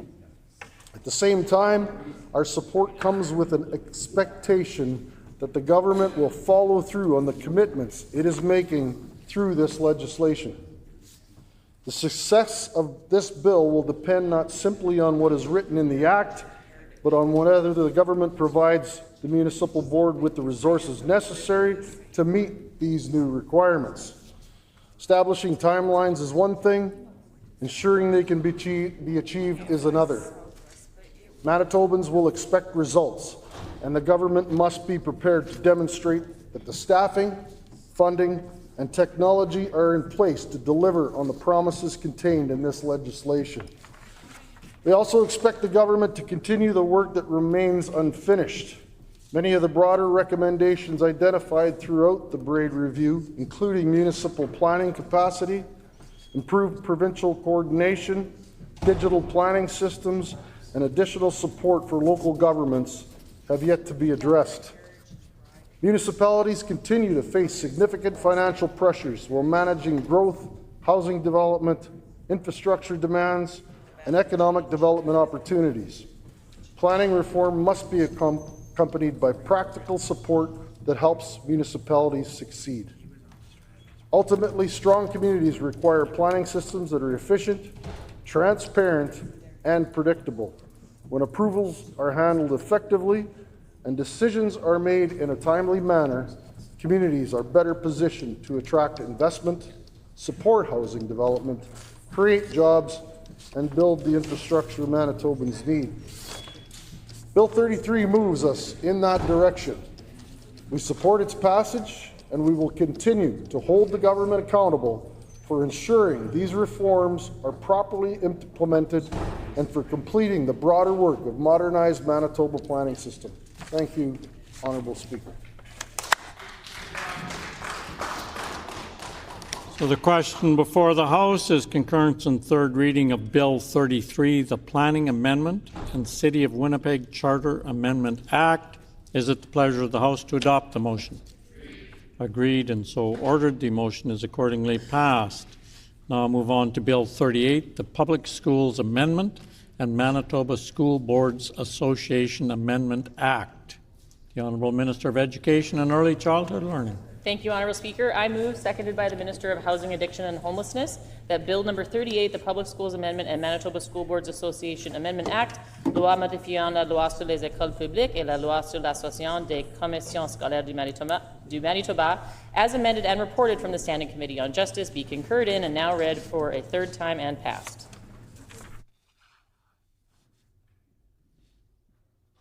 It's been moved by the Honourable Minister of Education and Early Childhood Learning, seconded by the Honourable Minister of Housing, Addiction and Homelessness, that Bill number 38, the Public Schools Amendment and Manitoba School Boards Association Amendment Act, as amended and reported from the Standing Committee on Justice, be concurred in and be now read a third time and passed. The Honourable Minister of Education and Early Childhood Learning. Thank you, Honourable Speaker. I'm pleased to introduce Bill 38, or we're pleased to introduce Bill 38 for third reading, the Public Schools and Manitoba School Boards Association Amendment Act. This bill broadens the definition of bullying in the Public Schools Act to include harm to individuals, groups, and the wider school community, and to include bullying through new technologies such as artificial intelligence. It also adds the requirement for school boards to hire a superintendent, and that a superintendent must hold a valid teaching certificate. At the committee stage, we also amended the bill to change the wording in the duties of a superintendent that said acting as the liaison between the minister and the school board to a liaison between the minister and the school board. This amendment was made after presenters cautioned that this language could be used by a future government to limit the role of democratically elected school boards, which we know the members opposite have tried to do in the past through Bill 64. I want to thank those who advocated for this change because we know that we work best when we work collaboratively. Finally, this bill also allows Indigenous educational organizations, such as the Manitoba First Nations Resource Education Centre, the right to become a full member with the Manitoba School Boards Association, which is yet another way our government is working towards creating one Manitoba. I would like to just finally express some gratitude to all of the presenters that came to committee, to all of the work of our education partners, and the many Manitobans who we are consulting with on Bill 38. Thank you very much. Merci, Miigwech. The Honourable Member for Lac du Bonny. Thank you, Honourable Speaker, and it gives me great pleasure to stand up and put just a few words on the record in regards to Bill 38. Again, I'd like to thank all the presenters for coming out that evening and again, bringing forward a little bit of a caution to this education minister, considering it didn't seem that there was enough consultation prior to, but definitely we on this side of the House are looking forward to the passage of Bill 38 because Manitoba Association for School Superintendents and Manitoba School Boards Association have been asking for this as well. In regards to some questions that were brought up, not only that evening, but during second reading debate, the minister still hasn't come clean with Manitobans on the fact that the number of Manitoba superintendents that do or do not have Order, please. Order, please.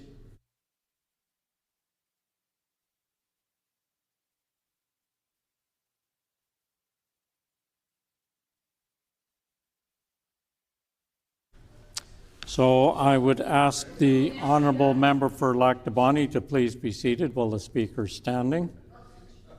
And I would ask him to withdraw the comment that he made about coming clean. That's been cautioned in the past several times. The honourable member should know that by now, so would he please withdraw that? Honourable member for Lac du Bonnet. Withdrawn, Honourable Speaker. So in regards to the questions that I was asking in regards to school superintendents in the province that currently do not hold a valid teacher's certificate, the minister couldn't answer it, and unfortunately to this date still hasn't answered it, but I look forward to seeing Bill 38 pass, and I guess sometime between today and the future, the minister will come up with some of those answers and hopefully do a little bit more collaborating with the various different education partners throughout the province. Thank you, Honourable Speaker. So the question before the House is concurrence in third reading of Bill 38, the Public Schools Amendment and Manitoba School Boards Association Amendment Act. Is it the pleasure of the House to adopt the motion? Agreed and so ordered. The motion is accordingly passed. We'll now move on to Bill 41, the Promoting Inclusion in Amateur Sport Act. The Honourable Minister of Sport, Culture, Heritage and Tourism. Thank you, Honourable Speaker. I move, seconded by the Minister of Health, Seniors and Long-Term Care, that Bill number 41, the Promoting Inclusion in Amateur Sport Act, Loi sur la promotion de l'inclusion dans le sport amateur, reported from the Standing Committee on Legislative Affairs, be concurred in and be now read for a third time and passed.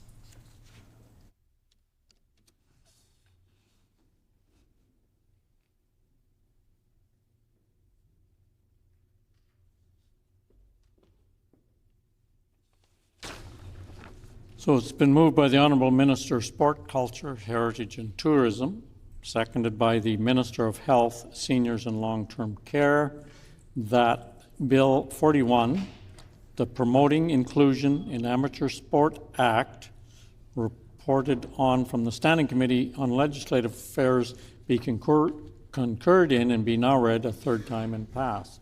The Honourable Minister of Sport, Culture, Heritage and Tourism.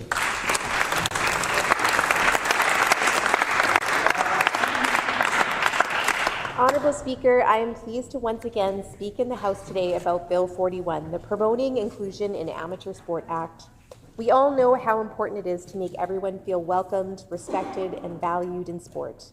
Inclusion sport enhances the lives of all who participate and ensures all children know they have the right to play in Manitoba.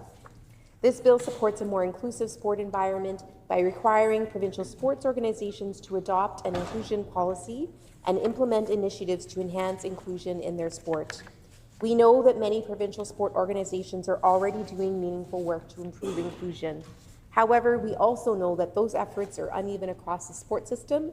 Some organizations already have policies and initiatives in place to help enhance inclusion in their sport, while others lack the capacity, consistency, or clarity to move beyond good intentions. This bill provides a formal, consistent framework that will move inclusion from best practice to a shared responsibility and provide long-term stability regardless of leadership or other changes within a sport. These efforts will result in reduced barriers for Manitobans accessing amateur sport. This bill recognizes the important work already happening in amateur sport and builds on those efforts by providing clarity, consistency, and accountability. Ultimately, it is about ensuring that everyone in Manitoba who wants to participate in amateur sport has a fair opportunity to do so, and that our sport system reflects the diversity and values of this province. With this, I ask that my colleagues on all sides of the House support this bill to strengthen the inclusion in amateur sport. Thank you, Honourable Speaker.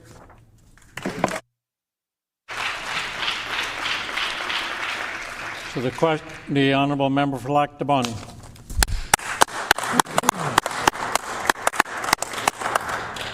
Thank you. I'd like to thank and congratulate the Minister on bringing forward Bill 41, the Promoting Inclusion in Amateur Sport Act.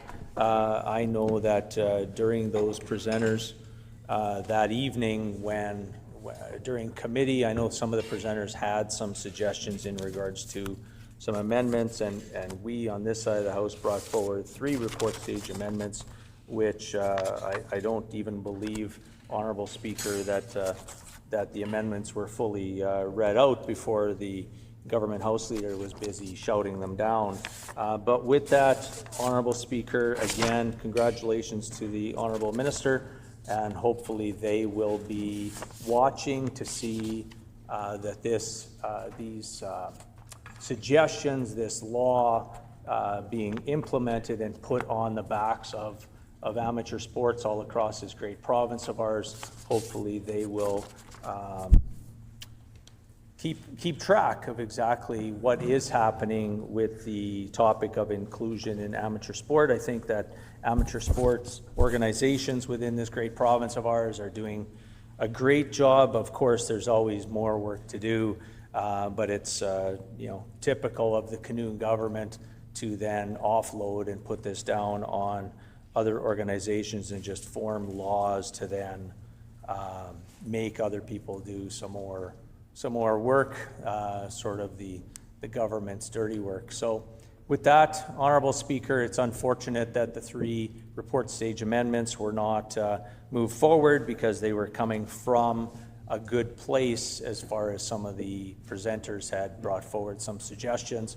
But with that, we'll see that Bill 41 receives royal assent, and we'll wait for some results of this legislation happening sometime between royal assent and the future. Thank you, Honourable Speaker. The question before the House is concurrence in third reading of Bill 41, the Promoting Inclusion in Amateur Sports Act. Is it the pleasure of the House to adopt the motion? Agreed, and so ordered. The motion is accordingly passed.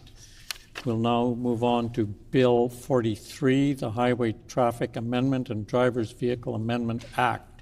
The Honourable Minister of Transportation and Infrastructure. Thank you, Honourable Speaker. I move, seconded by the Minister of Justice, that Bill number 43, the Highway Traffic Amendment and Drivers and Vehicle Amendment Act, reported from the Standing Committee on Legislative Affairs, be concurred in and be now read for a 3rd time and passed.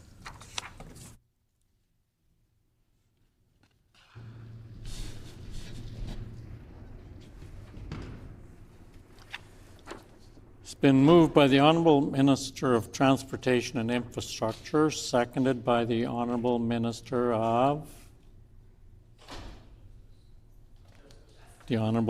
Justice, that Bill number 43, the Highway Traffic Amendment Act and Drivers and Vehicles Amendment Act, reported from the Standing Committee on Legislative Affairs, be concurred in and be now read a 3rd time and passed. The Honourable Minister of Transportation and Infrastructure.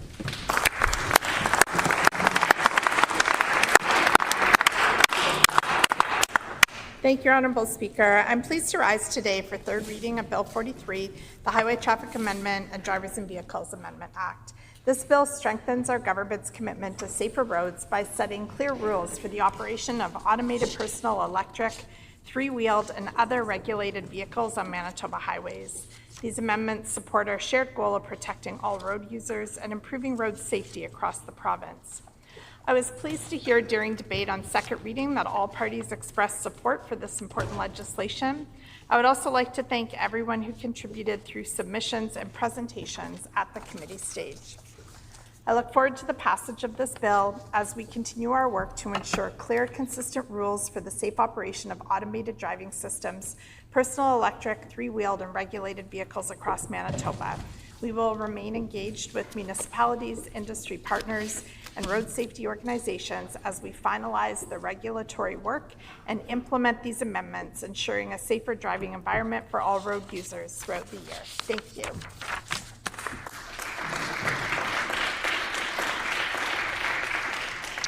So then the question before the House is concurrence in 3rd reading of Bill 43, the Highway Traffic Amendment and Driver Vehicles Amendment Act. Is it the pleasure of the House to adopt the motion? Agreed, and so ordered. The motion is accordingly passed. Before we move on to royal assent, I have a statement for the House.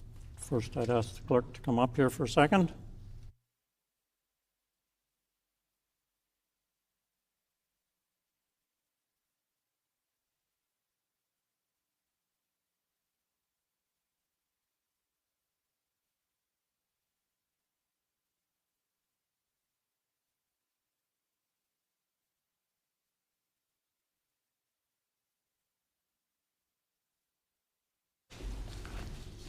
So earlier today, order please, earlier today there was a point of order raised, and I'm going to address just that point of order this evening.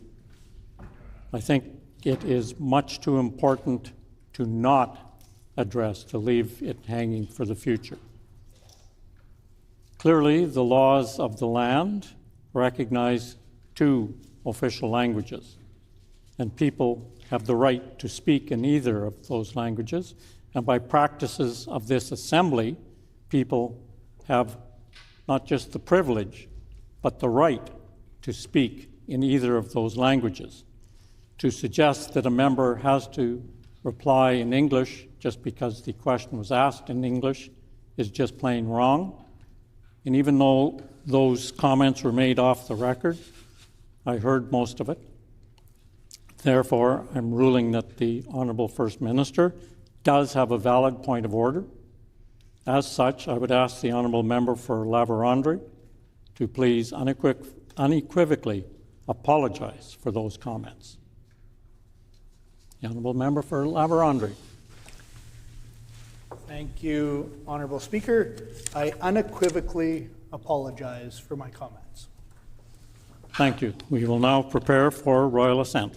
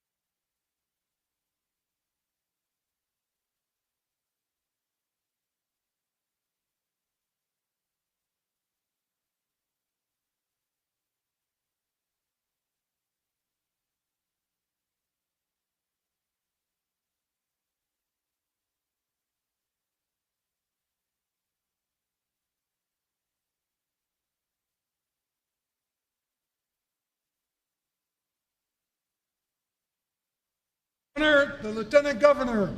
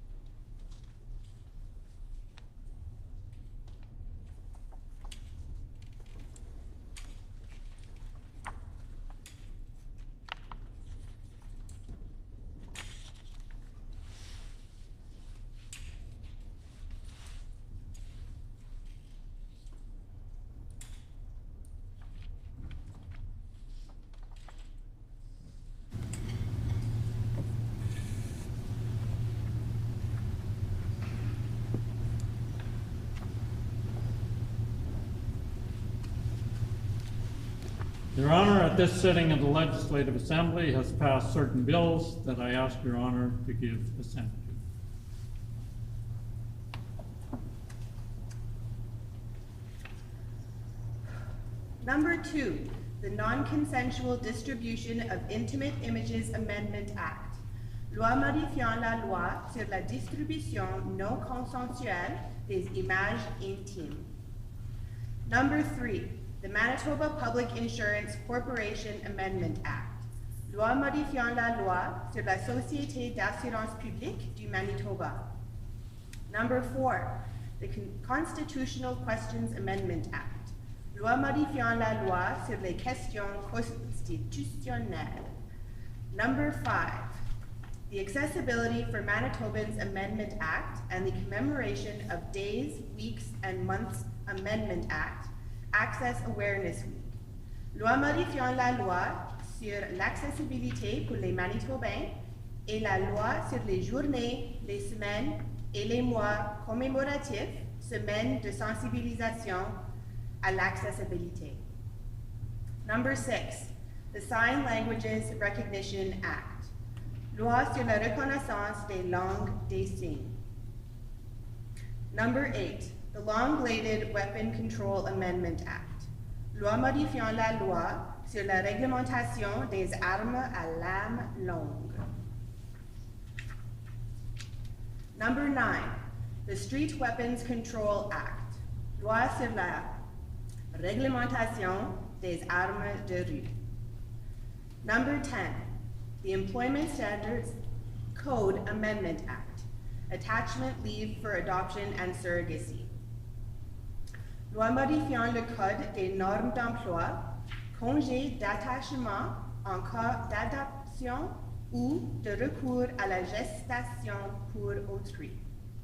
Number 11, the Employment Standards Code Amendment Act, Sick Notes for Employee Absences. Loi modifiant le Code des normes d'emploi, note du médecin en cas d'absence d'un employé. Number 14, the Public Interest Disclosure Whistleblower Protection Amendment Act. Loi modifiant la loi sur les divulgations faites dans l'intérêt public, protection des divulgateurs d'actes répréhensibles. Number 15, the Consumer Protection Amendment Act. Loi modifiant la loi sur la protection du consommateur. Number 16, the Mental Health Amendment Act. Loi modifiant la loi sur la santé mentale. Number 17, the Adult Abuse Registry Amendment Act. Loi modifiant la loi sur le registre des mauvais traitements infligés aux adultes. Number 18, the Waste Reduction and Prevention Amendment Act, strengthening enforcement. Loi modifiant la loi sur la réduction du volume et de la production des déchets, renforcement de l'application de la loi. Number 19, the Animal Care Amendment Act. Loi modifiant la loi sur le soin des animaux. Number 20, the Manitoba Hydro Amendment Act. Loi modifiant la loi sur l'Hydro-Manitoba. Number 23, the Advocate for Children and Youth Amendment Act. Loi modifiant la loi sur le protecteur des enfants et des jeunes. One moment.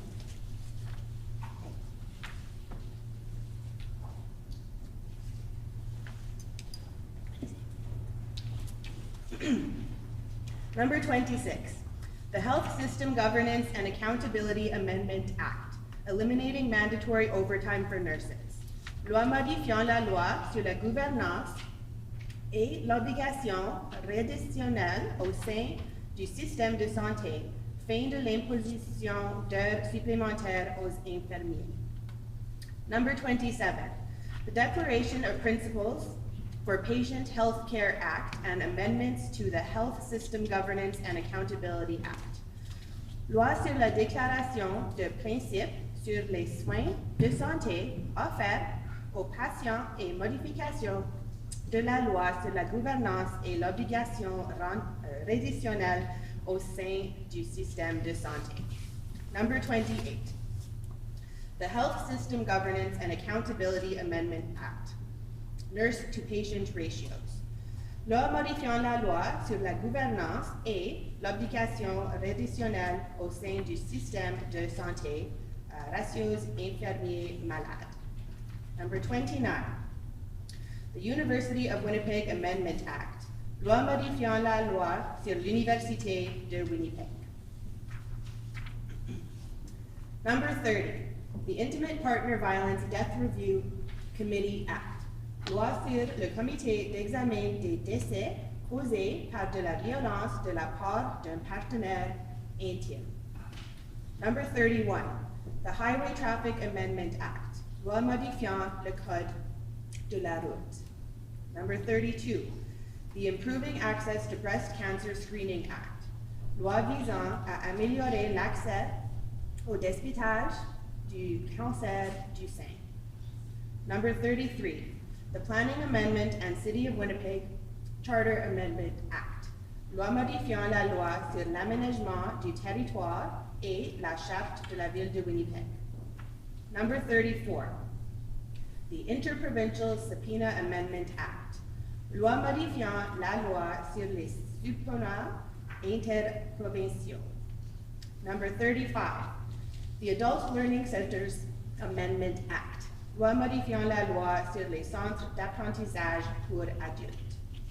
Number 36, the Child and Family Services Amendment Act, loi modifiant la loi sur les services à l'enfant et à la famille. Number 37, the Environmental Statutes Amendment Act, loi modifiant diverses lois en matière d'environnement. Number 38, the Public Schools Amendment and Manitoba School Boards Association Amendment Act, loi modifiant la loi sur les écoles publiques et la loi sur l'association des commissions scolaires du Manitoba. Number 39, the Manitoba Hydro Amendment and Tax Administration and Miscellaneous Taxes Amendment Act, loi modifiant la loi sur l'Hydro-Manitoba et la loi sur l'administration des impôts et des taxes et divers impôts et taxes. Number 40, the Elections Amendment Act, loi modifiant la loi électorale. Number 41, the Promoting Inclusion in Amateur Sports Act, loi sur la promotion de l'inclusion dans le sport amateur. Number 42, the Motor Vehicle Statutes Amendment Act, loi modifiant diverses lois en matière de véhicules automobiles. Number 43, the Highway Traffic Amendment and Drivers and Vehicles Amendment Act, loi modifiant le code de la route et la loi sur les conducteurs et les véhicules. Number 44, the Minor Amendments and Corrections Act 2026, loi corrective de 2026.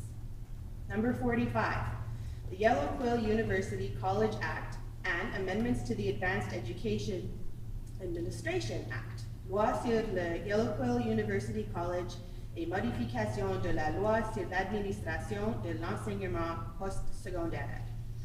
Number 46, the Securities Amendment Act, loi modifiant la loi sur les valeurs mobilières.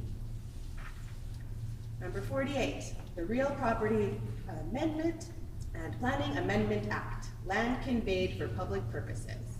Loi modifiant la loi sur les biens réels et la loi sur l'aménagement du territoire qui font céder à des fins publiques.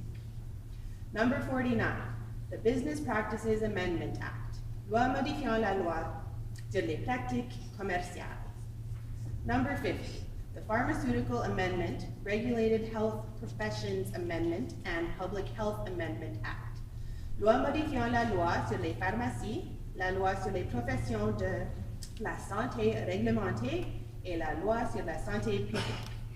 Number 51, the Public Sector Artificial Intelligence and Cybersecurity Governance Act, Loi sur la gouvernance de l'intelligence artificielle et de la cybersécurité au sein du secteur public. Number 53, the Budget Implementation and Tax Statutes Amendment Act 2026. Loi d'exécution du budget de 2026 et modifiant diverses dispositions législatives en matière de fiscalité. Number 234, the Registered Landscape Architects Act. Loi sur les architectes paysagistes. Number 300, the Winnipeg Foundation Amendment Act. Loi modifiant la loi de la fondation dénommée the Winnipeg Foundation. Number 301, the Westminster United Church Foundation Incorporation Amendment Act. Loi modifiant la loi constituant en corporation la Westminster United Church Foundation.